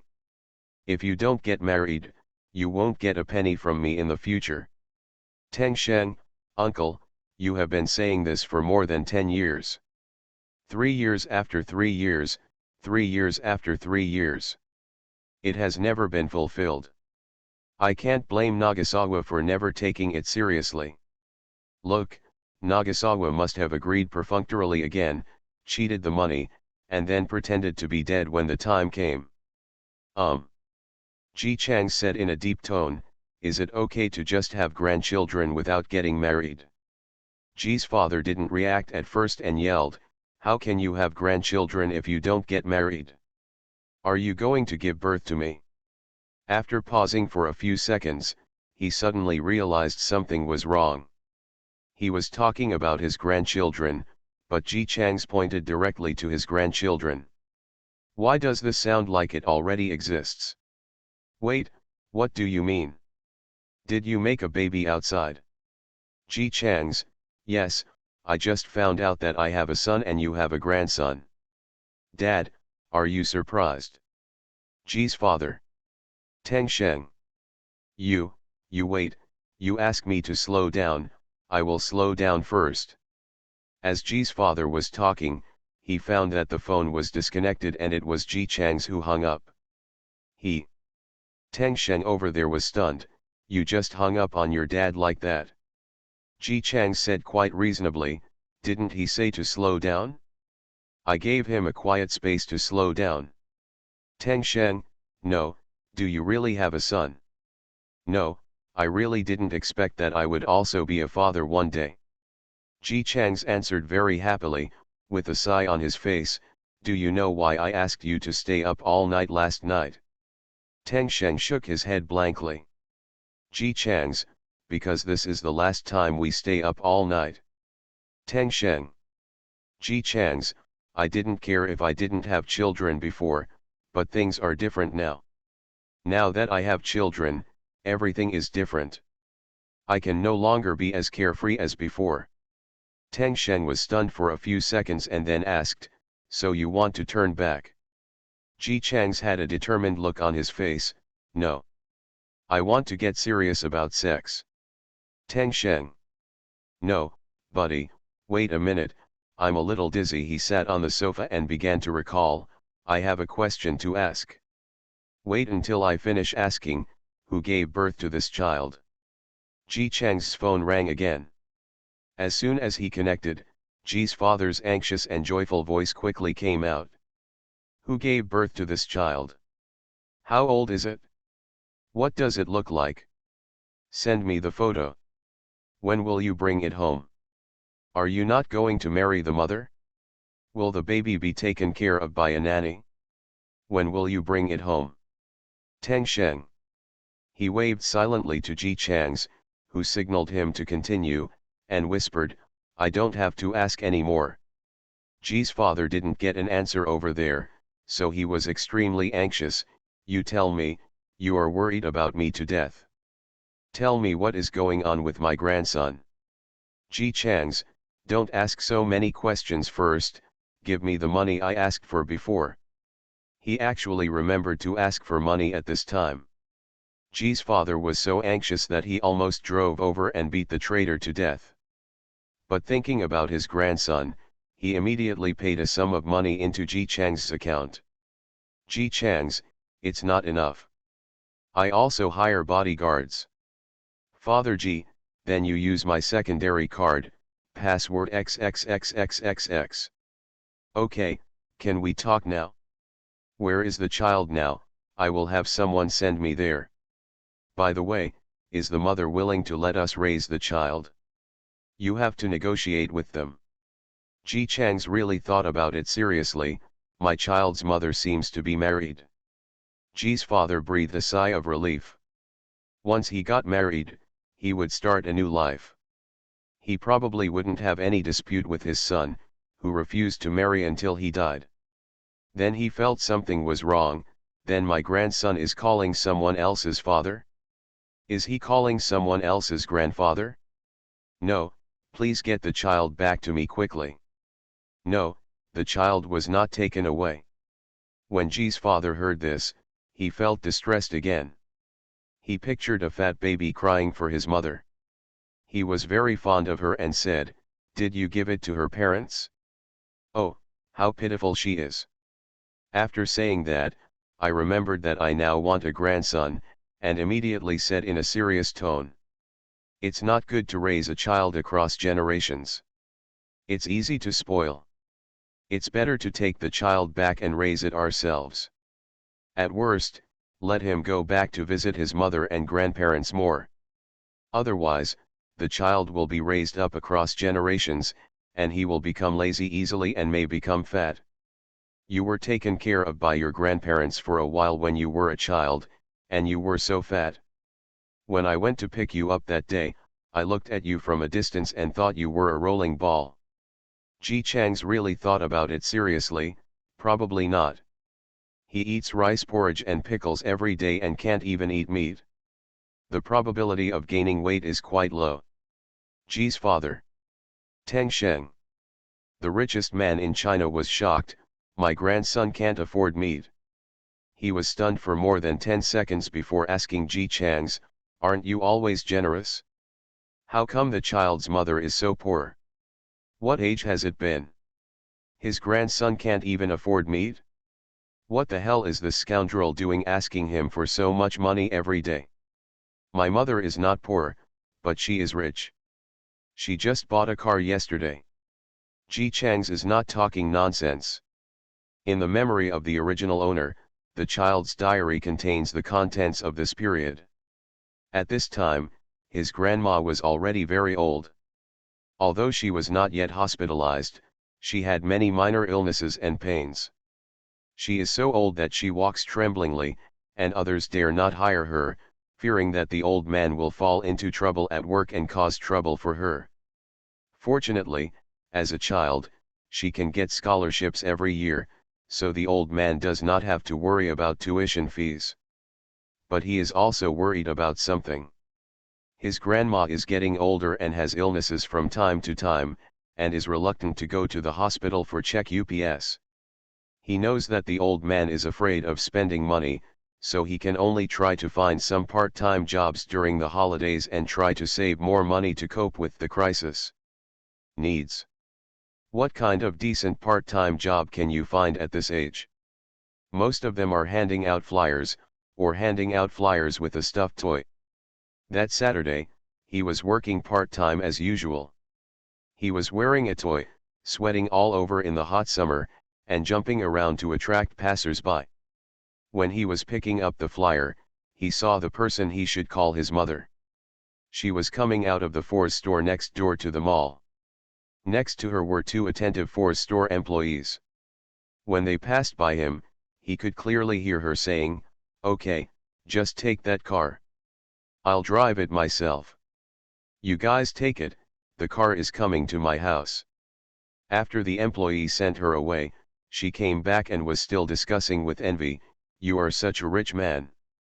You can buy a car worth millions of dollars at a time, and you still pay for it in full. It's hard to imagine how it feels to see your mother buy a multi-million car without blinking an eye, while you work hard part-time on a hot day until you suffer from heat stroke, just to earn a salary of 120 yuan a day." He knew that his mother was doing well, but she and his grandma had not been in contact with each other for a long time. When he was 10 years old, his grandma fell ill and needed surgery fees. The family had no money. When he met her by chance in the hospital, he didn't know where he could muster the courage to ask for help. She borrowed money to pay for her grandma's surgery. But his biological mother looked at him as if she were looking at some trash that couldn't be thrown away. When asked by the people next to her, she only replied with disgust, "Just a poor relative from the countryside." After that, she called 3,000 yuan and asked him not to come to her again and not to talk about their relationship in front of others. Faced with such an encounter, he only briefly wrote one sentence in his diary, it was because of me that my grandma broke up with her. I should work harder, go to a good university, and after graduation, work hard to earn money to buy such an expensive car for my grandma. The time I wrote this paragraph was yesterday. Ji Chang's added fuel to the fire. I just found out about it. She spent money lavishly and let my son eat bran-thick vegetables. She kept buying clothes for tens of thousands of yuan apiece. My son wore a school uniform for 3 years. It's so good, guys. If you don't know, you'd think she hates me. Damn it, it was her who took the initiative in the first place. At this moment, Ji's father couldn't care less about his son's swearing. He was also the second generation of rich people. He had witnessed a lot of strange things since he was a child, and he understood it after just thinking about it for a moment. His face became ugly, and he lost his good impression of the child's mother in his words, and he no longer mentioned spending money to buy custody, since she doesn't want to raise this child, then go through the legal process and take the child back and we will raise it ourselves. His tone sounded calm, but in fact, he wanted to curse his mother with hatred in his heart. Although he has always called his son a traitor, he still knows his son well. Ji Chang's usually likes to play, but all the girlfriends this boy has had have been playful, and they have always been consensual. Pregnancy in this state is indeed an accident, but since you didn't abort the child and gave birth to him, it would be nice to him. Even if you don't want to raise the child, isn't it okay to contact the biological father of the child? It's okay to get married, but you won't be so indifferent to your own child, right? When he thought of his eldest grandson living a miserable life of eating rice porridge, pickles, and no meat, Father Ji's heart twitched with distress. Bring him back first, you are also a loser. You don't even know how your own son is suffering. If you can wear school uniforms, then you are at least in elementary school. Only fathers know this when their children have grown up. This is outrageous. Ji Chang's, don't I know it now? Dad, don't be impatient. You have to calm down. The child didn't know he had a father like me before. If we suddenly jumped out, he would not be able to accept the news for a while. I suggest that we be gentle and do it slowly so as not to scare people. Father Ji was very relieved. You have grown up, and you know how to think more before doing things. Teng Shen, who was listening next to him. What's this about the way you talk to your adolescent son? Uncle, wake up. Nagasawa is already 36.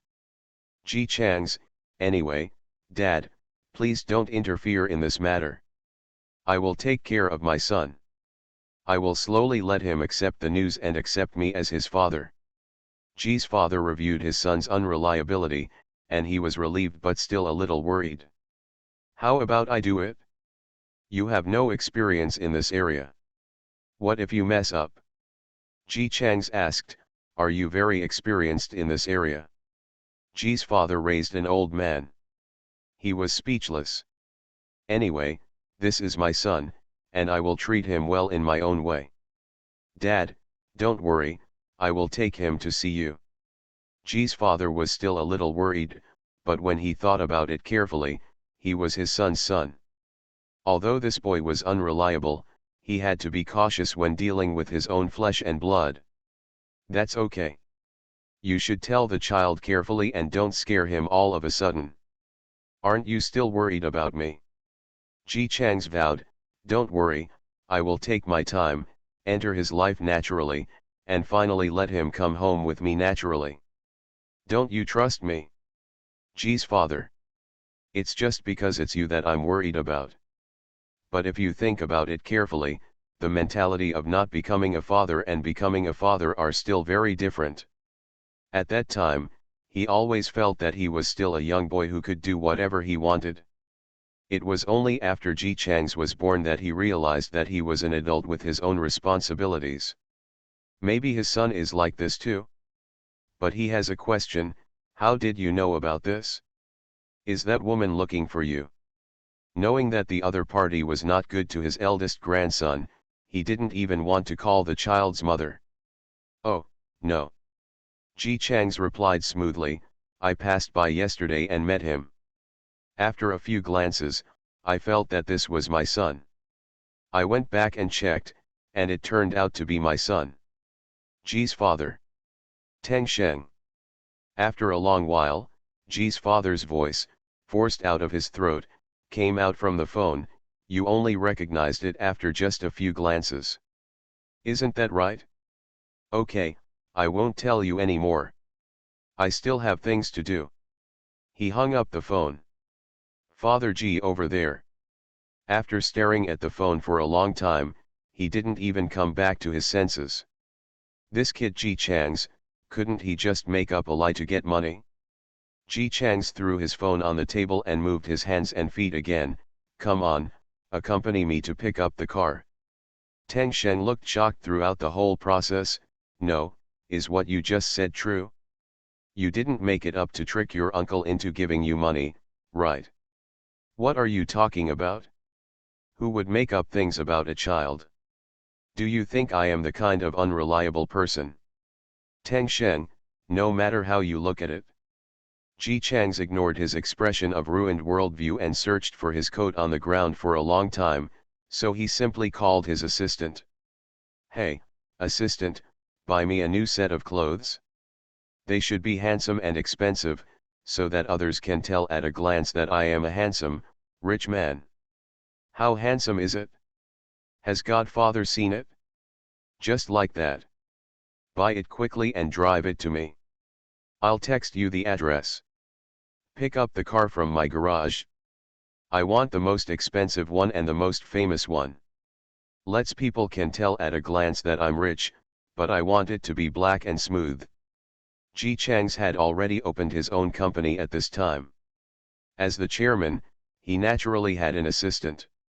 However, this assistant worked with such an unreliable young master, so his daily work was equivalent to doing odd jobs. Fortunately, the salary was high enough, so this assistant who could have obtained a real assistant position with real materials still succumbed to the high salary. The assistant who worshipped money was very professional. He remembered every car in his boss's garage. He recalled it carefully and answered honestly, Director G, there are no black cars in your garage. How could Mr. G, who likes flamboyant colors the most, buy a dark car? Oh, no, forget it. I'll go shopping later. You can pick a car first and bring me the clothes. By the way, you too. Wear something more dignified, a suit and leather shoes, and expensive ones, so as not to lose my face. Yes, the money will be reimbursed to you. The assistant who received public funds to buy clothes was very happy. Okay, Director G, please wait a moment, I will come soon. He quickly drove to the expensive store he had been thinking about for a long time, swiped his credit card to buy the suit he had coveted for a long time, and bought himself a pair of horrifyingly expensive leather shoes. Then he began to carefully select clothes that met the boss's requirements. Like The Godfather? He searched for the picture of The Godfather and looked at it for a long time. It seems that people are handsome because of their face and temperament, and it has nothing to do with their clothes. After thinking deeply for a full minute, he chose the most expensive set among the many clothes. Anyway, the expensive ones are always right. Ji Chang's quickly waited for his new clothes. As a qualified assistant, the other party knew the size of his clothes well, and the clothes fit him just right. Putting on a formal suit full of details for his body that had not yet put on weight, Ji Chang's long legs inherited from his parents were made even longer. Ji Chang stood in front of the mirror and was satisfied to find that he looked pretty good. He opened the door and went out, reaching out to his assistant, hair gel and wax. Okay, Director G. The assistant took out the hairspray and hair wax from his bag and handed it to Ji Chang's. Fortunately, he had the foresight to buy clothes and specially bought hairspray and hair wax for backup. After all, Director G said he wanted to feel like a godfather, and his hairstyle might also be needed, otherwise, not to mention making another trip, it seemed that his assistant was not very professional. He also asked very thoughtfully, Do you want me to help you fix your hairstyle? Ji Chang's nodded, okay, help me. The assistant was once again thankful that he had taken a quick look at the Godfather hairstyle tutorial on the way here. After some tossing, the assistant washed his hands and began to flatter him, "Drg, you are so handsome." Not to mention, Dongji's appearance, figure, formal attire, and hairstyle make him look like a godfather, and he seems to be full of oppression when he looks at people. Open your mouth and pressure turns into money. You come with me to pick up the car. The assistant nodded immediately, took out his notepad and asked, "Okay, Director G, how many cars do you want to carry?" Ji Chang's thought for a moment, 11 cars. Assistant. The standard assistant-like smile on his face froze.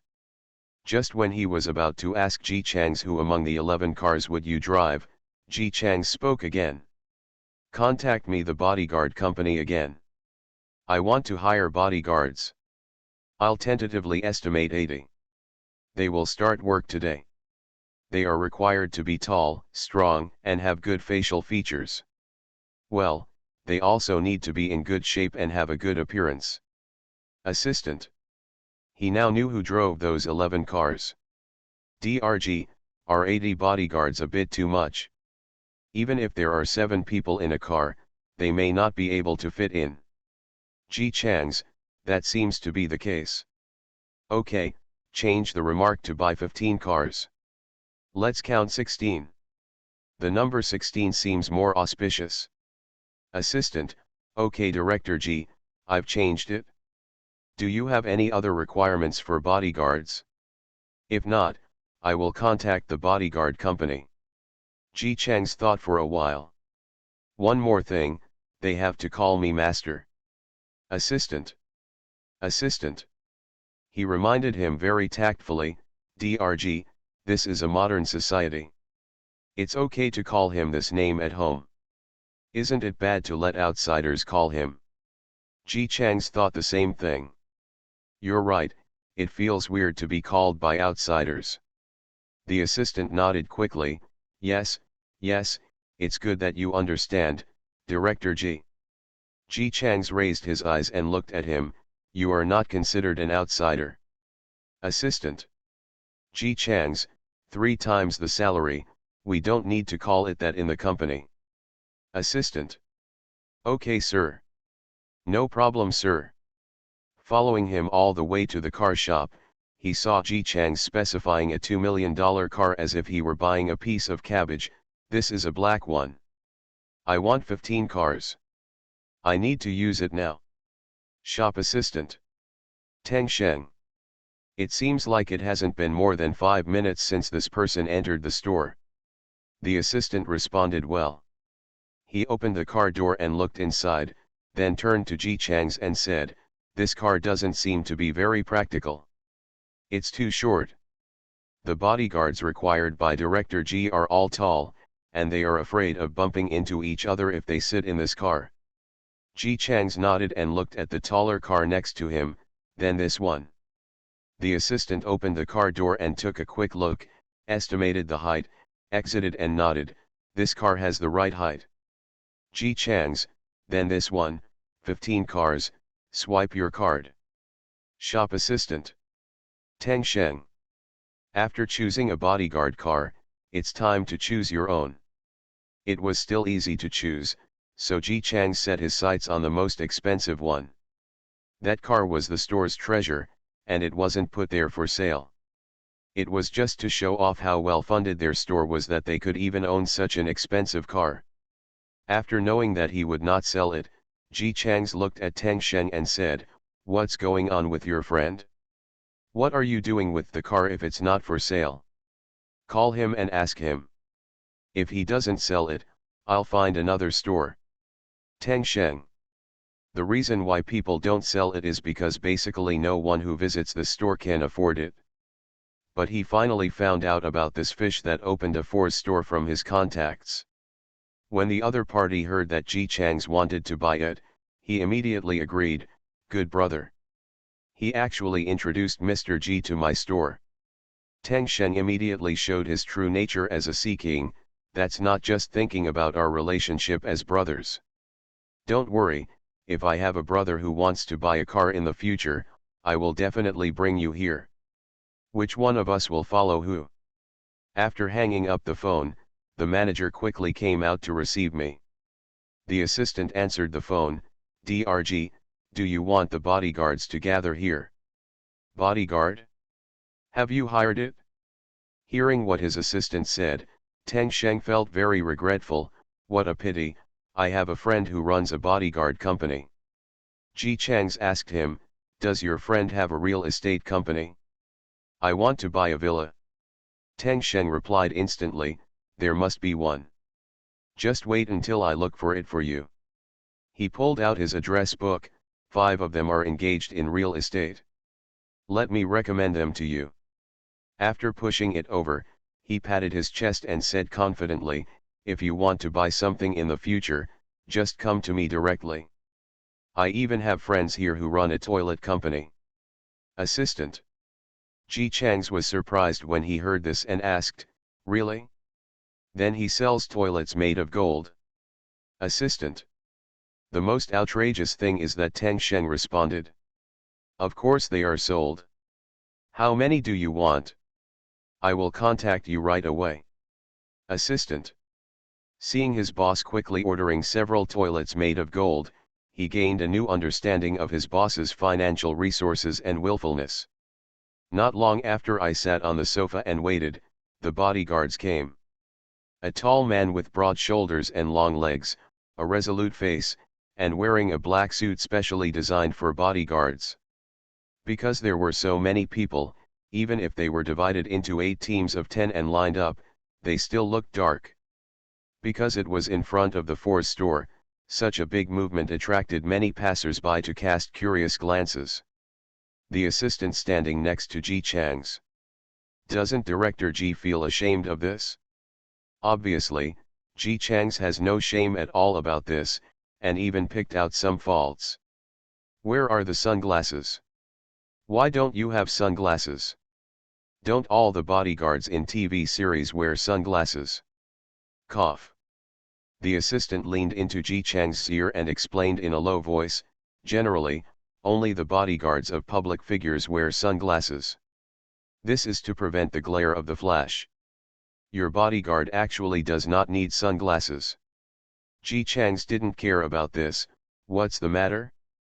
If other people have bodyguards, I should also have bodyguards. He turned to Teng Sheng and asked, "Do you have any friends who sell sunglasses?" Teng Sheng flipped through the address book. "Yes, it's in the nearby shopping mall. It's a small business, but there must be 80 pairs of sunglasses." Assistant. 10 minutes later, he came out of the mall with a cart of sunglasses and distributed them one by one. Then he watched helplessly as these tall and strong bodyguards in black suits put on their sunglasses and got into the equipped bodyguard car together. The assistant couldn't help but admire him from the bottom of his heart. As expected of a bodyguard from the most expensive bodyguard company, his facial expressions are well controlled, and no one has any objections to this. As an assistant, he was fortunate enough to sit in Ji Chang's car and be responsible for driving. Ji Changs was very upset about this. "I forgot to hire another driver." Teng Sheng took advantage of the opportunity. "I have a friend who runs a driver company. I will pass on his contact information to you." Assistant. He calmed down and tried to tell himself that this was the happy life of the rich. He put his hands on the steering wheel and asked, "Director Ji, where are we going?" Ji Changs, "Starlight Plaza." Starlight Plaza? The assistant recalled the impression of this square in his mind. There doesn't seem to be anything special, and there aren't any stores that suit Ji Chang's hobbies. But with his professional qualities, he still nodded and agreed. "Okay, do you need to record your itinerary?" "You need it?" So the assistant stopped preparing to drive and took out the memo to record. Ji Changs lowered his head and looked at his watch. "About 3 o'clock in the afternoon, I will go to Starlight Plaza to pick up my son and try to be back at 4 o'clock. "Okay, let me confirm with you again. At 3 o'clock in the afternoon, I will pick you up at Starlight Plaza. The assistant paused as he spoke. The standard smile on his face finally cracked, revealing real shock. Your son. At the main entrance of the Star Plaza shopping mall, several students who looked like students were handing out flyers. The summer sun was very poisonous, but because it was Sunday, there were still many pedestrians who planned to take advantage of the rest day to go shopping. The student was young and had no concept of sun protection. He was not afraid of getting tanned, but he felt uncomfortable being exposed to the sun. When he felt that he couldn't stand it anymore, he ran to the shade to take a rest. A student bought a bottle of water and drank several gulps. He folded the flyer into a fan and fanned it. He couldn't stand the heat and walked to several other students who were gathering together to rest. No, I can't stand it anymore. It's too hot. I want to go back. A female student also flushed with heat and asked him, if you go back now, you will only pay for half a day, and they will only give you 40. 40 is 40. It's really hot. I feel like my skin is going to burn off. Although he has little pocket money, he usually has food and drink at home. Hearing that his classmates were working part-time jobs, he wanted to make some money to recharge his card. Fortunately, it wasn't very hot in the morning, and he didn't feel tired even though he was young and had been standing all morning handing out flyers. But it was too sunny in the afternoon. 40 yuan, he could just talk softly to his mother, so why did he have to work so hard? As soon as he decided to leave, another classmate also wanted to quit. Then I'll leave too. I can play games all afternoon when I get back. Other students were not willing to work in vain, so after some discussion they decided to finish the distribution. Anyway, they agreed to get off work at 6 o'clock, so they only had 3 hours left to leave. The two students went to the store that hired them and told them to leave early. The store manager was already used to students leaving early when they had to endure hardships. They paid as agreed and reminded, remember to tell your classmates that if there is any, don't force yourself if you feel uncomfortable. Our store will not be responsible if you suffer from heat stroke due to handing out flyers. The advantage of hiring a student worker is that it is cheaper, but the disadvantage is that you are afraid of something going wrong. They agreed to get off work at 6 o'clock, just because they were afraid that if something happened to these 15 or 16-year-old students when they went home at night, their parents would cause trouble. Okay, I'll ask them. The male student was not excited after taking 40 yuan. He only felt exhausted. He drank several more sips of water, went out and ran to the bear doll who was actively handing out leaflets under the sun. Linksy, are you hot? Drink, please. Order some water. He couldn't hear what he was saying while wearing the doll's hood. Gu Linksy raised his hand with difficulty to take off the hood. The male student quickly held it for him and handed him a bottle of water. No, I brought it myself. Gu Linksy picked up the mineral water bottle in his large pocket and drank several gulps. After relieving the dryness of his throat, he raised his hand and wiped the sweat from his face. Compared with his classmates who only had sweat on their foreheads, the whole person looks like he has just been fished out of the water. After all, the stuffed bear is not only hot but also not very breathable. Seeing his embarrassed look, the male student suggested, why don't you go back with me? If you wear this on such a hot day, you will get heat stroke. Gu Linksy smiled at him, it's okay, I'm not afraid of the heat. How could he not be afraid of the heat? His face turned red from the heat. Gu Linksy is the first in grade, and he usually has a good temper. Many students in the class like to ask him questions, including male students. However, Gu Linksy usually likes someone for everything, and he is not their friend. So even if he wanted to persuade me, he would still be embarrassed to open his mouth. Okay, then I'll go back first. Don't stand here all the time. Go over there to relax in the shade. The sun is too strong here. Facing his classmates' kind suggestions, Gu Lingxi just smiled and shook his head. It's okay, there are more people here. Generally, stores that hire students will charge more according to the students' hard work. Gu Lingxi has rich experience in distributing flyers. Originally, students would make less money part-time. Distributing flyers for a day without wearing a doll only costs 80 yuan, while wearing a doll costs 120 yuan. If you still work hard after wearing the doll, the store will most likely increase it to 150. If he comes even on his days off, he can earn over $1,000 a month. For this money, Gu Lingxi would not give up no matter how passionate he was. Then you should pay attention to yourself. If you feel uncomfortable, just talk to CMI and the others. The male student just thought that Gu Lingxi was really not tired, so he just wanted to leave after a few words.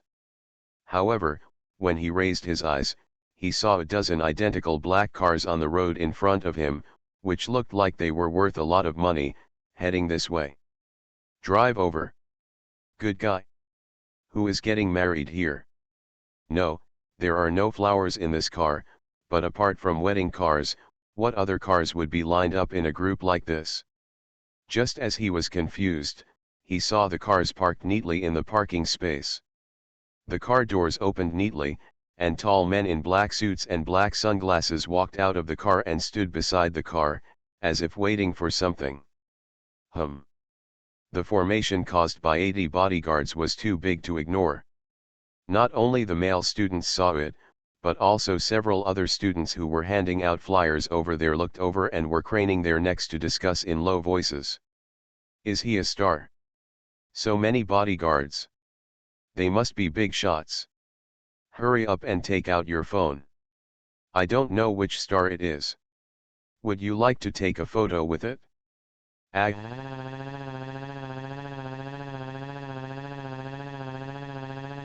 Being to. The movement was so loud that Gu Lingxi also looked over curiously. The male student next to him was full of excitement and refused to leave. The car at the front is different from the one at the back. The person sitting in it must be a celebrity. The car door opened in front of everyone's attention, and a young man in his 20s got out. The young man stood by the car door and bent slightly towards the car, as if he was saying something. The male student became even more excited. Is this a movie? It's so exciting. Their angle was better, and other students simply ran over. The male students found the organization and immediately joined in. Everyone was chattering excitedly and making various guesses. Gu Lingxi next to him also felt like filming a movie, but he was too tired now. He couldn't relax for a while, and he didn't have the energy to join in the gossip. He could only look at the car in front, curious about what was sitting inside. Which star is it? He was looking at the people in the car, and the people in the car were looking at him. Ji Chang's looked at the child's curious gaze and urged his assistant. Don't delay, go quickly. The assistant maintained a respectful posture with a numb face. Drg, this is too shameful. I really can't do it. Ji Chang's cheered him up. No, you can do it. I believe you. Go quickly and don't keep my son waiting. The assistant looked at Teng Sheng for help. Teng Sheng caught his gaze and coughed. Nagaze, didn't you say that you have to be tactful? I will do it step by step, and I will integrate slowly. Ji Chang's, yes, aren't I making progress step by step?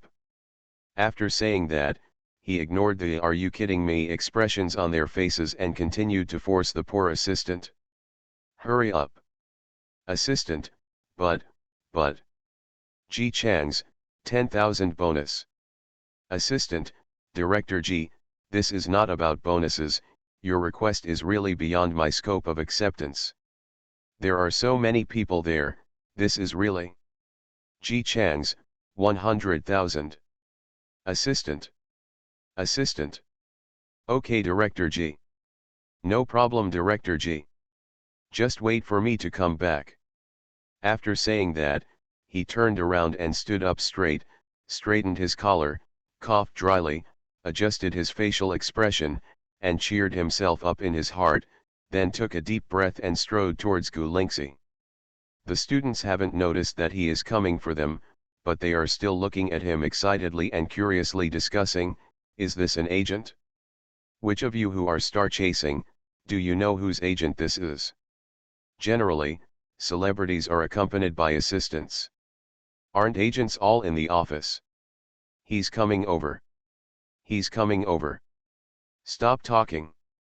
After discovering that the assistant was indeed standing in front of them without moving, the excited students who had been discussing just now were at a loss. As the assistant facing him, Gu Lingxi was even more confused. He looked at the person in front of him doubtfully, and was about to ask him what was wrong, when he saw the person opposite him who had the word elite written all over his body lowered his head slightly and said respectfully, "Master, the master wants you to go home with him, buy his fastest update for free. No anti-theft, no anti-theft. Everyone knows I'm a good man." Author, Tang Zhongmao. Chapter 329.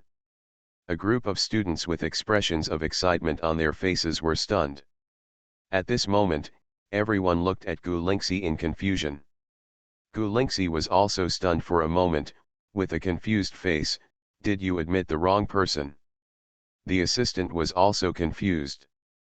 "This script is wrong. Why did this young master, whom I had never seen before, react like this? Why do you look so uninformed? Could it be that you got the wrong person? I don't know if it was because of the money or because he thought, I've already lost my face, so I'm not afraid of losing it a little more." After the assistant was surprised, he was even able to match a few sentences based on the TV series he had watched. "Are you Master Lingxi?" "Gu Lingxi, my name is Lingxi, yes, but I am not a young master." The assistant breathed a sigh of relief. The names have come out, so there is definitely no mistake. The students were even more stunned. Gu Lingxi subconsciously raised his eyes and looked at the car not far away. There seemed to be a person sitting vaguely in the car, looking quietly towards him. He frowned slightly and looked around, suspecting that this was some kind of prank show. As a poor student who has lived in poverty since childhood, Gu Lingxi does not have a lot of inferiority complex. When he gets along with others, if he meets someone who is careless and shows off unintentionally, he will not feel that his dignity is offended like a cat whose tail is stepped on. But this possible pranking still made him feel uncomfortable all over, especially if this was a prank show with such a big battle. It would definitely be on TV. But he had a good temper since he was a child, and he was not angry. He only said in a gentle voice, "I'm sorry, you really admitted your mistake. Please leave. If this is some kind of prank, I'm sorry I don't have time to get involved. I have to continue working." Assistant.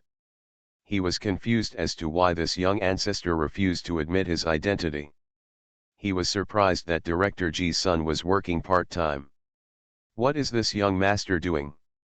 Could it be that he had a quarrel with Director Ji? Oh. It's very possible. The assistant's mind flashed through plots such as grievances between wealthy families, family struggles, and vicious family fights. Also, if it wasn't for the quarrel, why did Director Ji suddenly lose his temper and start such a big fight? He must be trying to coax his son. When I felt sad that the rich man was coaxing his son to waste money like this, Ji Cheng's voice came from the earphones. My son actually still has to work. Come on, Teng Sheng, help me search the nearby banks. I want to withdraw 30 million in cash and use it as a bed for my son. Then Teng Sheng said, Nagaze, what bank are you searching for nearby? I have a friend who is the president of the bank. Please wait and I will give him a call. But is 30 million enough to make a bed? I think 50 million is safer. Do you have enough money? If not, I still have it. Assistant. It was a breath of fresh air that the young master of the Ji family who had been raised like this was willing to work part-time. Ji Chang's ignored Teng Sheng, who had already begun to look through his address book. He took out a novel from somewhere, flipped through a few pages, and immediately felt confident. "Assistant, you told my son this." After listening, the assistant fell into silence. Ji Chang's urged him, "Hurry up, don't keep my son waiting." "Assistant, master."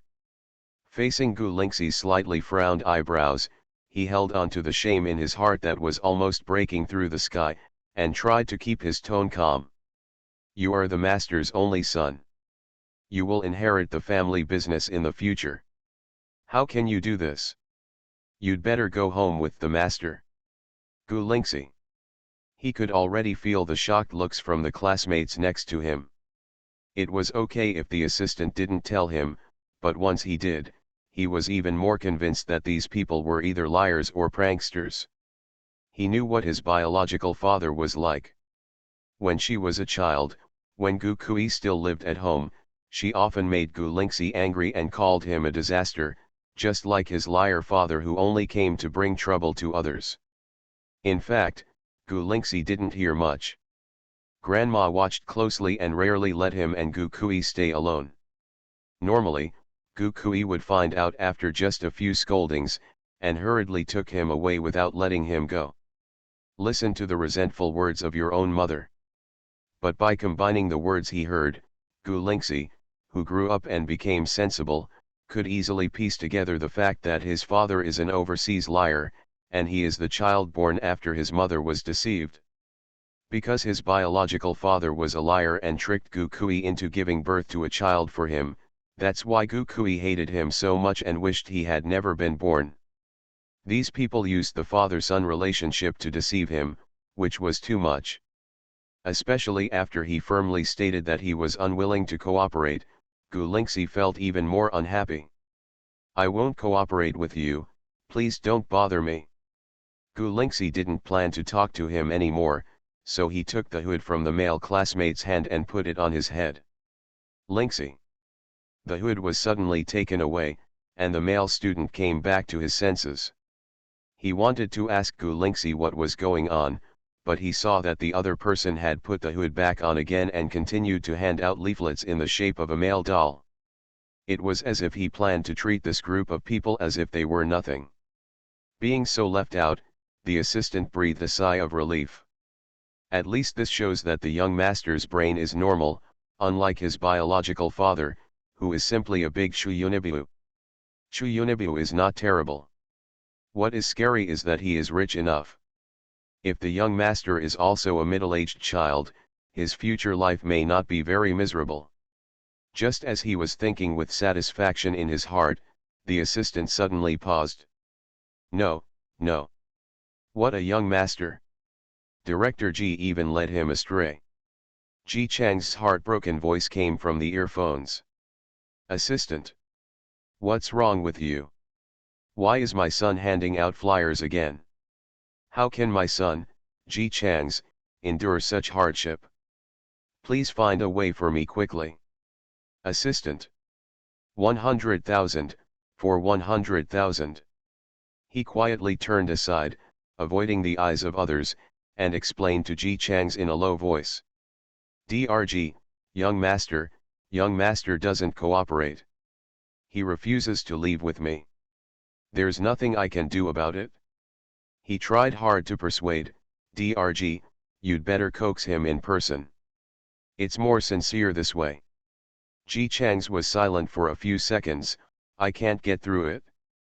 The assistant asked, "Why can't you get through? Aren't you right here?" Ji Chang's, afraid of being nervous. The assistant tried his best to comfort him. "Whatever this is, we are both father and son. As long as you don't do anything, the young master will definitely not be nervous. I'm not worried about him being nervous."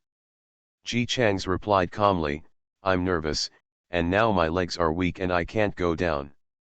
"Assistant. How can a father be nervous about seeing his son? Could it be that this unknown young master was raised by the legendary old Ji Dong?" But the assistant heard Ji Chang's calling his father. He was obviously very arrogant and didn't seem to be afraid of his father at all. And this young master of the G family seems to have a good temper. He also heard Teng Sheng say worriedly on the other end of the earphone, "Why are your legs so weak at such a young age? Is it because your kidneys are bad? I have a friend who is a Chinese medicine doctor. Why don't you let him come and take a look at you?" Ji Chang's ignored Teng Sheng. "Anyway, I won't be able to get out of the car for a while. Please stabilize my son for me. Don't let him get tired or scare him away. I will get off when my legs can move again." Assistant. He always felt like he heard the flag of 3 years after 3 years, 3 years after 3 years. The young master is not cooperating at all. This is the future heir of the G family. He doesn't dare to pester him too much. If he offends someone, how will he be able to work in the company in the future? The assistant was very embarrassed. "Director G, this. Ji Chang's, if you can do a good job, I will give you another 100,000. Assistant. "Okay, Director G. No problem, Director G. This is really going to happen. A net profit of 200,000 a day, let alone taking care of the other party as a young master, even as a young ancestor. As expected, money can give a person the power, allowing him to be shameless and start calling people." The bodyguards arrived in a well-trained manner. 80 strong men in black strode forward. After receiving instructions from the assistant, they dispersed to work in an orderly manner. Soon, they came back with what the assistant asked for. The assistant held an oversized black umbrella and trotted to Gu Lingxi's side, holding the umbrella for him diligently. "Young master, the sun is shining, I will hold an umbrella for you." As he said that, he freed up one hand and waved to the bodyguard. "Why are you still standing there? Hurry up and help the young master distribute leaflets." The highly paid bodyguards moved very quickly. They quickly walked over and snatched the leaflets from Gu Lingxi's hand, and started distributing leaflets everywhere with a determined face. People were passing by, and suddenly there was a shadow in front of her. When she looked up, she saw a strong man in sunglasses who was at least 1.9 meters tall and wearing a thick suit on a hot day. He had bulging muscles and asked her in a well-trained tone, "Hello, do you want to know more about swimming and fitness?" Forced by such a strong aura, passers-by cautiously accepted the flyers handed to them. The strong man in sunglasses, "Thank you. Then move on to find a victim, not a passerby." Gu Lingxi, who was caught off guard and had the flyer snatched away. If the boss saw him asking others to help him, he would definitely not give him more money. The furry stuffed bear looked around at the bodyguards who were already spreading leaflets. He was confused for a few seconds, and then a muffled and annoyed voice came from the doll. "I said I won't cooperate with you, please return the flyer to me." Yes, of course the young master will not cooperate with us. I had a quarrel with my father. It's normal for children to lose their temper. Just coax." While holding an umbrella, the assistant took the battery fan handed over by a bodyguard, pointed it at the stuffed bear and turned on the switch. "Are you tired, young master? Come out and let the wind blow." We also bought ice cream and iced Coke, which is the most enjoyable drink in this weather. Gu Lingxi, who was bored in the stuffed bear. No matter how good-tempered he was, he couldn't help but get angry when he was interrupted again and again. He was so angry that he wanted to get out of the stuffed bear, but unfortunately no one helped him. It was difficult for him to take off the hood alone. The assistant had never done this part-time job, and he didn't know what Gu Lingxi was doing when he saw the stuffed bear in front of him squirming around. But not knowing didn't prevent him from finding every opportunity to flatter him. "Good. The young master twists so well. You can tell he is a professional at first glance." Gu Lingxi, who couldn't get out of the stuffed bear for a long time, "Can you go away? I don't want to participate in a prank show. Even if you film me, I won't agree to broadcast it." He was sulking inside, and the assistant, who was holding a fan in one hand and trying to blow the stuffed bear, didn't hear him clearly. Yes. The young master is right. It's time to have drum accompaniment at this time.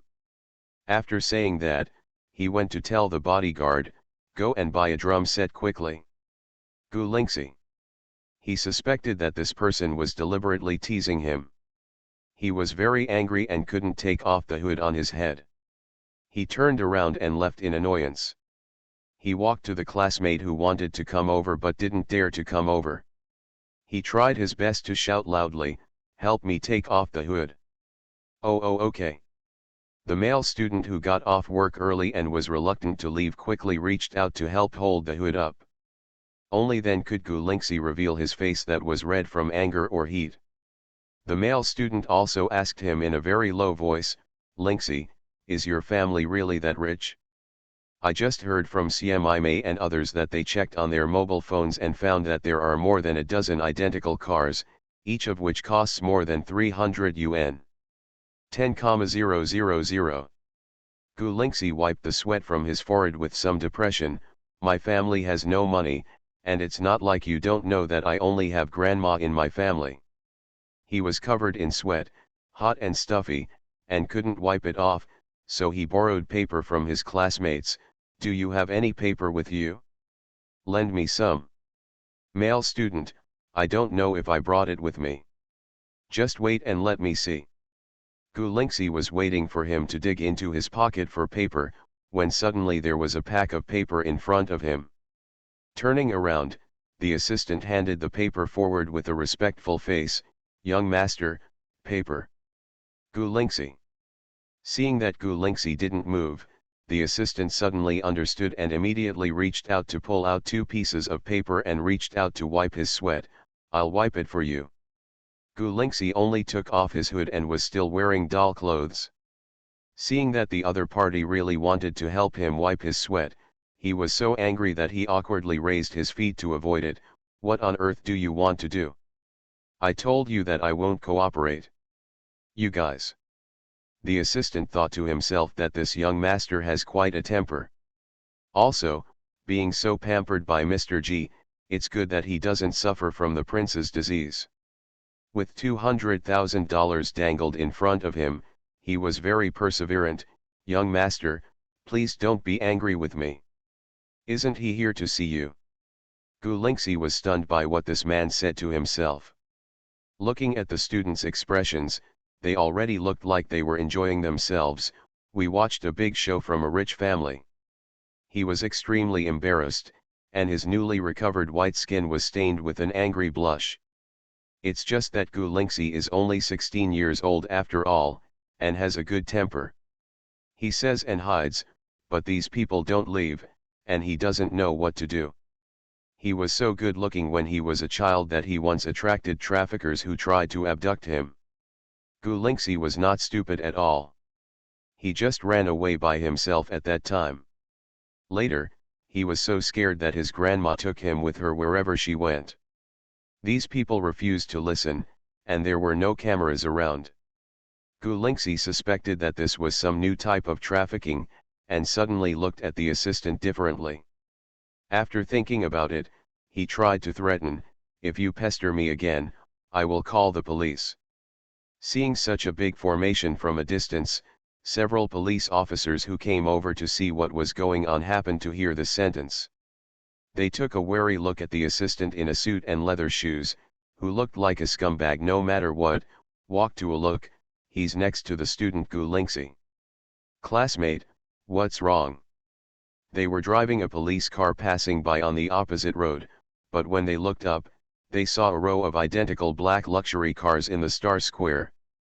In addition, 80 bodyguards all dressed the same were scattered in the square. Generally, if a big shot or celebrity is coming, they will receive the news in advance. After all, big shots need to pay attention to security, while celebrities are fans. Too many fans are afraid of causing congestion. But seeing this scene without receiving advance notice, it's hard not to think of the underworld. Gulingxi is fair-skinned, has a well-behaved temperament, and looks like a good student at first sight. When he came over and saw him confronting with a social worker, assistant, and even said that he wanted to call the police. They all subconsciously stood in front of Gu Lingxi. Asked the assistant, "Who are you? What is your relationship with him?" Assistant: "It's not that he's afraid, he didn't do anything bad." But facing the police officers who looked just, he really couldn't say such shameless words. Me. Gritting his teeth and thinking about 200,000, he decided to sacrifice his face. "I am an employee of his father's company. We want to take the young master back, but the young master doesn't want to do that." As he spoke, he took out his mobile phone and showed his electronic ID to the police. "Comrade police, we are not bad people. Look, these are regular bodyguards with security certificates." Police. One of the policemen looked confused. "Young master." Assistant: "Okay, this is the scene of his social death." He bit the bullet and explained under the strange gaze of the police. "Yes, our chairman's family prefers traditional culture." Police. It's indeed traditional enough to still call someone like this after this age. Seeing the policeman's attitude slowing down, Gu Lingxi was afraid that he would really be taken away. He was so frightened that he hid behind a middle-aged policeman. "Uncle policeman, what he said is not true. I don't know him." The assistant tried his best to explain to him, "Young master, we have never met before, but I am an employee of your father's company. Didn't your father mention it to you?" "Gu Lingxi, stop lying, I don't have a father at all." The assistant looked enlightened. He understands the rebellious stage of children. The police didn't really give the person to them because of the assistant's 2 or 3 words. Seeing that Gu Lingxi kept hiding in fear, he said to the assistant while protecting the child, "If you do this, the child will come back with us first. If the child runs away from home according to your wishes, you can ask the child's father to pick him up.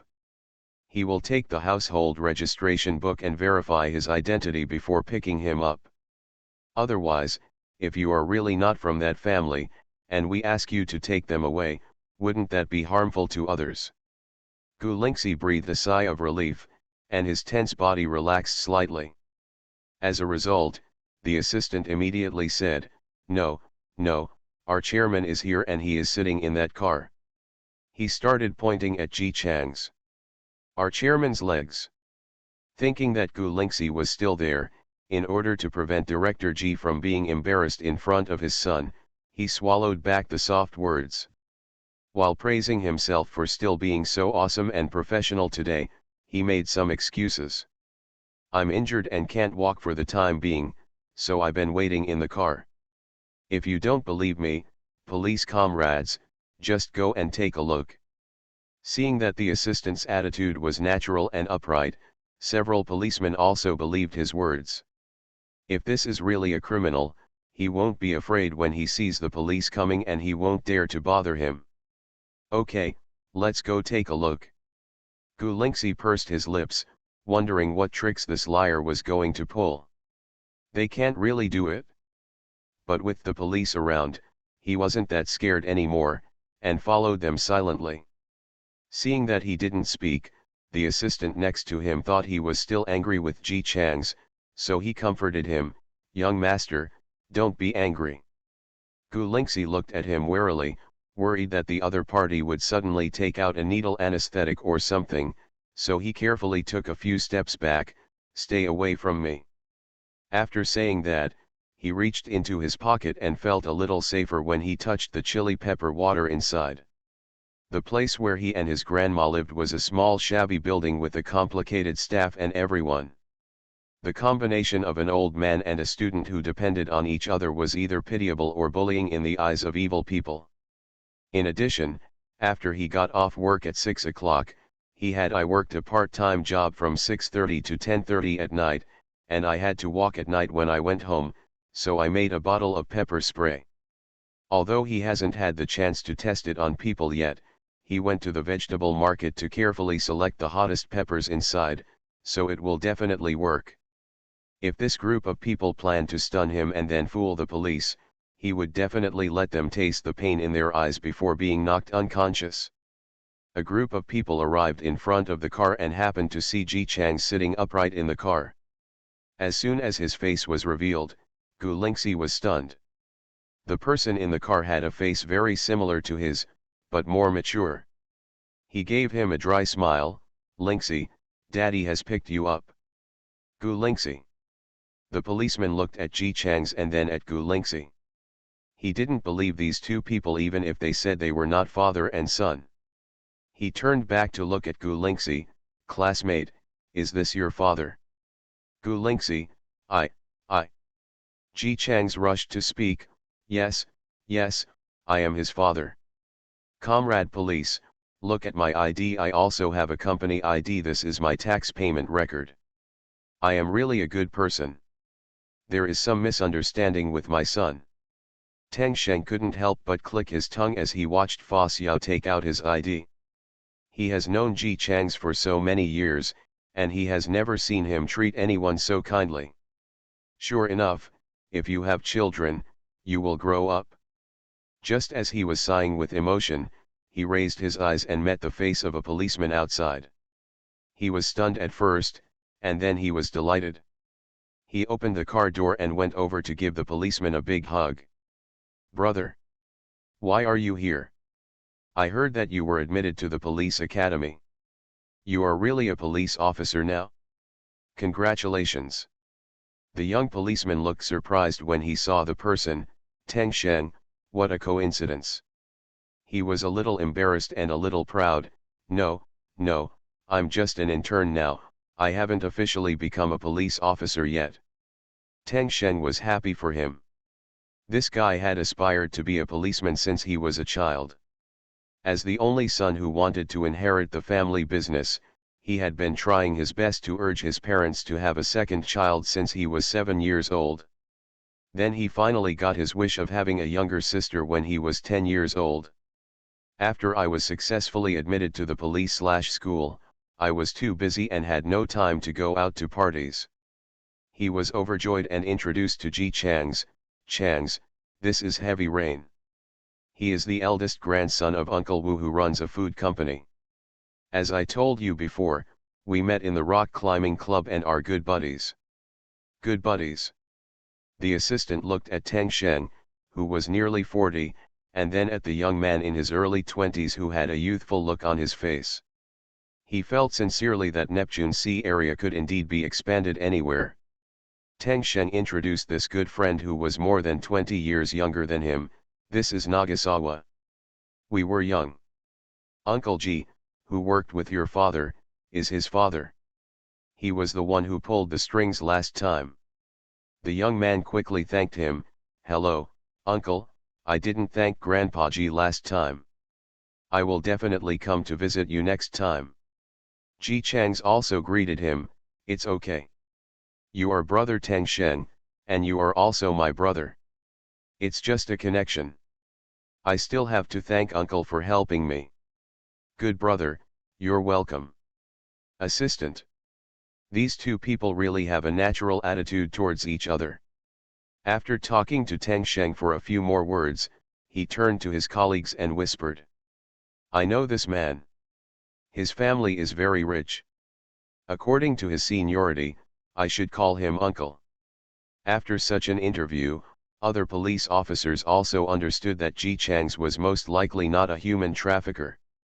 Everyone in the office knew that this young trainee police officer's family background was from a wealthy family, and his usual off-duty attire was in line with low-key luxury. He said that Ji Chang's family was rich, and with this ostentation, there was a high probability that he would not poor. Of course, friendship is friendship, and what should be investigated should still be investigated. After carefully checking Ji Chang's ID and making sure there was nothing wrong, they felt relieved and asked Gu Lingxi, "Classmate, are you sure this is really not your father?" Gu Lingxi also saw that they knew each other, and stood at a loss for a few seconds. "That's not true, Uncle Police/Police, I don't have a father, I live with my grandma. If you don't believe it, go to my house, our place, all the neighbors know it." The assistant advised conscientiously, "Young master, please stop losing your temper. If anything happens, let's go home and talk about it."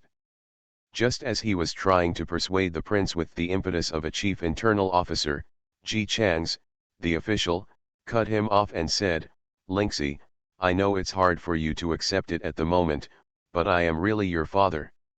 Your mother didn't tell you that she was pregnant." Anyway, the other party only told him one person, and he refused to admit it. "Can Gu Kui still find the evidence?" she said. "I returned to China not long after that, and I never contacted your mother. I just learned of your existence."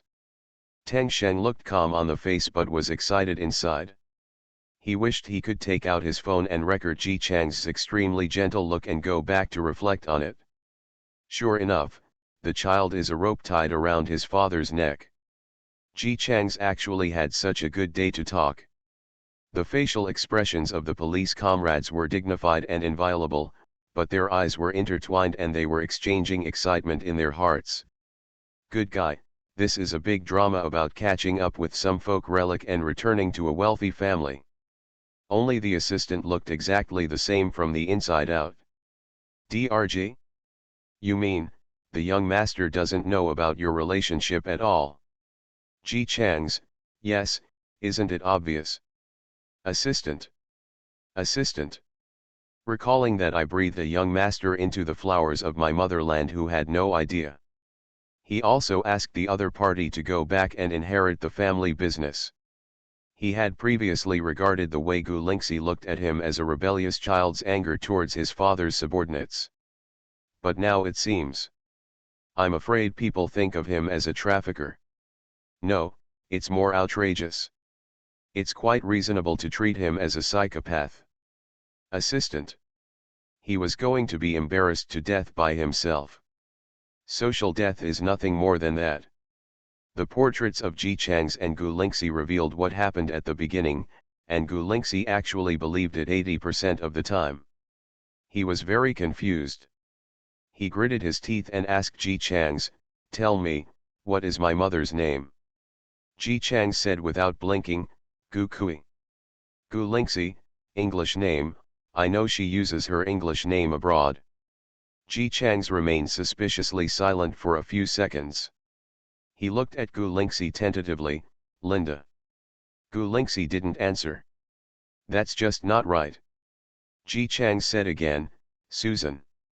Gu Lingxi still didn't say anything, and Teng Sheng on the side reminded him quietly, "Nagaze, Susan is our classmate." Ji Chang suddenly realized, oh, yes, she is a classmate. She and I have been getting along for a few days, so I kind of forgot about it. Other people. Did you read the names one by one from the girls you had sex with?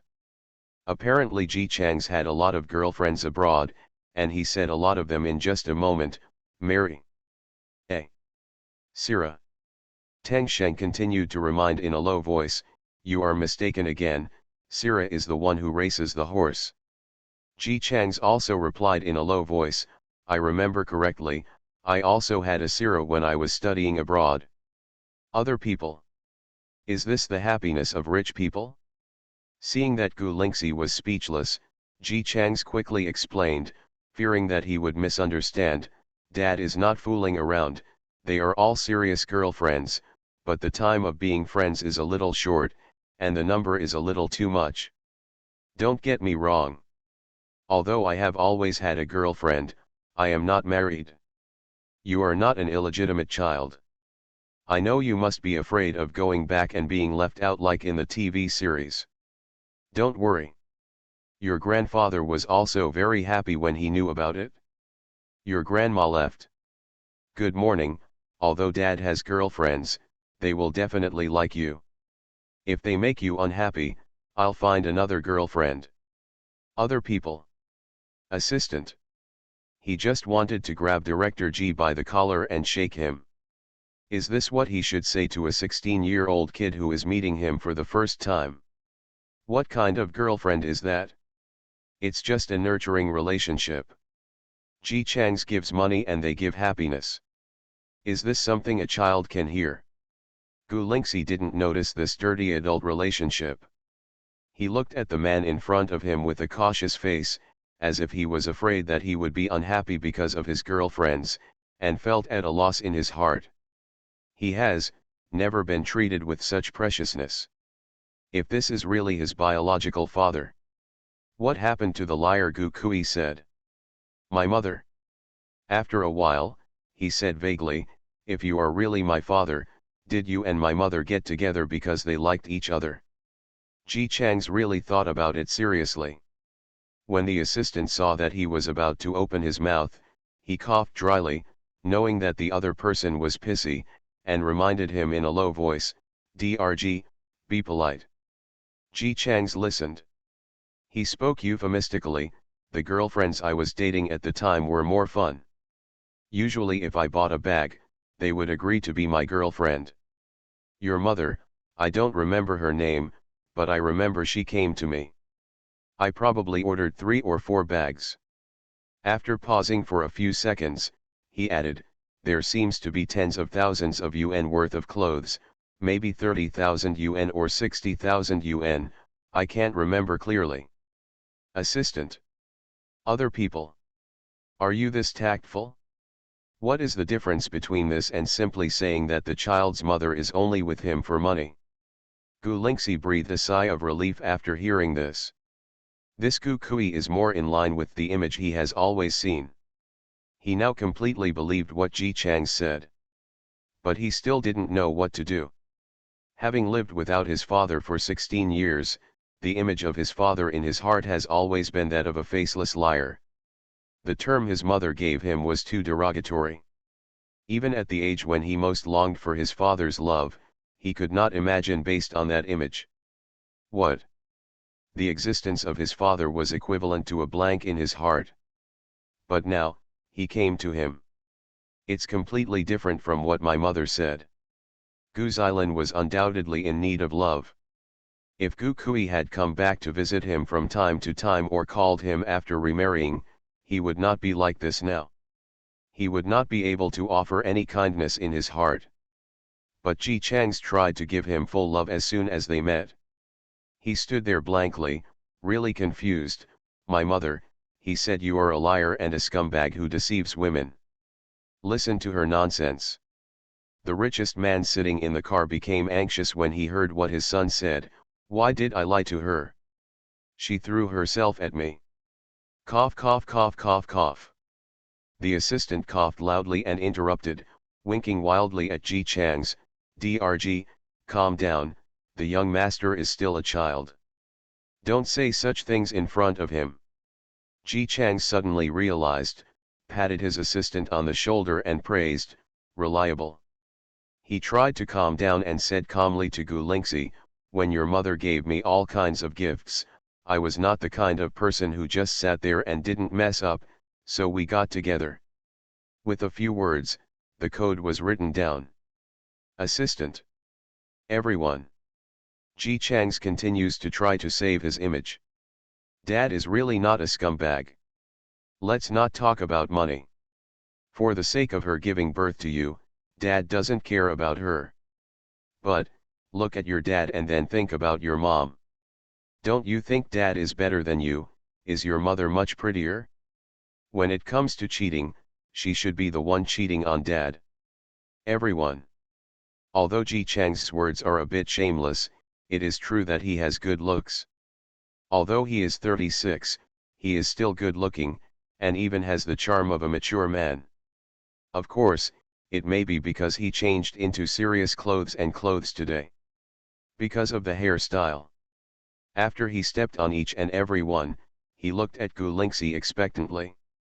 Son, you keep asking about your mother. Are you worried that you will miss your mother after you leave with your father?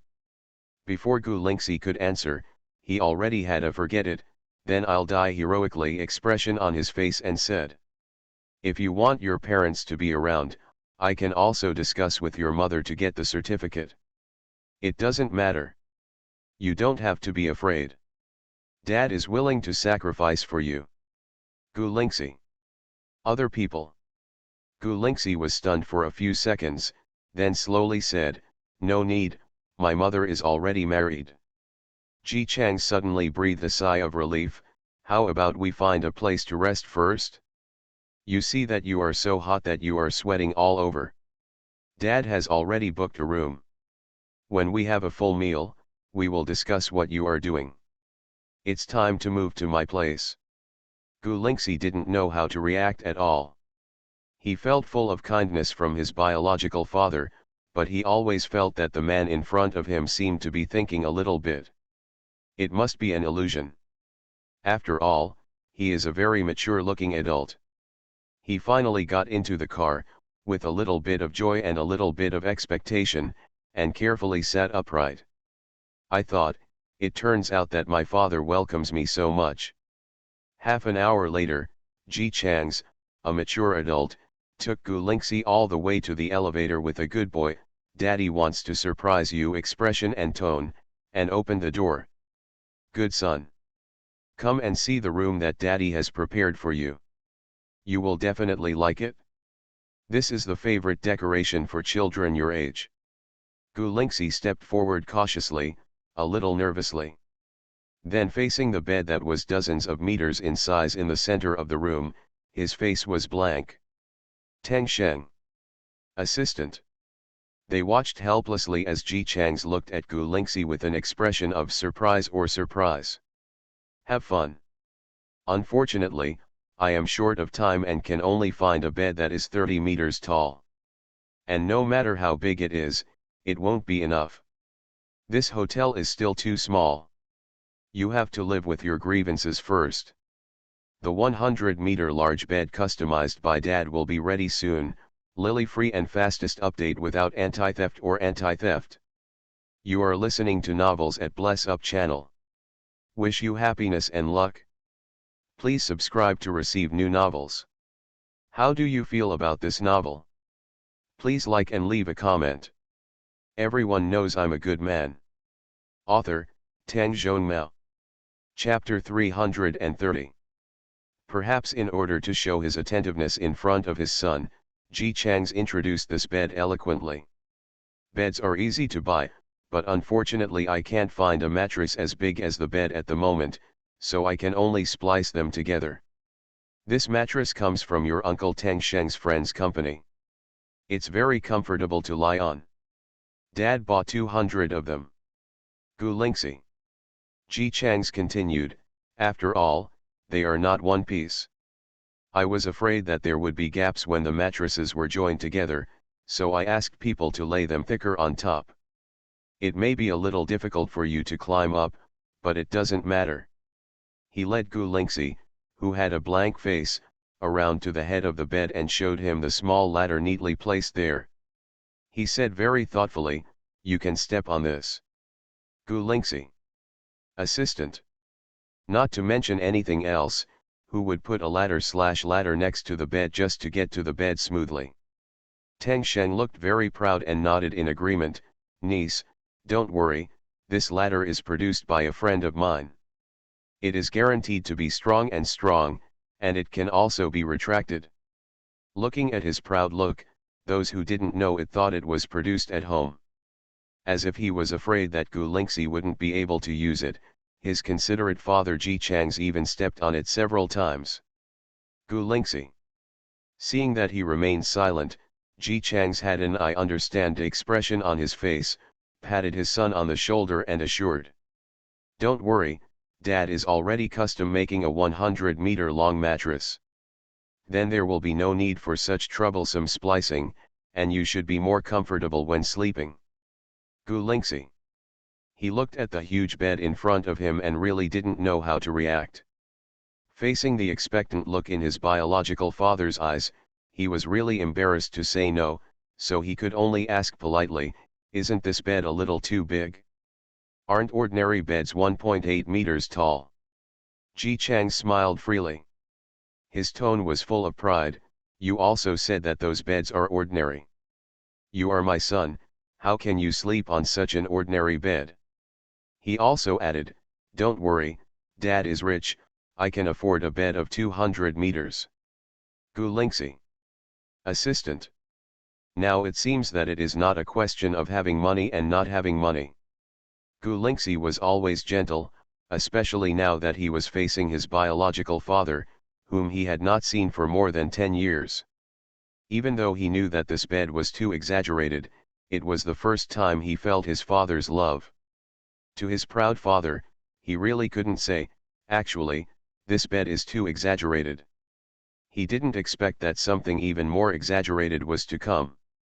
Visiting the bed is just an appetizer, the main event is yet to come. Ji Changs took his son and continued to visit the room.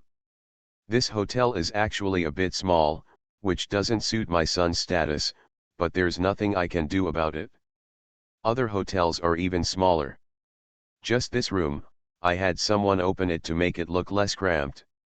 He complained nonchalantly, and Gu Lingxi, who had been following him for 10 minutes and still hadn't reached the window, said, "Aren't we here yet?" "Ji Changs, we are still in the living room.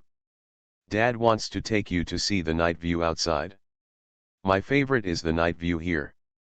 The assistant used to run errands mostly by car, and he had never walked by so quickly. Seeing other people in front of him walking faster and faster, he really couldn't stand it anymore.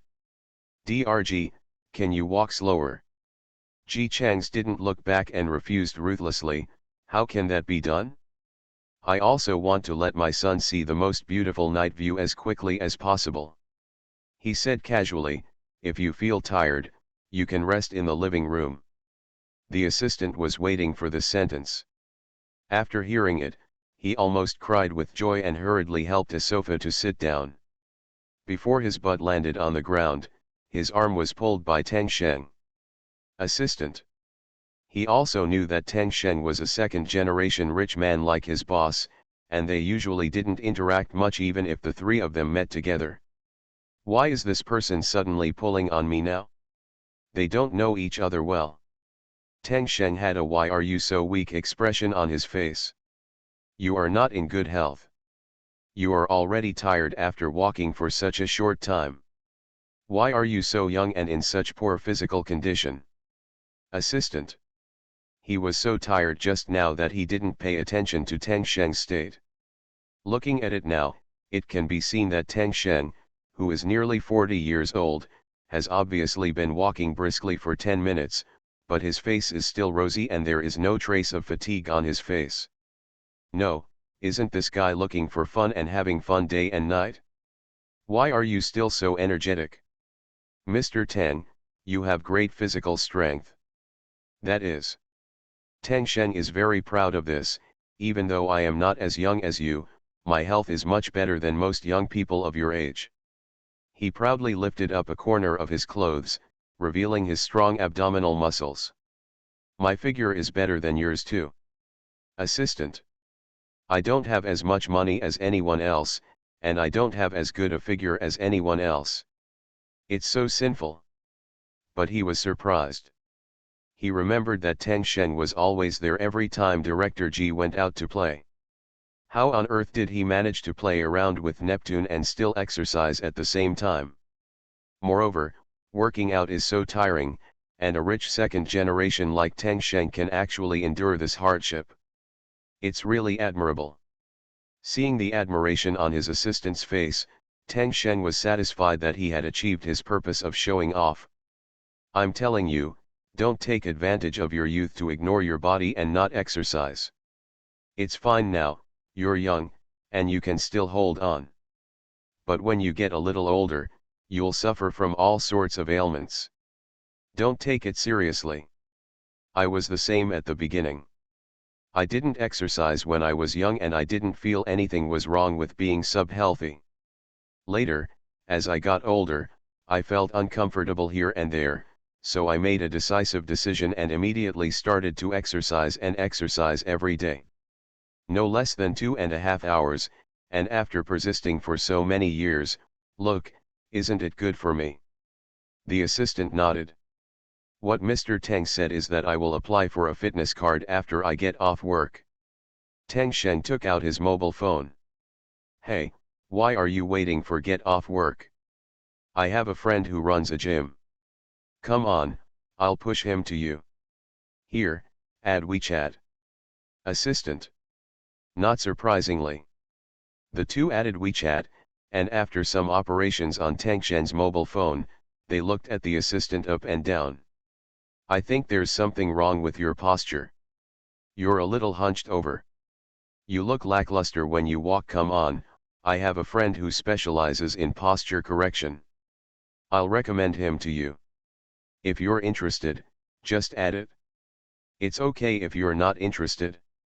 The assistant felt that Tang Shen was really helpful and even felt a little flattered. Thank you, Mr. Tang. Sorry to trouble you. What's the trouble? It's just a matter of a finger. Tang Shen asked him again, is the brand of the clothes you are wearing from X? Did you buy them in a physical store? They are much more expensive than buying them abroad. If you like his brand, I will go abroad next week and help you bring a few pieces. Come back, I'm their Black Diamond member, and I get a 20% discount on clothes. The assistant looked at him in surprise. He really liked this brand of clothes, but the clothes were too expensive. He had only been willing to buy them for himself once before. This time, he did not hesitate to buy them because Director G said that the clothes would be reimbursed. I was both excited and worried at the same time. Is it really possible? Mr. Tang, you have so many friends, do you have to help a lot of people carry their things when you go abroad? How can I have the nerve to trouble you? What's the point? We're all friends. It's normal to do a favor. Tang Shen patted the assistant on the shoulder. If there is anything else you want to bring, I will bring it back to you. He never brings bodyguards with him at home, but he always brings a bunch of bodyguards with him every time he goes abroad, just to bring gifts to his relatives and friends in China. The two chatted more and more happily about a series of issues about this brand. Ji Chang's in front finally led Gu Lingxi to the window. It was a very huge floor-to-ceiling window. It was now slightly dark outside, and lights were on everywhere. Standing in front of the floor-to-ceiling window and looking at the night view, the beauty of the entire city was unobstructed. Gu Lingxi looked at this beautiful scene and couldn't come back to his senses for a long time. The assistant, who had had enough rest, thought about his professionalism and caught up with him. He looked at the beautiful scenery outside the window and was a little obsessed. It's so beautiful. It looks good, there are even better ones. When Tang Shen said this, the assistant subconsciously looked at him. As a result, Tang Shen didn't say what it was. This was arranged by Nagasawa, you'll find out later. He finally knew how much his brother valued Gu Lingxi, the pearl in the ocean. Opening up the upper floors of the hotel is not a problem, but it would cost too much money to open up and decorate all the rooms in one day and ensure that there is no formaldehyde. In particular, Ji Chang's also prepared something else. It was 7 o'clock and it was completely dark. In front of the floor-to-ceiling windows, several people were watching the night view. In the bustling city, whether it is working people who have to work overtime on their holidays or people who take advantage of their holidays to have fun, they are all walking through the streets. It was the busiest time, but the dark sky showed bright colors. Everyone looked up in surprise, only to see gorgeous fireworks filling the sky. One firework falls, a new firework goes up, and the sky above the lighthouse at the highest point in the city is almost filled with fireworks. So beautiful. Wow! Pedestrians who were shopping stopped and looked up to admire the spectacular scenery they had not seen for a long time. And just when they were watching intently, under the sky full of fireworks, another word made of fireworks appeared. I wish my baby son will always be happy, love you daddy. This word is facing the floor-to-ceiling window of the hotel. Gu Lingxi saw it clearly, and his eyes became hot. He subconsciously looked at Ji Chang's, you. Isn't it okay for you to do this? Aren't fireworks prohibited in the city now? That's not fireworks. Ji Chang's explained, that is a holographic projection composed of drones. Drones. Gu Lingxi did vaguely remember seeing news about a drone projecting in the sky. At that time, he lamented that he didn't know how much it would cost just for that projector. Unexpectedly, today, his biological father would actually use a drone to make such gorgeous fireworks for him. Gu Lingxi's heart was filled with confusion. He didn't know if he deserved all this. You actually don't have to do this. He whispered, the mother didn't tell you that she was pregnant. You didn't know. Therefore, there is no need to work so hard to make it up to him. The arrival of the other party was already a huge surprise to him. Ji Changs gave him a gentle look. Lingxi, I can see that you have suffered a lot, all because of my mistakes. After a pause, he added, of course, the bigger reason lies with you, mother, but for your sake, if father forgives her, are you willing to go back with me? Gu Lingxi pursed his lips. As a child, he was naturally very moved when faced with his father's extended hand. If he were alone, he would definitely choose to leave with his reliable and loving father. But no, he still has his grandma. Grandma has already experienced the departure of a relative once, and she will definitely be sad if he leaves too. In the end, Gu Lingxi lowered his head guiltily and whispered, I'm sorry, I want to stay here. He didn't dare to look up, for fear that if he looked up he would see his father's disappointed gaze. Gu Lingxi's heart was full of guilt. He never thought that his father would welcome him like this, and at the same time, he felt shameful. He was obviously brought up by his grandma, but after his father arrived, he hesitated whether to follow him or not. Although he has been working part-time since the 3rd grade of junior high school, Gu Lingxi is still a child who has always been protected. He is terrified that his biological father will be sad because of his rejection, and he does not even dare to face him for this reason. Under such tension, as if he was waiting for a verdict, a big warm hand fell on his head. Then he rubbed it unceremoniously. Ji Chang's voice came, don't tell me you're sorry. It's normal. It doesn't matter. Dad will support you in whatever you want to do. Ever since he learned of your existence, Dad has sworn that he will let you live the life you most want at your age. Gu Lingxi was stunned, the ends of his eyes turned red, and he looked up blankly at his father in front of him. Is this, father? A calm, dependable father? Ji Changs pulled him and smiled gently and steadily, let's see what Dad has prepared for you. Gu Lingxi no longer had any panic or hesitation this time, and obediently followed his father, who was as reliable as a big tree. The father and son had a great time, but the internet was extremely lively because of these beautiful fireworks projections. At first it was just a hot search in the city, but the movement was so great that almost half of the sky at that time was filled with fireworks. In addition, there were many people out to play on a holiday, and many people took photos and videos. It is said that several clever men and one clever lady took advantage of the fireworks atmosphere to successfully propose marriage. Usually, under the news of this kind of show of affection, there is always the existence of single dogs who eat dog food until they are full. When I first saw the successful proposal, I was jealous, but then after watching the entire video, I almost threw up from laughing. This is clearly a father-son love firework, ha ha ha ha ha ha ha. I'm laughing so hard I wonder if the eldest brother who successfully proposed was embarrassed when he saw the words written by the rich man to his son at the back.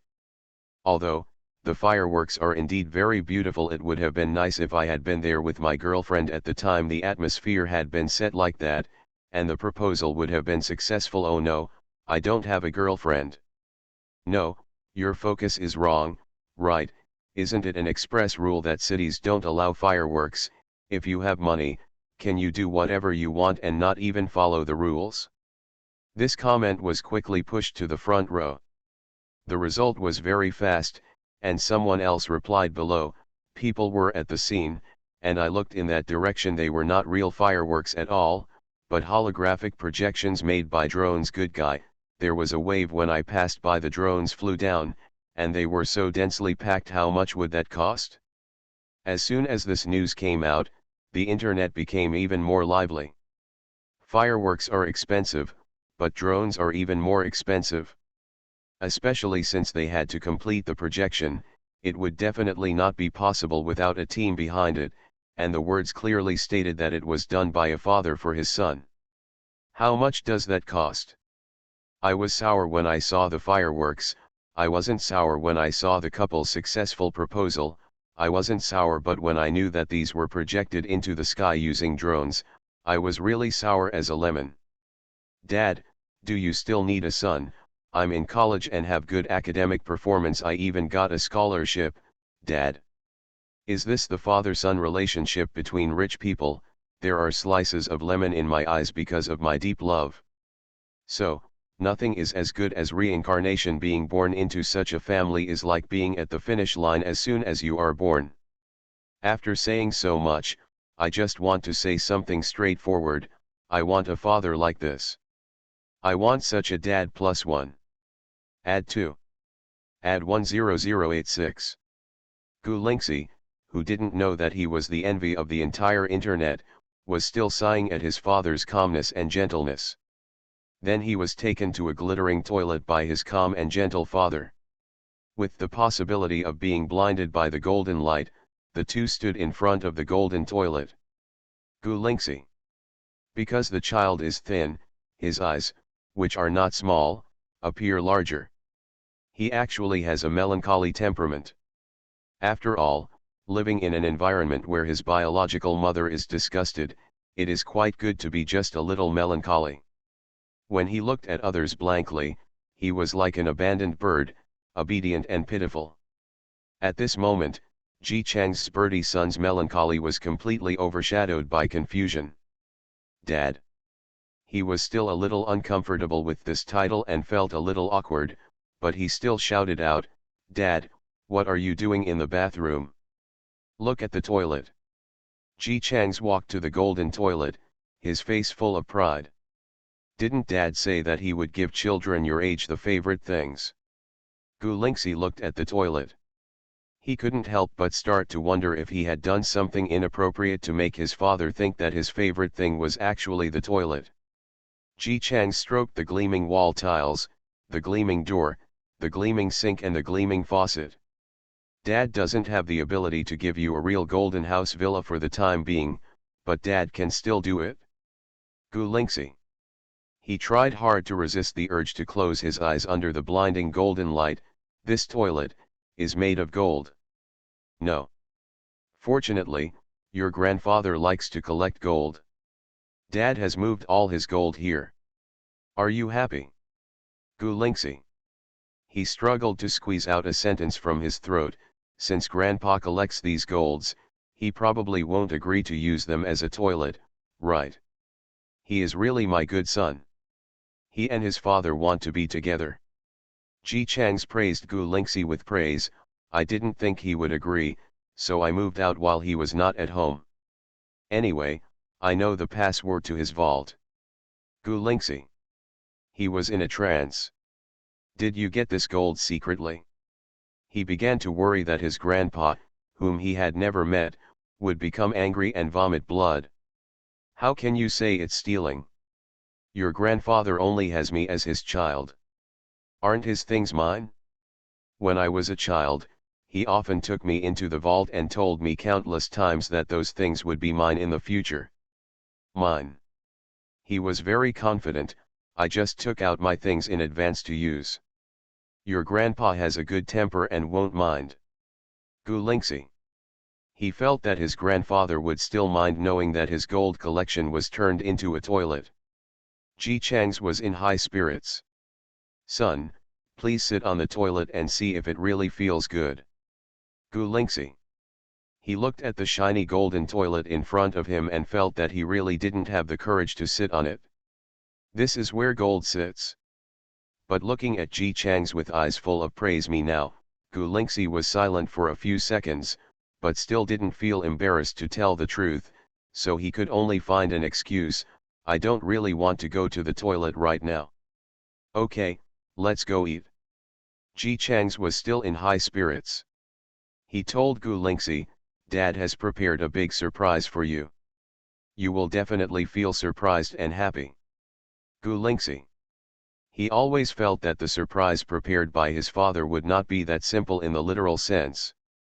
Not wanting to waste Gu's father's good intentions, and being overwhelmed by the series of surprises, Gu Lingxi could only try his best to say tactfully, "Dad, actually, if you want to surprise me, just buy me a mobile phone." In the past, even if he faced his biological father, he would not ask him to buy something for him. But after experiencing the surprise given by my father, Gu Lingxi felt that facing his father who looked crazy and wanted to make up for him, he should take the initiative.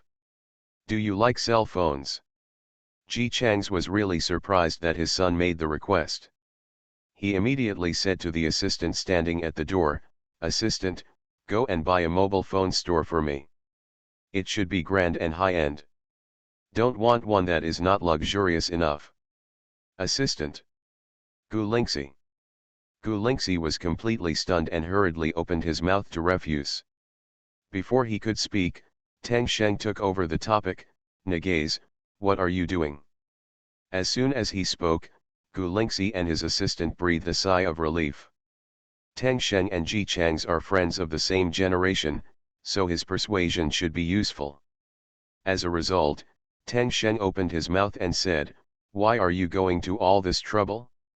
I have a friend who runs a mobile phone store. He just wants to change his career. I can just set up a connection for you. Why do you have to ask others to come here? Go get busy." "Assistant." Gu Lingxi. They watched in stunned silence as Ji Chang's agreed without even thinking for a second. Apparently they thought this was a good idea. "Then push him to me." Seeing that Uncle Teng actually took out his mobile phone, Gu Lingxi hurriedly said, No need, Dad, I just said that I want a new mobile phone, not a mobile phone store. I don't want a mobile phone store."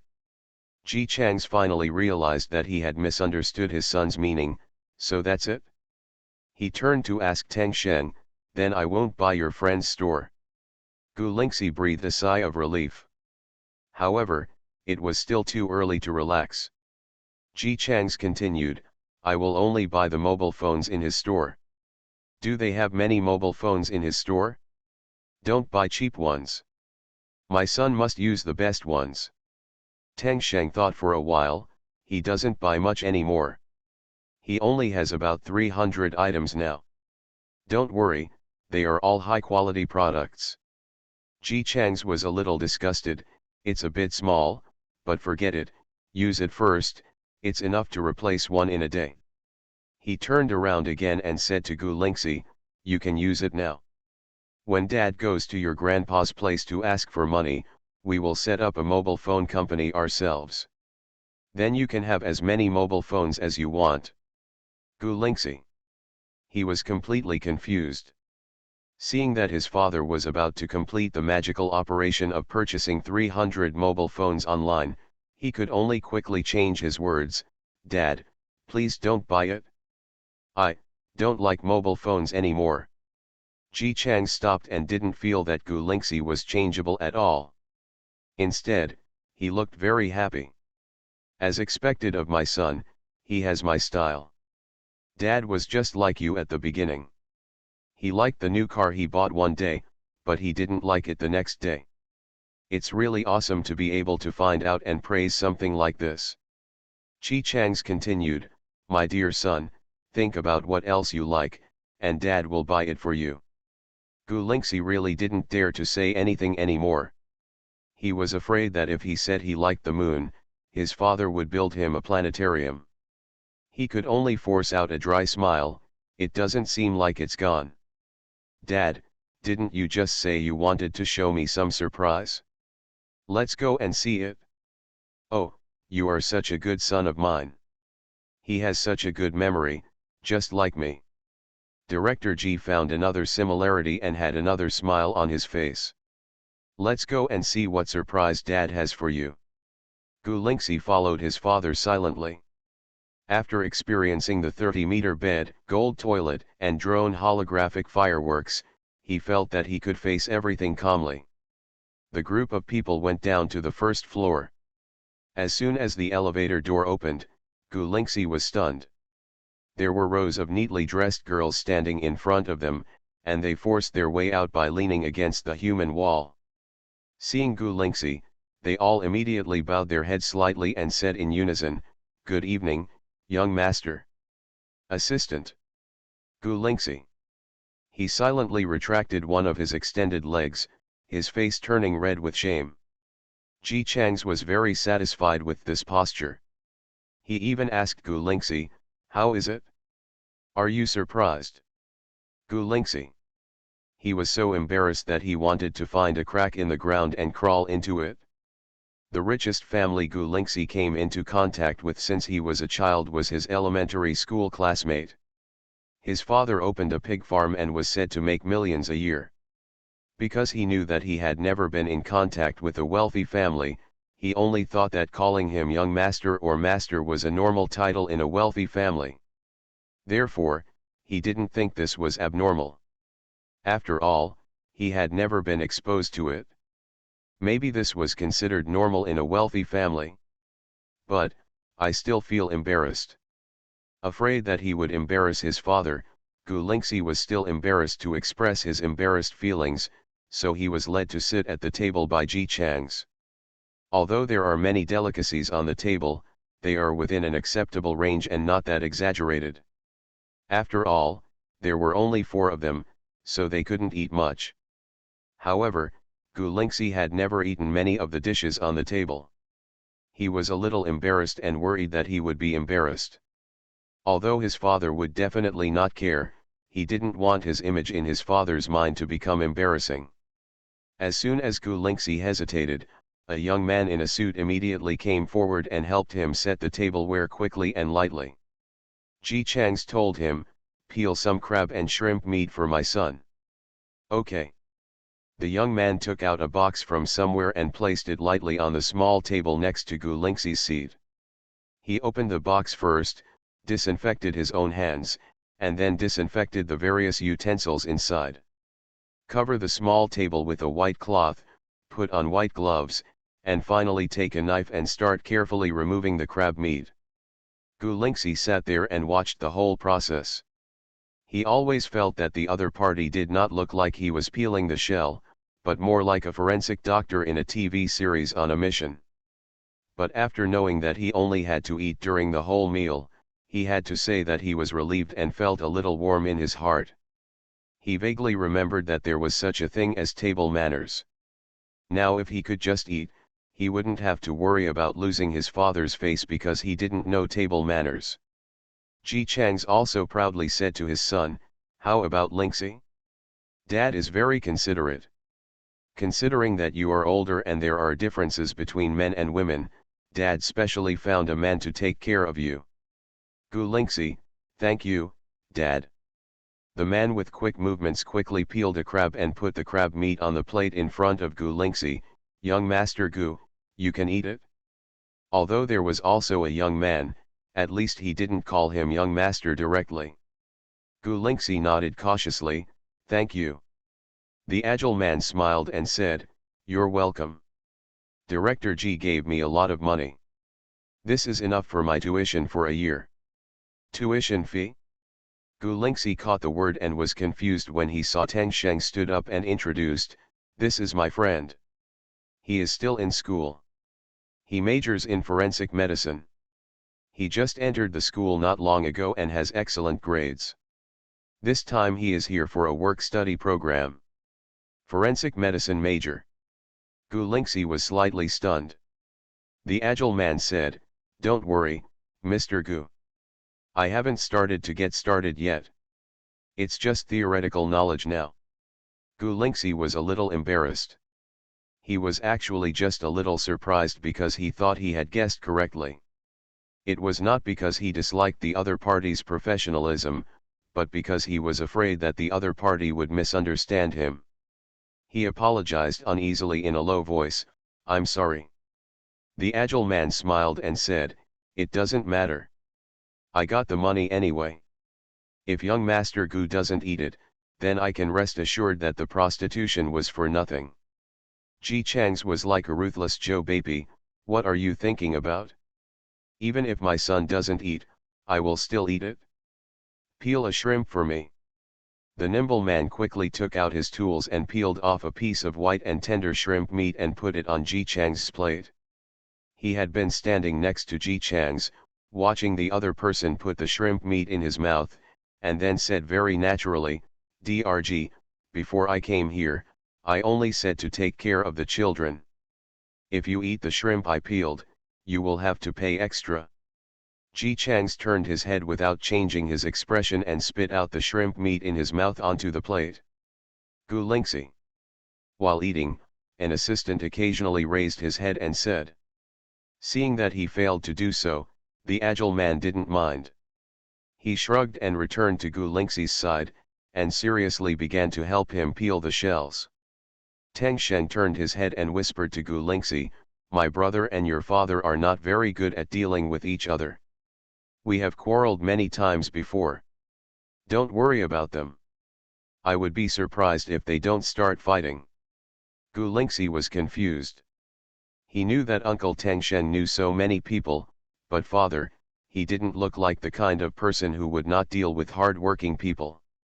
Seeing that he was curious but did not dare to tell, Teng Shen whispered the gossip to him, "My brother's family is quite rich, but he did not want to inherit the family business, so he ran away from home and started working and studying. He had not left home at the beginning. When we were young, we both liked to play drag racing, and the two of us competed for the first place for several years. But little Lingxi, you don't have to worry so much.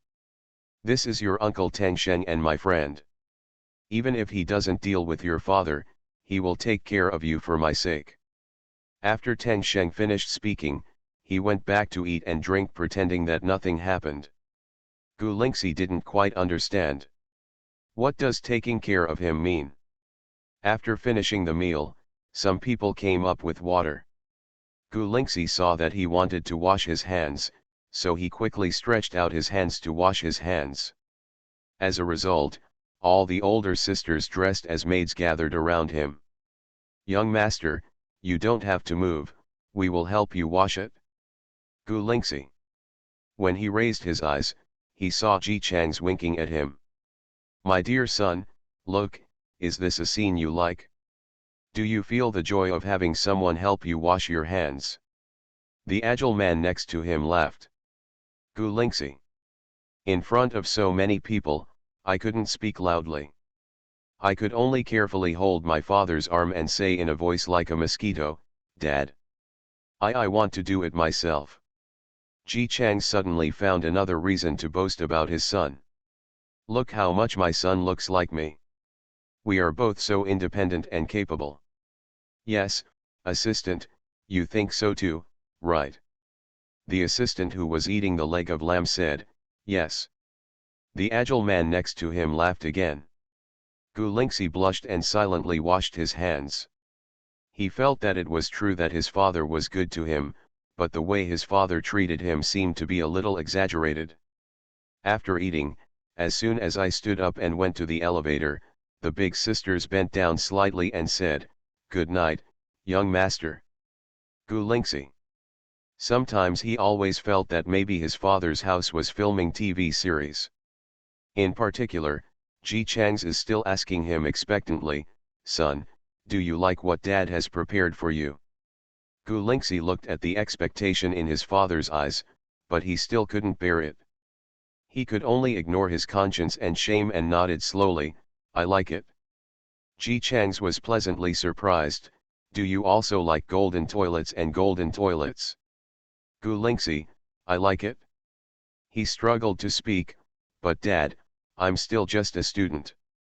My focus now should be on studying, doing test papers in class at school, etc. These, I won't need for the time being."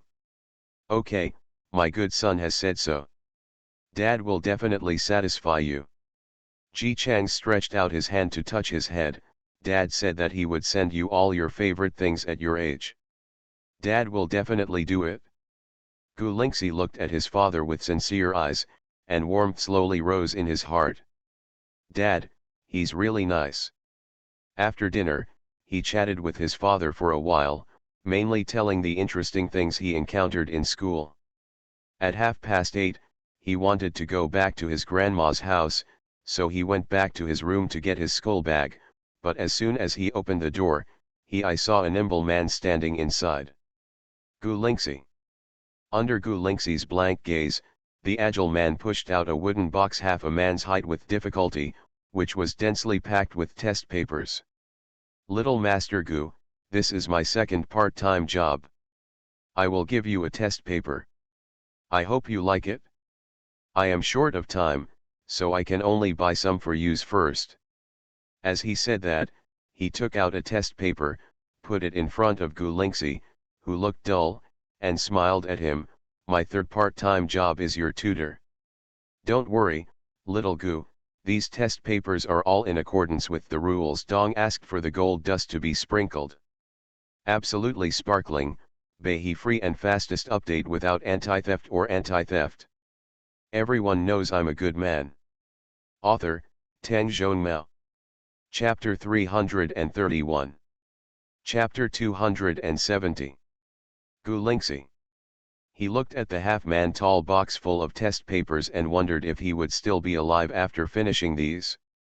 After being silent for several seconds, he slowly spoke, "Can I not do it?"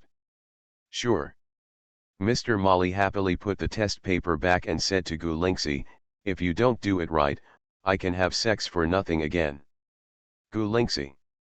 After Mr. Mali finished speaking, he thought of his third part-time job again and asked Gulingxi, "Then do you still want me to tutor you? If not, I'll take this job for nothing." Gulingxi, who is both good at character and academics, said, "Do you need?" In fact, his current score is already at the top of his age, but his father's intention to let him do the test papers has been wasted, and he doesn't want his tutor's intention to be wasted as well. That's easy to handle. Give me some time. I have to review the freshman class first. Mr. Mali took out a notepad and wrote something down on it. Tomorrow happens to be Monday, so I will help you with tutoring starting tomorrow. He took the initiative and said to Gulingxi very enthusiastically, "Little Mr. Gu, I think you seem to be confused. I always feel that you have a lot to ask. If you have anything to ask, ask me. I know everything." Gulingxi was a little embarrassed. "Will it take up your time?" "How could it be? Helping others is the foundation of happiness." Mr. Mali sat by the bed very naturally, and even turned around and patted his side. "Come on, Mr. Gu, sit down, you're welcome." As he spoke, he took out the pocket watch from his pocket and put it aside. Gulingxi hesitated for a moment and sat next to him. He was a little ashamed, but more curious. "My dad, what kind of person is he?" Mr. Mali answered very quickly, "Idiot, there is a flaw in his brain, and his mentality is 10 years younger. Oh no, it seems that he has regressed now, he must be 3 years old at most." Gulingxi. He was a little angry in his heart. Such a good father, how could this man scold him? Mr. Mali realized something was wrong when he said the words, and immediately patted his mouth. "Look at my mouth. I forgot that Mr. Gu is still a child. I changed my words. I changed my words. Your father is actually quite good, but he is a bit lacking in love." "Lack of love," Gulingxi repeated, a little confused. Even though they had only met for less than a day, the image of Ji Chang's was already deeply imprinted in his mind. Dad is definitely the most powerful person he has ever met.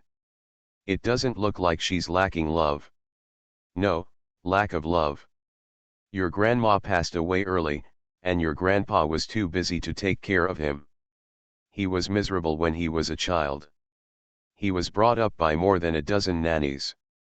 Later, when he was a teenager, he was sent abroad. I studied abroad, but I guess I missed home so much halfway through that I wanted to come back." "What do you mean if this isn't a lack of love?" Mr. Mali also found strong evidence. "Do you know why your father asked me to work part-time?" Gulinxi shook his head blankly. Mr. Mali laughed disdainfully, he just wants to show off in front of me. Gulinxi. Mr. Mali gushed, your father and I are very different in age. If he were a few years older than me, I could call him uncle.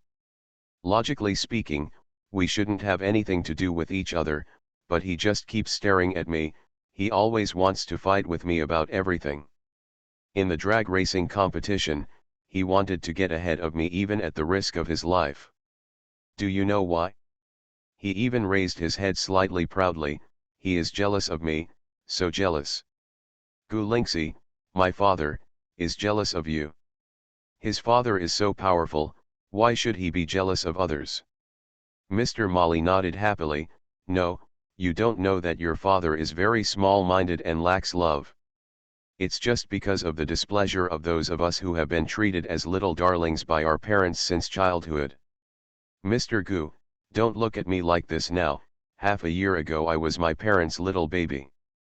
Gulinxi looked at the little baby in front of him who was at least 1.82 meters tall. Your dad is such a bad person. He has never seen other people's family happiness growing up. I didn't know this before. I just thought that he was too competitive. He worked so hard in a game that was just for fun, but he has always been stupid. I'm sorry, I've never been very smart, and I just thought he didn't understand the consequences. As a result, he called me today, good guy, and told me that he has a son, his biological son, how tall he is, his grades are very good, and he has a very good temper. After contacting me, it became clear that he had been resenting me for many years, and he had found an opportunity to regain his position. After catching the key point, Gulinxi's ears turned red when he learned that he was praised by his father. He was embarrassed and happy at the same time. It turns out that his arrival is a big surprise for his father. Father really liked him.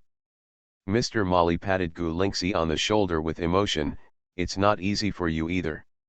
Your father has always been stupid, to be more serious, take a look at the battle today. It seems that you will have to endure a lot of hardships before you become an adult.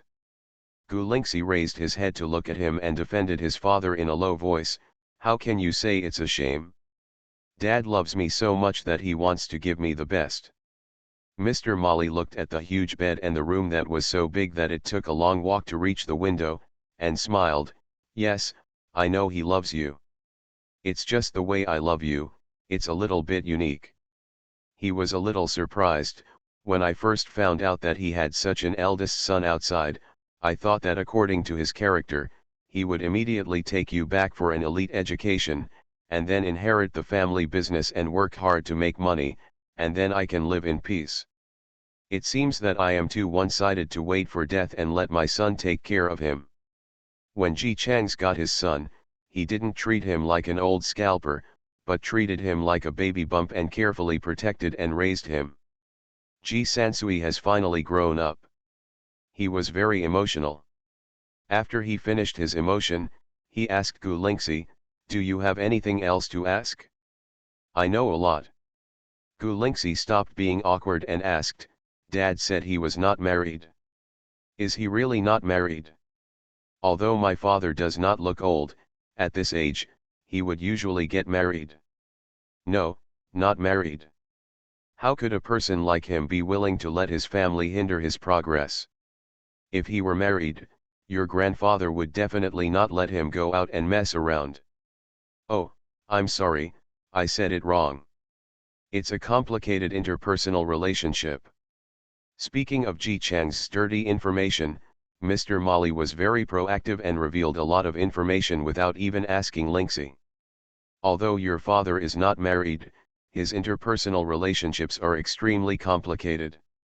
Let me tell you, your father has few real friends, so just make friends with him. But there are so many cunning friends. I guess he himself I can't even remember the name. He also has people he has bad relationships with, but this is purely because he is looking for trouble. Gulinxi was curious, who is that person?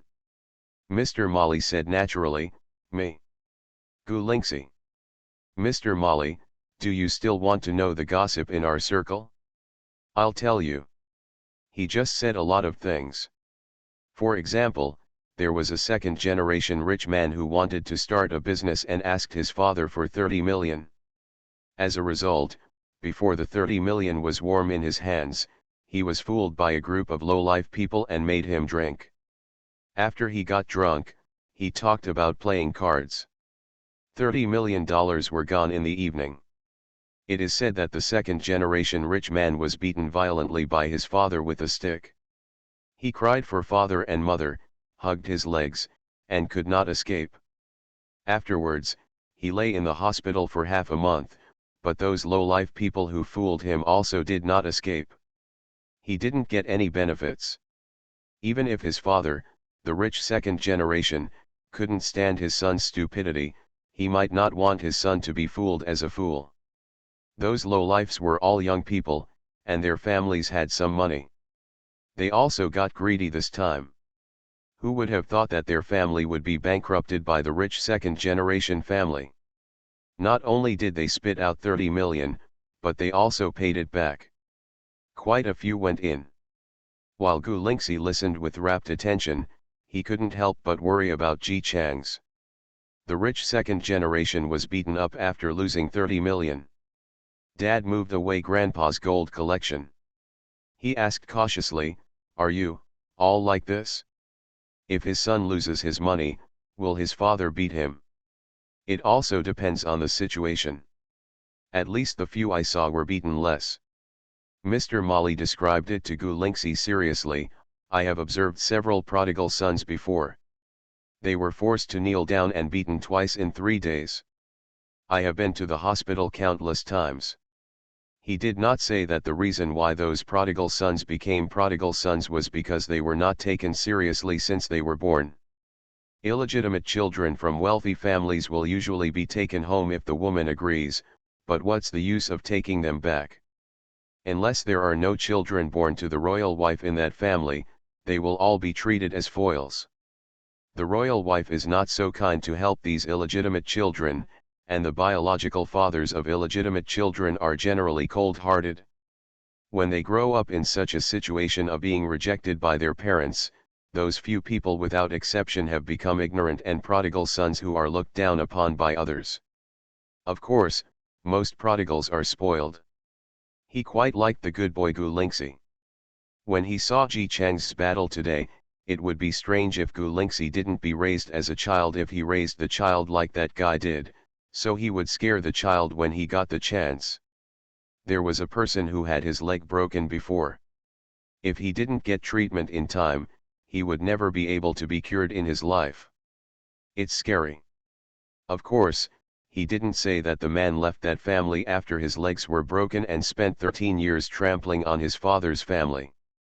Oh, by the way, that man seemed to be quite familiar with Ji Chang's. He looked at Gu Lingxi, and it seemed that even when the child was this old, the two were still very good friends. Later, he left the family and that circle, and Ji Chang's never mentioned it. He heard his father murmur that Ji Chang's also so heartless. Gu Lingxi didn't know the inside story. He only heard that his leg was broken, and his face turned pale with fright. He has also seen people spank their children, but they were all for other reasons, such as not doing their homework, stealing to internet cafes, falling behind in their grades, and quarreling with their families.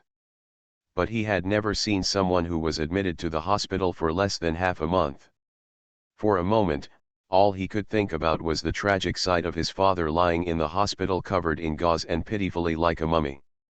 Mr. Mali originally wanted to scare him, but he didn't expect that the scare was too harsh.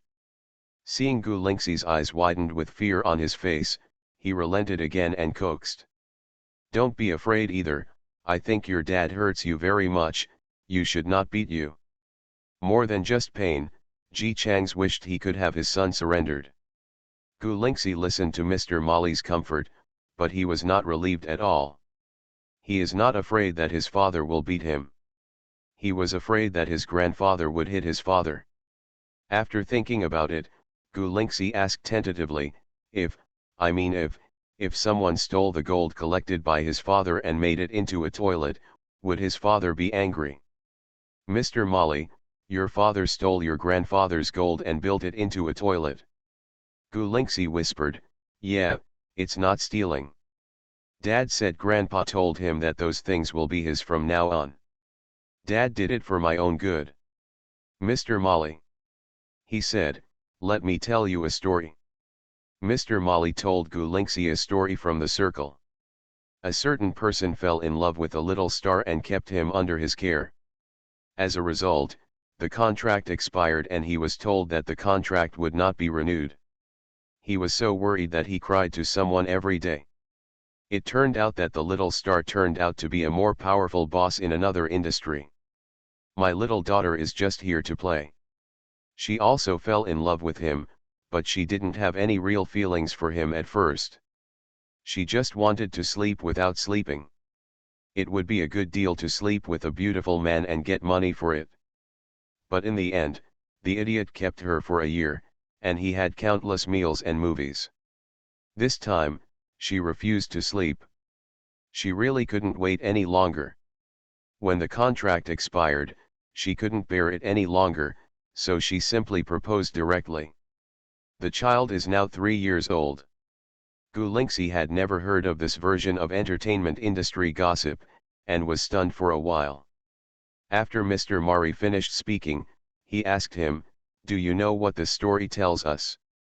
Gulinxi thought carefully, tell us that as long as we give our sincerity, we can get love. No, this story tells us that procrastinating is not necessarily a bad thing. Procrastinating can also lead to happiness. Gulinxi's face was blank. Mr. Mari, I stole it anyway, why not just pretend that I don't know what to do? It's better to be beaten later than to be beaten later, right? Gulinxi. After teasing the child, Mr. Molly couldn't help but click his tongue, but your father really loves you, although the way he loves you is a bit. After all, he was worried that the other party was just a good kid, so he didn't say it so bluntly, and said euphemistically, exaggeration. Gulinxi had wanted to ask this question for a long time. When he saw what he said, he asked, is it really an exaggeration? I thought rich people would be like this. He did think it was exaggerated at first. But when I think about it, I have never met a really rich person, and I feel that maybe I have too little experience. Now look at what Mr. Mari means, isn't this how they raise their children? Of course not. Mr. Molly was very surprised, why do you have such terrible thoughts? We are different from Ji Chang's. We are all normal people. Gulinxi. He defended his father in a low voice, Dad is not abnormal, he just wants the best for me.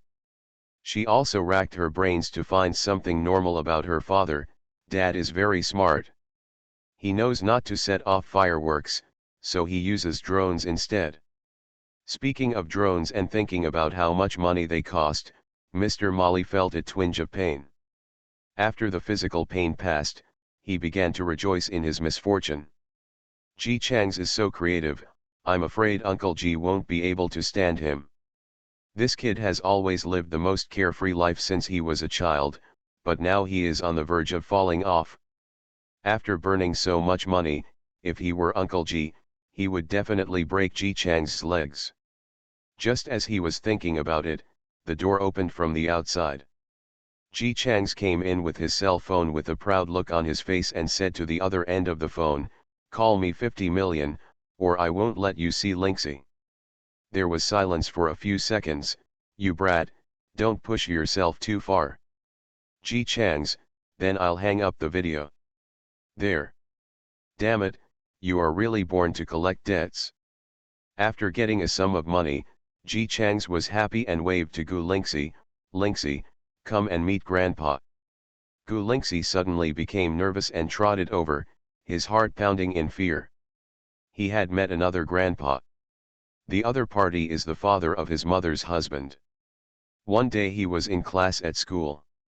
His mother was standing at the door of the class. The teacher called him out. He didn't know that the other party was getting married at the time. This was the first time his mother came to school to find him. On the way, his mother spoke to him gently for the first time. Tell him to be good, to be obedient, and to show your best side. He went out happily, and was then taken to that splendid home that a child could not imagine. It was big and therefore very cold. The stairs were very high, which frightened him. He met many strangers. Men and women all looked at him with strange disgust. The oldest grandfather said, "Is this the child?" His mother, who had always been aloof in front of him, smiled in a flattering manner, "Yes, that's it. You don't have to worry, he has always been raised by my mother. She looks pretty good." The man had no reaction to Gu Kui's flattery. He just looked Gu Lingxi up and down, then frowned slightly, with a trace of regret in his eyes. "It's a pity, it's a boy." The stepfather, who didn't look at Gu Lingxi, took a sip of tea and said, "Dad, it's not like boys can't get married, or else they should stay at home. Anyway, there's no shortage of food. I heard that he has good grades and will be raised in the future, can be a helper." "Help? Aren't you afraid that your newly married woman is big-hearted? Besides, I don't see anything clever in him. He's wearing all these things. A child raised in such a poor place doesn't know what's wrong with him. If he keeps it dirty at home, I won't be bothered by it." Diaphragm response. Gu Lingxi didn't understand that at that time, so he just stood there blankly, letting those people comment. Although he didn't understand what it felt like, for some reason, he lowered his head and looked at the floor tiles, wishing he could crawl into the ground.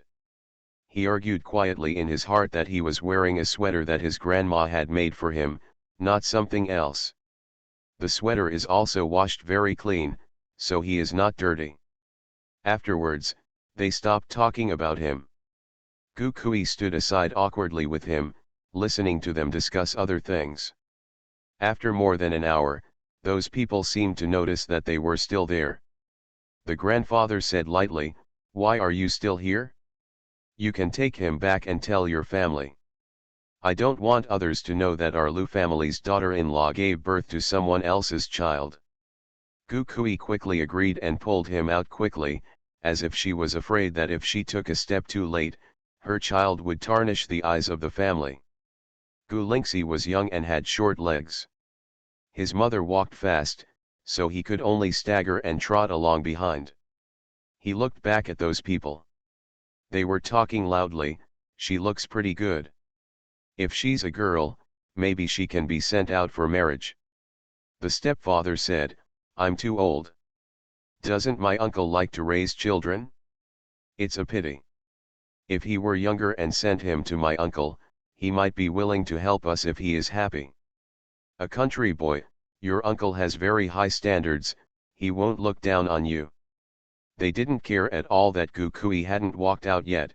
They just discussed whether to give her child away in front of her, and their contemptuous tone was not concealed at all. But Gu Kui, who was always angry at home, seemed not to hear it at the moment, looking at Gu Lingxi with a bit of hatred. She said, "I thought you could be of some help, but it turned out to be so useless." Gu Lingxi didn't know what he had done wrong, so he stood there timidly and shouted, "Mom! Don't call me Mom!" Gu Kui was very angry. She said to Gu Lingxi, "Don't call me Mom again." She was in no mood to see Gu Lingxi off anymore. After all, she was still busy trying to please her husband's family. After letting Gu Lingxi go back by herself, she hurriedly turned around and went back. Gu Lingxi stood there, watching her figure getting further and further away, getting smaller and smaller, and finally disappeared from his sight. He was stunned for a long time with his school bag on his back before turning around and leaving. Gu Kui didn't tell him where this place was. He asked for directions for a long time before walking back alone. The next day, her mother had a big fight with her grandmother, and Gu Kui never showed up at home again. Grandma hugged him and cried for a while, and then rarely mentioned Gu Kui again. Gu Lingxi was young at the time, and he wanted to cry, but he didn't know why he was crying, so he held back his tears and touched his grandma's gray hair. He is not dirty, and neither is grandma. They are cute and clean. That grandpa must be short-sighted. This memory was obviously a long time ago, but Gu Lingxi remembered it very clearly. He remembered the contempt in the old man's eyes, remembered that he looked at him as if he were looking at something dirty, and remembered every word he said. He also slowly understood that logically, he should call the other person grandpa. And now, his real grandfather wants to video chat with him. Gu Lingxi couldn't explain how he felt in his heart. The way his father arrived was too sudden, shocking, and exaggerated. He saw him without any mental preparation. But grandpa is different. Dad naturally loves him. Will grandpa be like this too? He walked to Ji Chang's side anxiously. I saw the kind-hearted old man. Ji's father was sitting at his desk. When he saw the child, he wanted to smile like a flower. Lingxi, I am grandpa. Before he finished speaking, tears fell from his eyes. Ji's father took a piece of paper, wiped his tears, and choked up, I never thought that I could see my grandson while I'm still alive. Gu Lingxi, who was still nervous, was stunned. The father next to him patted him on the shoulder, Lingxi, call me grandpa. Gu Lingxi quickly shouted, Grandpa. Father Ji burst into tears and wished he could find a tape recorder to record his sweet grandson's voice and listen to it every day. He shouted excitedly and cried, my dear grandson. Ji Chang seemed very accustomed to it, Dad, don't cry in a hurry. This is the first time Lingxi has seen you, so you have to express your feelings. Ji's father glared at his son, I love crying, do you care? When he looked at Lingxi again, his beard-blowing stare turned into love, yes, the first time we meet, we should have a greeting gift. It's a pity that we, Lingxi, have never had a father since we were young. You are 16 years old, and your grandfather has missed you. 16th birthday. As he talked, Father Ji cried again. He wiped it clean, but new tears would fall the next second, so he could only keep wiping them. While wiping, he murmured. Lingxi, Grandpa is a great-grandson. I heard from your father that you have suffered and Grandpa loves you. Do you like gold? Grandpa has collected a lot of gold and will give it all to you. Mr. Mari next to him twitched his face. Gu Lingxi couldn't help but look in the direction of the toilet. Ji Chang's waved his hand, it's okay, don't bother. I've already moved all the gold over and made a gold toilet for us in Lingxi. Their children like these things. Yeah. Father Ji was stunned and looked at Gu Lingxi, my dear grandson, do you like the golden toilet? Gu Lingxi, who actually doesn't like the golden toilet very much. In order to prevent his father from having his legs broken, he still suppressed his guilt and nodded, I like it. Hey, it seems that I haven't kept up with the times. I don't even understand that the current trend is the golden toilet. Ji's father muttered a few words, regretting that he was obsessed with work and did not keep up with the current trend. Now that I have a grandson, I can't even do what he likes. After muttering a few words, he asked thoughtfully, do you want the toilet to be made of gold? If it's not enough, Grandpa can buy it again. As he spoke, Ji's father felt a little proud, you are indeed my good grandson, just like Grandpa, and Grandpa also likes gold. Gu Lingxi. Mr. Mali. Gu Lingxi struggled to say a few words, no. Thank you, Grandpa, Dad made it for me. Well, your father is somewhat reliable this time. Ji Chang's, who was somewhat reliable, suddenly raised his head proudly. That's right, I'm a father now. Father Ji was very pleased. He had lost hope in his son since he found out that there was no cure. It was a surprise to him that Ji Chang's could shoulder his responsibilities as a father. Nagaze, you did a good job this time. I am very impressed with you. When will you bring Linksy back to see me? Or I can come over to see you now. The people beside him secretly expected Ji Chang's to get a beating from Ji's father, but instead expected a lonely Mr. Mali to cover his heart silently. Ji Chang's, not yet. Linksy has to go to school tomorrow and he needs to go to bed early. Why don't you come back tomorrow after school is over and bring more gold to Linksy? My son likes gold. In fact, Gu Linksy, who had no interest in gold, hesitated to speak. Father Ji, hey, I forgot, we are still in school in Linksy. Ji Chang's had a discussion with Ji's father. Our Linksy family has a good temper. I am afraid that he will be bullied at school, so I plan to buy the school. Gu Linksy. Mr. Mali. What surprised them even more was that Ji's father pondered for a few seconds and then nodded, that's good. I'd like to worry less about my own school. Gu Linksy, who still remained sober under such doting, quickly said, Dad, our school is a public school and cannot be bought. Hey, really? Ji Chang still looked very regretful. Gu Linksy was afraid that he would say that he would go to a private school, so he quickly said, our school is very good. The teachers all like me and are very kind to me. My classmates are also very good and no one bullies me. No need for you to do anything. After all, it is a key high school, and it is too late to focus on studies. The principal cares about the admission rate, and those who do not do well and bully others have long been persuaded to transfer. The school spirit of their school is indeed very upright. Gu Linksy's family is poor and he doesn't like to socialize with others, but his classmates will say hello when they see him. Compared to when he was in elementary school, he was laughed at for not having a father or a mother. This school is already Gu Linksy's ideal school. Gu Linksy said a lot of good things about their school, and Ji Chang's and Ji's father gave up the dangerous idea of buying the school. Of course, the main reason is that I can't buy it. Ji's father reluctantly chatted with his grandson for a long time.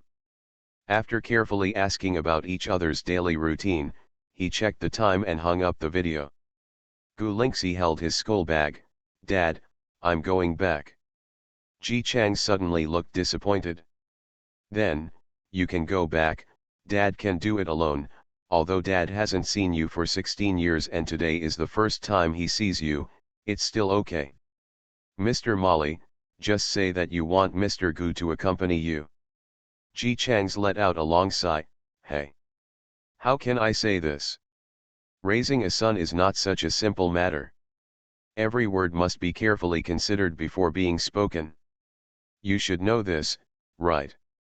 After saying that, he added, oh, I'm sorry, I forgot that you don't have a son, you don't even have a girlfriend, so it's normal that you don't understand. Okay, then I forgive your ignorance. Mr. Mali. Gu Linksy, now he knows why these two people don't deal with each other. Mr. Mali quickly calmed down, smiled, picked up the pocket watch that he had placed on the table, and took out the payment code on his mobile phone and handed it forward. I chatted with your son for a full 30 minutes, remember to pay, I charge by the minute. Gu Linksy, he now knows why Mr. Mali is so active in gossiping to him. Ji Chang's, however, did not feel like he was being taken advantage of at all. Instead, he quickly took out his mobile phone and scanned the QR code to pay, lamenting, you see how miserable you are reduced to making money by just selling jokes. Mr. Mali, I'm selling my talent, thank you. It's so miserable, so miserable. Look at you, you were kicked out of the house by your parents, and you don't have a girlfriend. It's not like me, who has such a big and well-behaved son, and my son still likes me so much, tisk tisk tisk. Ji Chang's lamented again, it's true that things are changing. Mr. Mali resisted the urge to hit and smiled, it doesn't matter, I can understand. After all, you have hurt me for so many years and I have parents who hurt you. It is normal for a villain to succeed now. Ji Chang's continued to lament, tisk, tisk, tisk, I was so blind that I envied you before. Mr. Mali, who thought Ji Chang's would be able to cover up a little bit, said. When Gu Lingxi heard his father's personal admission, his eyes were filled with surprise. Father, is he really in need of love? He looked at Ji Chang's, subconsciously wanting to comfort him. The good boy carefully held Ji Chang's arm. Dad. Ji Chang's turned around and patted his head.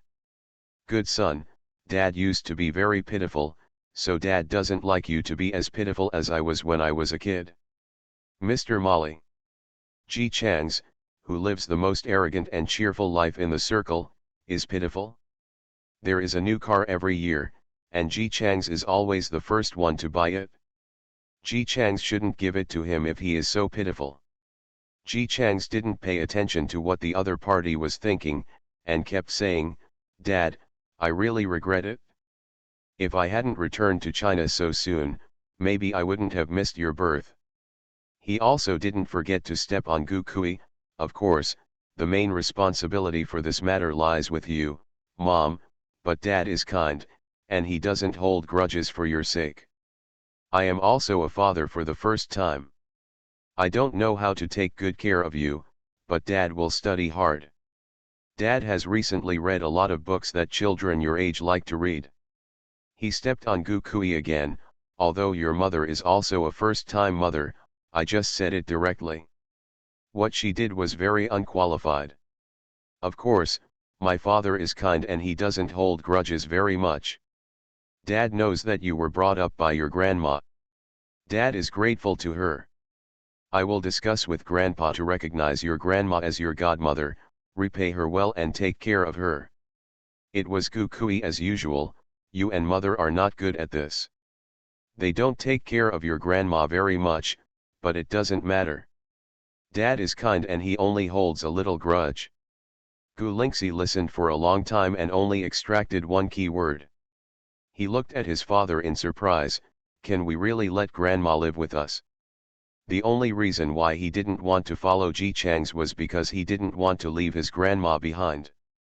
His mother had already abandoned his grandma, and he would never let her lose his grandson. Of course, Dad said, as long as you like it, Dad will definitely do it for you. After finishing speaking, Ji Chang's added, except you, Mom. I just checked the information and found that she is really unqualified and far behind Dad. Dad is very angry, but Dad is kind. Dad is just like your grandfather. I just filed a complaint and did nothing else. Mr. Mali, who listened to the whole process. You've been saying for a long time that you don't hold grudges, so you just want to take revenge on others. Gu Lingxi didn't care about this. He had no feelings for his mother in the first place. He was still immersed in the surprise of being able to continue living with his grandma. Suddenly, the feeling of I feel guilty if I don't go home to be with my grandma was gone. The child was feeling relaxed and happy, and said excitedly, Dad, can I sleep here tonight? I called my grandma and said that I can just go to my classmate's house to sleep. In the past, when he worked the night shift part-time, he used to find an excuse to go to his classmates' houses, and his grandma would definitely believe it. Okay, whatever my son says is fine. Ji Chang's plan to keep his son succeeded and he was very happy. We will pick up grandma tomorrow and I will explain it to her. It was rare for Gu Lingxi to feel a little excited as he should be at this age, and he was so happy that he was a little carried away. Mr. Mali was astonished. Is this really Ji Chang's seed? Such a well-behaved child, are you sure he is your biological child? Ji Chang's didn't give him a chance to continue thinking, so he grabbed him and walked out. Lingxi, then Dad, and this idiot tutor won't disturb your rest. See you tomorrow. Gu Lingxi's face turned red with excitement and he nodded. Good night, Dad. See you tomorrow. Good night. After closing the door, Ji Chang's face changed instantly. He crossed his arms and looked at Mr. Mali with disgust. There is a part-time job, please help me find out who Gu Kui married to. Why does she not care about my son? Mr. Mali took out the payment code and said, I've never done this job before. I need to pay more.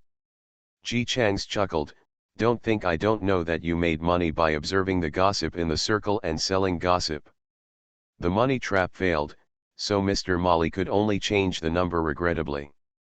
Hey, Ji Chang's has indeed changed. Not only am I more responsible, I am not as easy to cheat as before. Gu Lingxi slept on this huge bed all night. The next morning, when he woke up, he was stunned for a moment, then sat up suddenly and started to get out of bed and run out. But the bed was too far away from the door. He ran for 3 minutes, with an increasingly anxious look on his face. The assistant opened the door carefully and came in. Seeing that Gu Lingxi was awake, he immediately stopped lowering his voice and said, "Young master, are you awake? Did you sleep well last night? Is this bed very big and soft? Hey young master, why do you look uncomfortable? Are you uncomfortable somewhere?" Gu Lingxi's face was full of embarrassment, he held his stomach and lowered his head in embarrassment. I want to go to the toilet." The assistant was stunned, "The toilet is over there." "Gu Lingxi, I'm embarrassed to use that golden toilet. Is there anything else?" The assistant looked in the other direction and scratched his head. "I vaguely remember that there seems to be a toilet over there. It takes about 10 minutes to walk." Gu Lingxi's expression suddenly changed. "Then, what should I do? I can't hold it in anymore." The assistant waved his hand and said very reliably, "Don't worry, young master, I am a professional." He just knew it. Fortunately, he was well prepared. The assistant smiled like, "I want to give you a surprise," and pushed a bicycle out of the storage room next to it. "Gu Lingxi," he sincerely praised, "you are really professional." The assistant was even more proud. "That's necessary. A very professional assistant will prepare various response tools in advance, and it can be reimbursed anyway."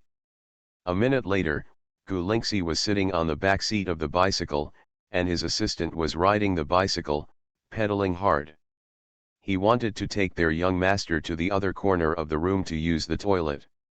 Behe free and fastest update, no anti-theft, no anti-theft.